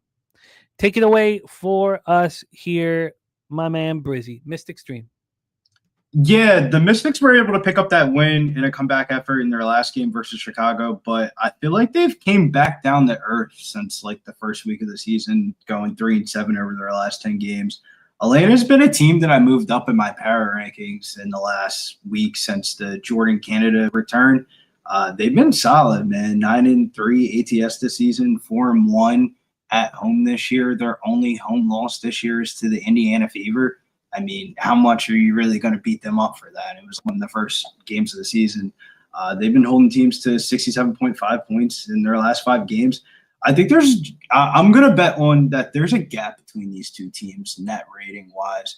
I took the Atlanta Dream minus the 7.5, but if I don't want to be fucking around with totals in the WNBA, but the Cap would tell you to bet the under of like if you feel like the Mystics are going to try to play a little bit better than what they did against Atlanta Dream on Sunday, and you think the Dream are going to try to be locked in after that loss that they basically gave away to the Liberty, then that kind of creates an under situation where you've seen this total open up at 159 all the way down to 157. So a couple points moved on the under, but I think the Dream are just going to win this game and cover. I feel more confident about the spread than I do about the total here. So there's no concern over the just ass kicking they gave the Mystics. There is a concern, but I do think that there is that big of a gap between these two teams. Like I'm in on the Dream. I like the way the Dream have been playing. They've been rolling. I didn't take them in that game against the Liberty and watching that game. I mean, I think Jordan Canada is everything for this team. I think it's really them in the Fever in the East. Outside of the Liberty, like if I had to like power rank the East, it would be like the Liberty in their tier alone. Then right after that, I think the Dream and the Fever are fighting back and forth. Like there's a case to be made that the Dream can catch them on a good day. And to be honest with you, the way Brittany Griner's been playing, that might help them. Honestly, like she's just been kind of lousy out there. I feel like they match up very well against the Mystics. Obviously, I mean, you could tell by the first game. Their first game of the season that they played against each other, if you remember, I had the Atlanta Dream Indiana Fever parlay, and the Dream lost that game 94-40. A game that was like right down the stretch, a very high scoring one. I don't think the Dream are going to overlook the Mystics. I think that they want to prove to everybody that they're better than the Fever, and they should be in the conversation with the Liberty and stuff like that. Because watching that ball game the other night, I mean, they're right there with them. So for our record-keeping purposes, lines available now. I know it's tough to deal with that. The 7.5's minus 129. The 8 minus 117. Can you beat that anywhere? 124 at FanDuel. Oh, but honestly, do you have an 8 though? Yeah, but the 8 isn't very good. It's minus. Oh, I think I might be able to beat this. I got an 8 minus 114. Is the best I can get. That's about right. Yeah, because that's so and a half, same exact number. So you want the 8 minus 114 for our record keeping purposes, although you have the 7.5 in your pocket. Yeah, I only got 2 bets on this card today. All right, there you go. Will that be a 6th straight victory here for Brizzy? It is the Dream minus 8 here. That's gonna give me a lot of food for thought here. And Chappie says just moved to 8.5 in front of me. Okay, well, that's a good sign. So let's roll on to our next spot on the board here, Brizzy. Another spot that I came very close to moving on, and I didn't, and there was no reason to worry. Everything's sort of come back. Dallas Wings 2-11, 1-6 on the road. The Connecticut Sun 2-10, 1-5 at home at Mohegan Sun Arena in Connecticut. Oh, South Point has the Atlanta Dream minus 8, minus 110. Thank you. That's much better. It's very difficult for our cappers here who have to give out the line available at the time. It's not fair, really. But thank you for letting us know that. South Point, thank you. So we give them the minus 8, minus 110. Here we have Connecticut. Paige Becker is coming back to Connecticut. We saw what happened the first time around. We'll go over all those statistics, but let's go over the line history here. We have Dallas at minus 4, minus 110. This line could have got minus 4, minus 110. I was surprised they were such a big favorite. I get it, but I was a little surprised. And then it went to 4.5, and I was like, okay, let's just see what happens. It actually came back to 4 at 2:40 a.m. I didn't know that. 4.5, 5. At 7 in the morning, this is a 6. Now we are back at 4. Now we are back at no move. Fascinating. Total wise, we have a 164. It's juiced to the over at minus 113. Open up 165.5. We've dropped 1.5 on this total. AM said I really wanted to bet the Sun here, but it's just too public. Shockingly, I've been very surprised at the teams that have been public as well. It's like you watch the actual games or something like that. Well, it's just still, Connecticut 63% of the tickets, 66% of the cash. is a surprise to me as well. 74% of the tickets, 83% cash on the under. We seen it drop to 1.5. 4-4 in the Cubbies game. Thank you guys for the update. So Paige Beckers comes home. That's the most important story probably here. Wings snapped their 7-game losing streak with an 80-71 victory at home over Golden State on Tuesday. Beckers goes for 20. Ogunbowale goes for 19 points and 6 assists. Beckers is being very good in her first year here in the WNBA, 17.7 points and 5.7 assists per game. Ogunbowale, of course, playing well as well, 16.8 points per game. Their only other win this year came at Connecticut, 109-87. Excuse me. 109-87. 109-87 back on May 27th. Beckers went for 21 points, but she did it really smoothly. 8 of 10 from the field, 7 assists, 5 boards. So here is the situation that's most important to me in this game and when these teams play. It's the perimeter. Dallas is a terrible three-point shooting team, and they're horrible defending the perimeter. They shoot 31.5 from 3. They allow 38.2. And the exact same thing with Connecticut, but they're even worse from 3, 28.7% from 3. These teams don't defend the perimeter and shoot poorly. Connecticut comes in off their 4th straight loss, 83-75 at home to Phoenix on Wednesday. Again, I'm screwing myself up getting too cute. Look, I was on Connecticut, but I was also on them first quarter. So they lose first quarter badly. They cash the full game. I sincerely believe that the back-to-backs are heavily overrated and overthought about in professional sports these days. I truly believe that, and I'm going to take it. I'm going to invest in that belief as we move forward. Anissa Morrow led the Suns with 16 points, 9 boards off the bench. Tina Charles, 15.8 points, 1.7 assists, and Mabry averaging 15.8 points. So this is the issue here. Third game in 4 nights. 4th game in 6 nights. That's what I wanted to attack. Take it away for us, Brizzy, Wings son. Yeah, I think the first problem with this game is like, if you did a quick synopsis of this arena at 7:00 p.m. and you did a survey, for every 100 fans, 90 of them are there for Paige Beckers, not fucking the Connecticut Sun. So we saw that in the first game. It wasn't even like the Sun were playing at home. It was like the Dallas Wings were at home. Like, she is the state of Connecticut. She has her fucking jersey retired in the fucking Connecticut College University UConn Huskies arena already. And she hasn't even been in the WNBA for longer than like a month and a half. Like, that's like the Paige Beckers is better than Caitlin Clark just without the name brand value. Like, she is that good. Like, people go Ozzy and Daisy for Paige Beckers. I feel like the Connecticut Sun are definitely going to be a little bit pissed off. I mean, you saw them against Indiana Fever the other night. They were trying to push them around, and you saw them fight back against the Sun. But I don't think they just have the horses to do it. The problem with the Sun is like, you talked about it when you read off the box score of the last game. Anisha Morrow's leading them in scoring and rebounding, and she's coming off the bench, and she was your top 10 pick. Anaya Rivers is coming off the bench. She was your top 5 pick. Maybe these people off the bench are better than the actual fucking starters that you're putting out there. We saw in the game against the Sun, they came back in that game because the bench players were out there. Marina Mabry isn't doing TikTok videos with fucking Tina Charles' old ass. She's out there with the young girls that were just averaging 20 points about 2 months ago in the NCAA tournament. Like, some of the time with these WNBA teams, you got to remember the people that own these teams are just trying to get a little bit of money in their pocket before the summer starts. They really, as long as they're selling some tickets and some jerseys, they really don't give a fuck about the teams. And it feels like that's the case and scenario for both of these teams. You get Paige Beckers, you get some jersey sales, you get some tickets, but their head coach is a fucking idiot. I can't trust him in a close game situation to save my life. I don't even know how the dude got hired. He has no credentials at all.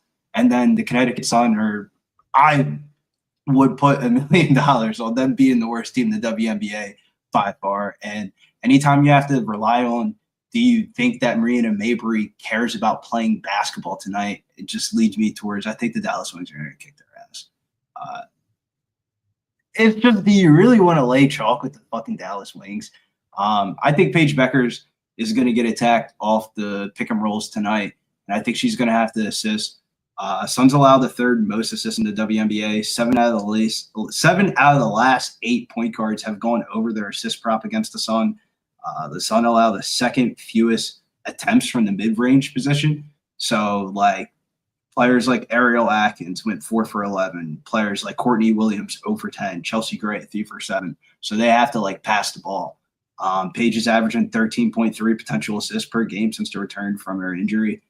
We attacked this prop with Alyssa Thomas the other night. We're going right back to the well. Paige Becker's over 5.5 assists. I would play it at FanDuel. FanDuel is by far the best line at minus 112. With the Friday night Connecticut Sun Wings boost. Everywhere else is like minus 145, minus 150s. I think Paige Beckers has a really good game facilitating tonight. She might not score as many points as she did in the first game of like, they're definitely about to double team her in this one. I like the look. It makes sense. It makes sense here. Brizzy on Becker's over 5.5 assists at minus 112. You know, I'm happy I didn't move initially on these spots. Wings went up to -6. I didn't realize they'd be that big a favorite. Now they come back. I'm shocked to see that more tickets are on the Connecticut Sun.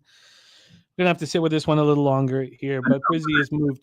Nerds are on the under for this one, under 164.5. Like, if you just look at the synopsis of these two teams and how bad they've been offensively, it would lead you towards this total being like in the 150s, nowhere close to 164.5. It's just, do you have the balls to bet an under in a game where you don't know what the fuck could happen?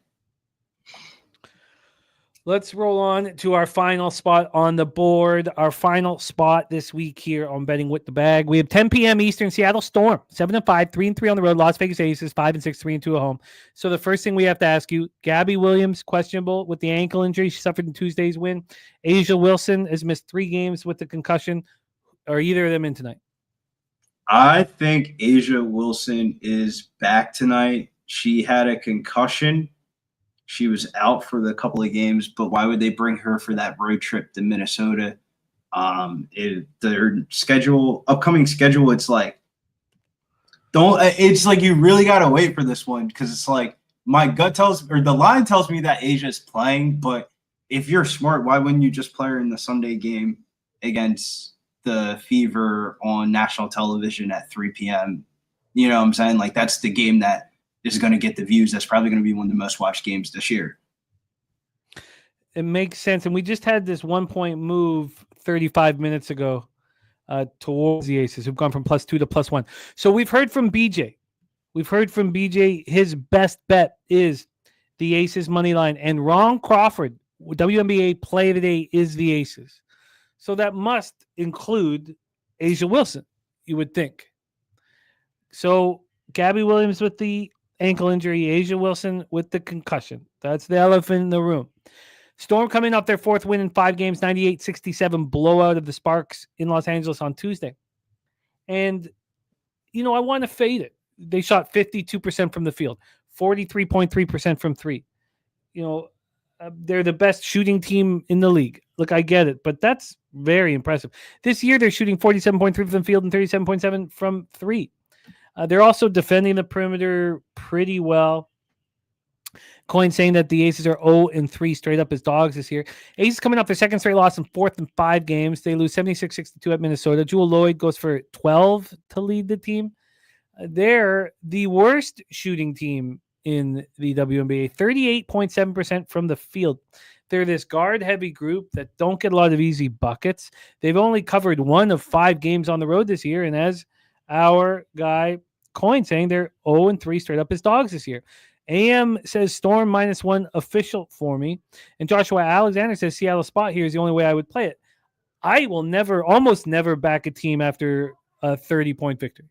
I only want to fade teams after a 30-point victory, and I only really want to back teams after they lose by 30. Now we can talk about whether or not the Sparks want to do that. I mean, again, we're talking about injury issues as well. Let's take a look at the cash flow here. You have 63% of the tickets and 89% of the cash on Las Vegas.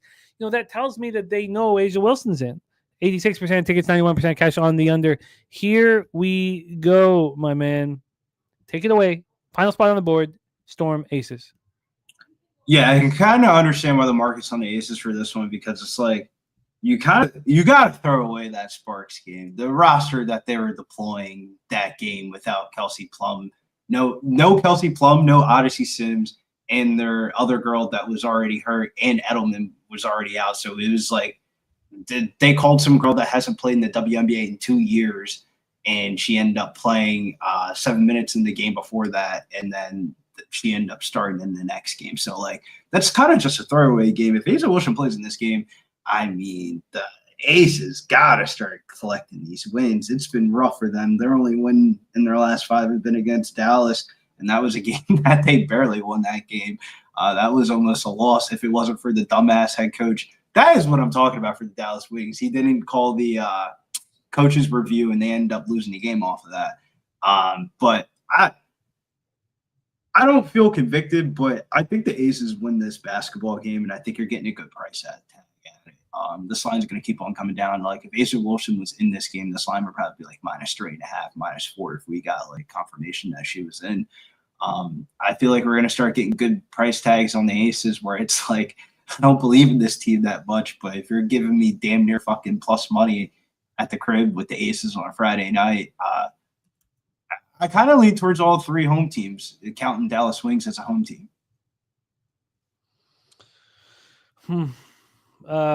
God, I mean, it makes sense here. I just would love to know here, and then there's no more information. AM says Aces extremely public. Storm revenge spot where the Aces were favored -4.5 on the road with A'ja Wilson. Now they're catching 1 at home. And Joshua Alexander saying red flags. Viper saying under looks good here. Look, we need to know about Gabby Williams and A'ja Wilson. Yeah, how can you bet the game without that? So let's just wait for that information here. This is it's funny. I first looked at this card. My first look was, oh, this is a move. Oh, this is a move. And then I was like, I got to dig deeper in. I feel you. Last night when I left the casino at like 4 a.m., I was looking at the WNBA card. I was trying to get it on top of a couple lines, and I thought I was going to fire off way more bets, and it was just like, no, not at all. And I had to like bite my teeth to bet the Atlanta Dream one. I had to sleep on that one. I felt a little bit better about it when I woke up, but Dallas Wings would be the closest lean for me that I'm going to leave on my board. But knowing the Dallas Wings, they'll find themselves at plus money at some point throughout the game. Yeah, I'm going to need more time on this one, man. But our man Brizzy firing away and running hot. He's on the Dream -8, -110, and he's on Paige Becker's over 5.5 assists. So hopefully we reunite next week, and Brizzy's on a 7-game winning streak here on our show. Brizzy, Baku, and PFL. Great breakdown of PFL. Talk to the squad, man. Tell us what's going on in mixed martial arts for you this weekend. Yeah, I would imagine if you made it to this point of the show, you must be fiending for action this weekend. Make sure you check out the PFL video. Me and Joey did that video yesterday. We kind of fucked up the algorithm a little bit. I had to go to the casino, so we couldn't do it at night. So we have the PFL video up and uploaded already. So watch that thing. Go right into the PFL tournament for tonight, and then the live stream tomorrow afternoon. You're not going to have to wait for us all day because we're going to be going live 12 o'clock noon, UFC Baku. I'm shocked that they're even having a card over there, but we are having a card over there, and we are going to be betting on fights all the way up into the night. So make sure you guys hit the like, subscribe if you guys haven't already. Make sure you guys follow me over at Getting Bills over on X, Billy Brisbane DFS over on IG. Until next time. There he is, Mr. Billy Brisbane, delivering the goods as always. I'm going to pop his X handle here in the chat. Brizzy, you're the man. Thank you for all that you do for us, my man. Let me get this. Here is, please support our guy, Brizzy. And there we go. Copied and pasted and popping it here in the chat. All right. Let's race. We have 2 races, 2 opportunities. Wow, Yankees -315 now.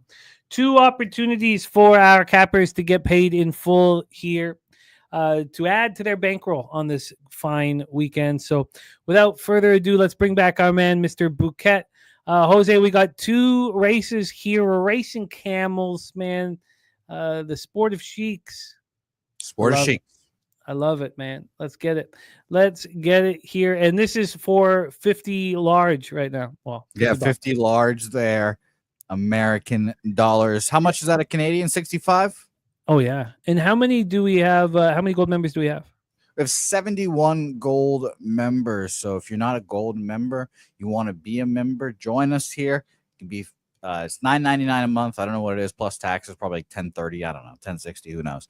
But sign up. You'll be a part of our bi-weekly races. It's going to be a whole lot of fun, and you get to be a part of an elite community. So shout out to you guys. And more next week. We have a big announcement. There's more coming for our gold. I'm excited because I don't even know what it is. Yeah, it's exciting stuff. So we have more coming for our gold members. Let's race, Mr. Bouquet. Let's race. May the best and fastest camel reign victorious.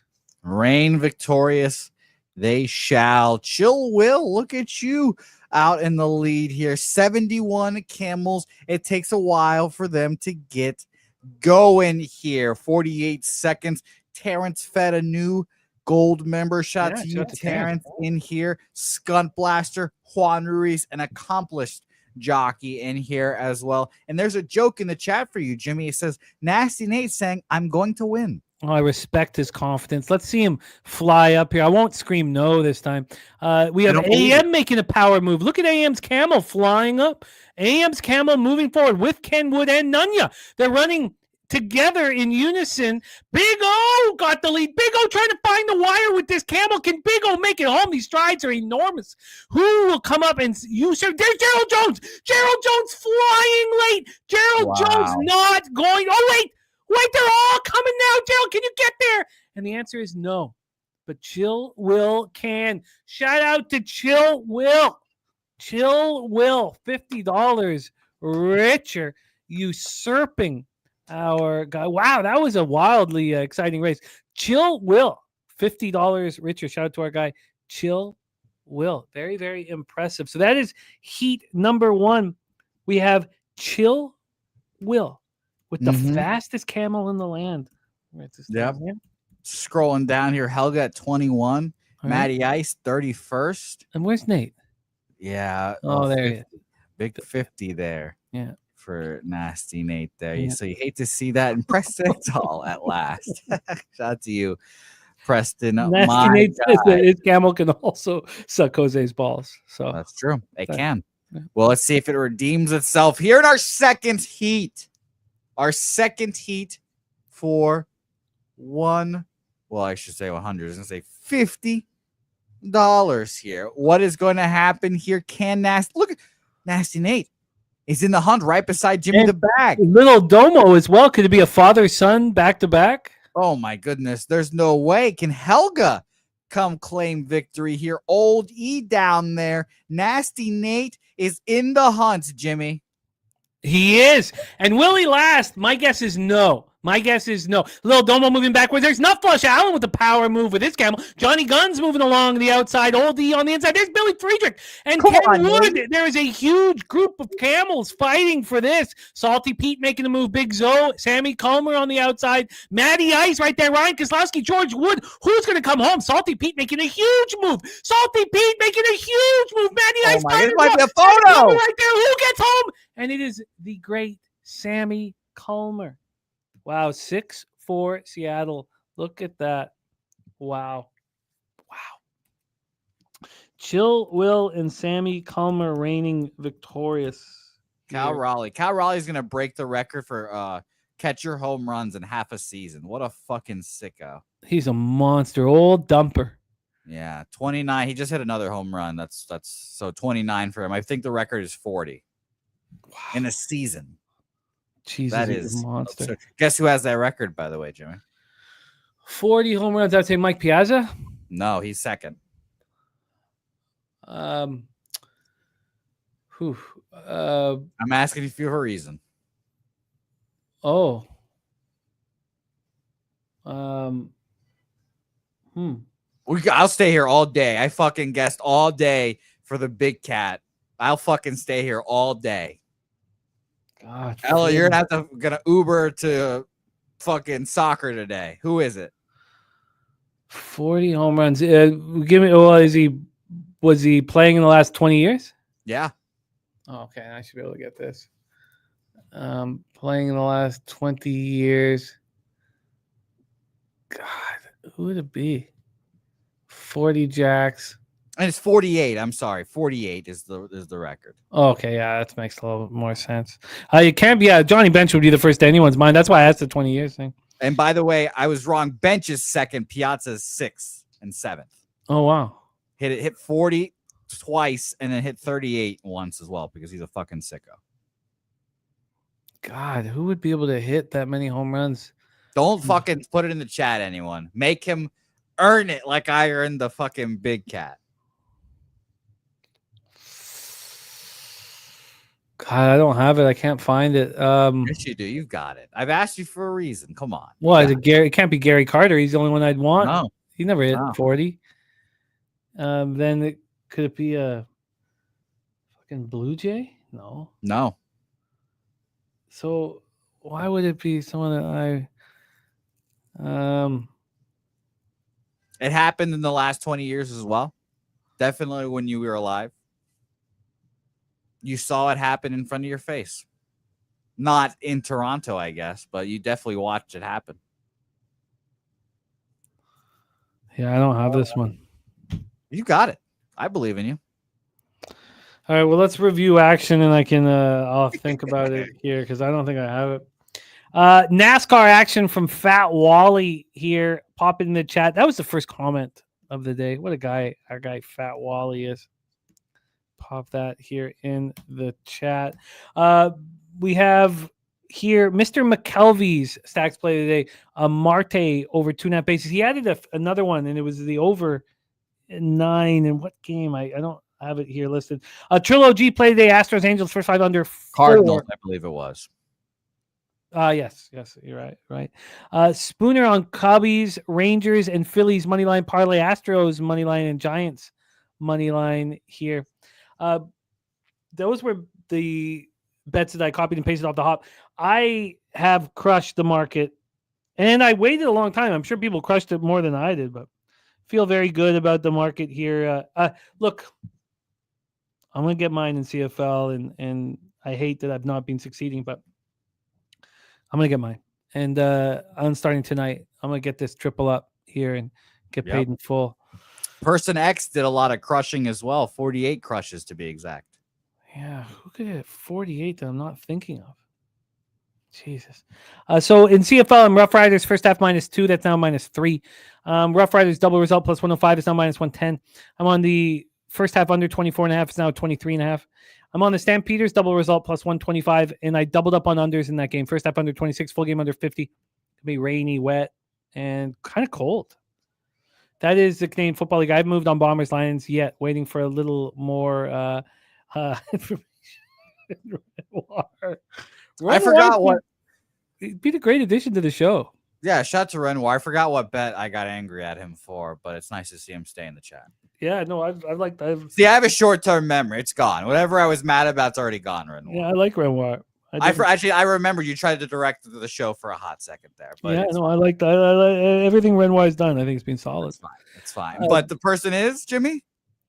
Oh, fuck, man! It's you got it.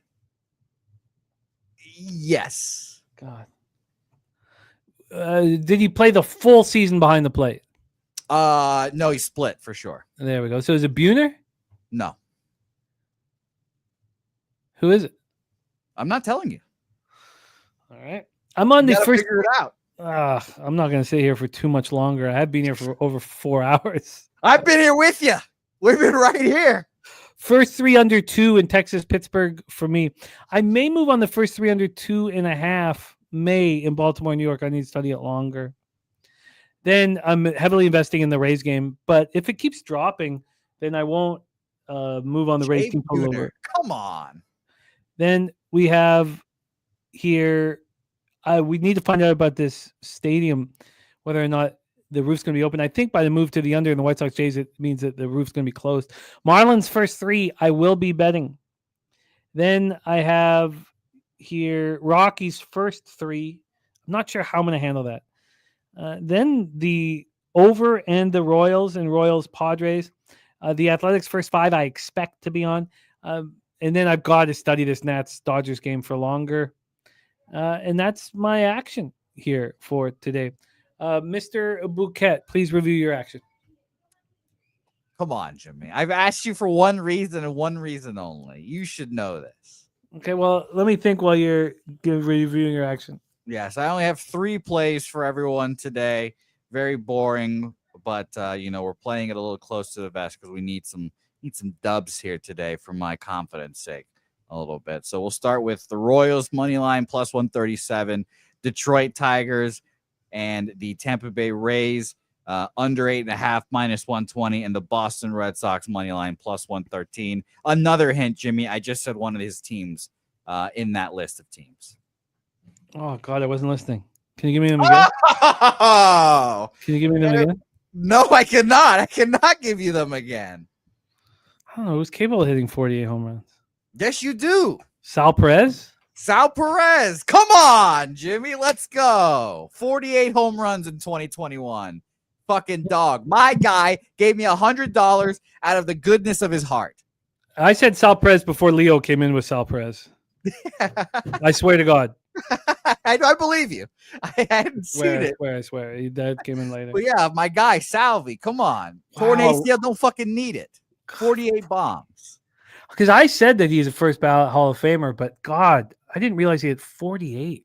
Yeah, Johnny Bench 45. The old Javi Lopez at 43. Oh, I wouldn't have had Javi. Wow. No, you wouldn't have. Todd Hundley at 41 and Roy Campanella at 41 as well. Wow. Wow. Yeah. Wow. Sal hit 48. I love that guy. He's such a phenomenal player. That is our show for today and for this week. But good God, Pub Sports Radio is popping off over the weekend here. And we are 8 days away from a full horse racing card for me, Jose. I hope you can join us a little bit on that Saturday. Maybe call a couple races. We've missed that. Sure. Viper, Mr. McKelvey, Big Daddy Boom, Lucky, Power, Nasty, Nate, Voodoo Ranger, Wine Time. Great job today. Get your Mariners home. We have a coin. Thank you. Jermaine, Renoir. What a great group, man. Viper, you would have gotten it eventually, Viper. I believe in you. I like those tests of you just have to find it in your head. Chappie Funk, Irish King. There was nobody after Sal that I could think of that could have possibly what catcher can go 40 plus.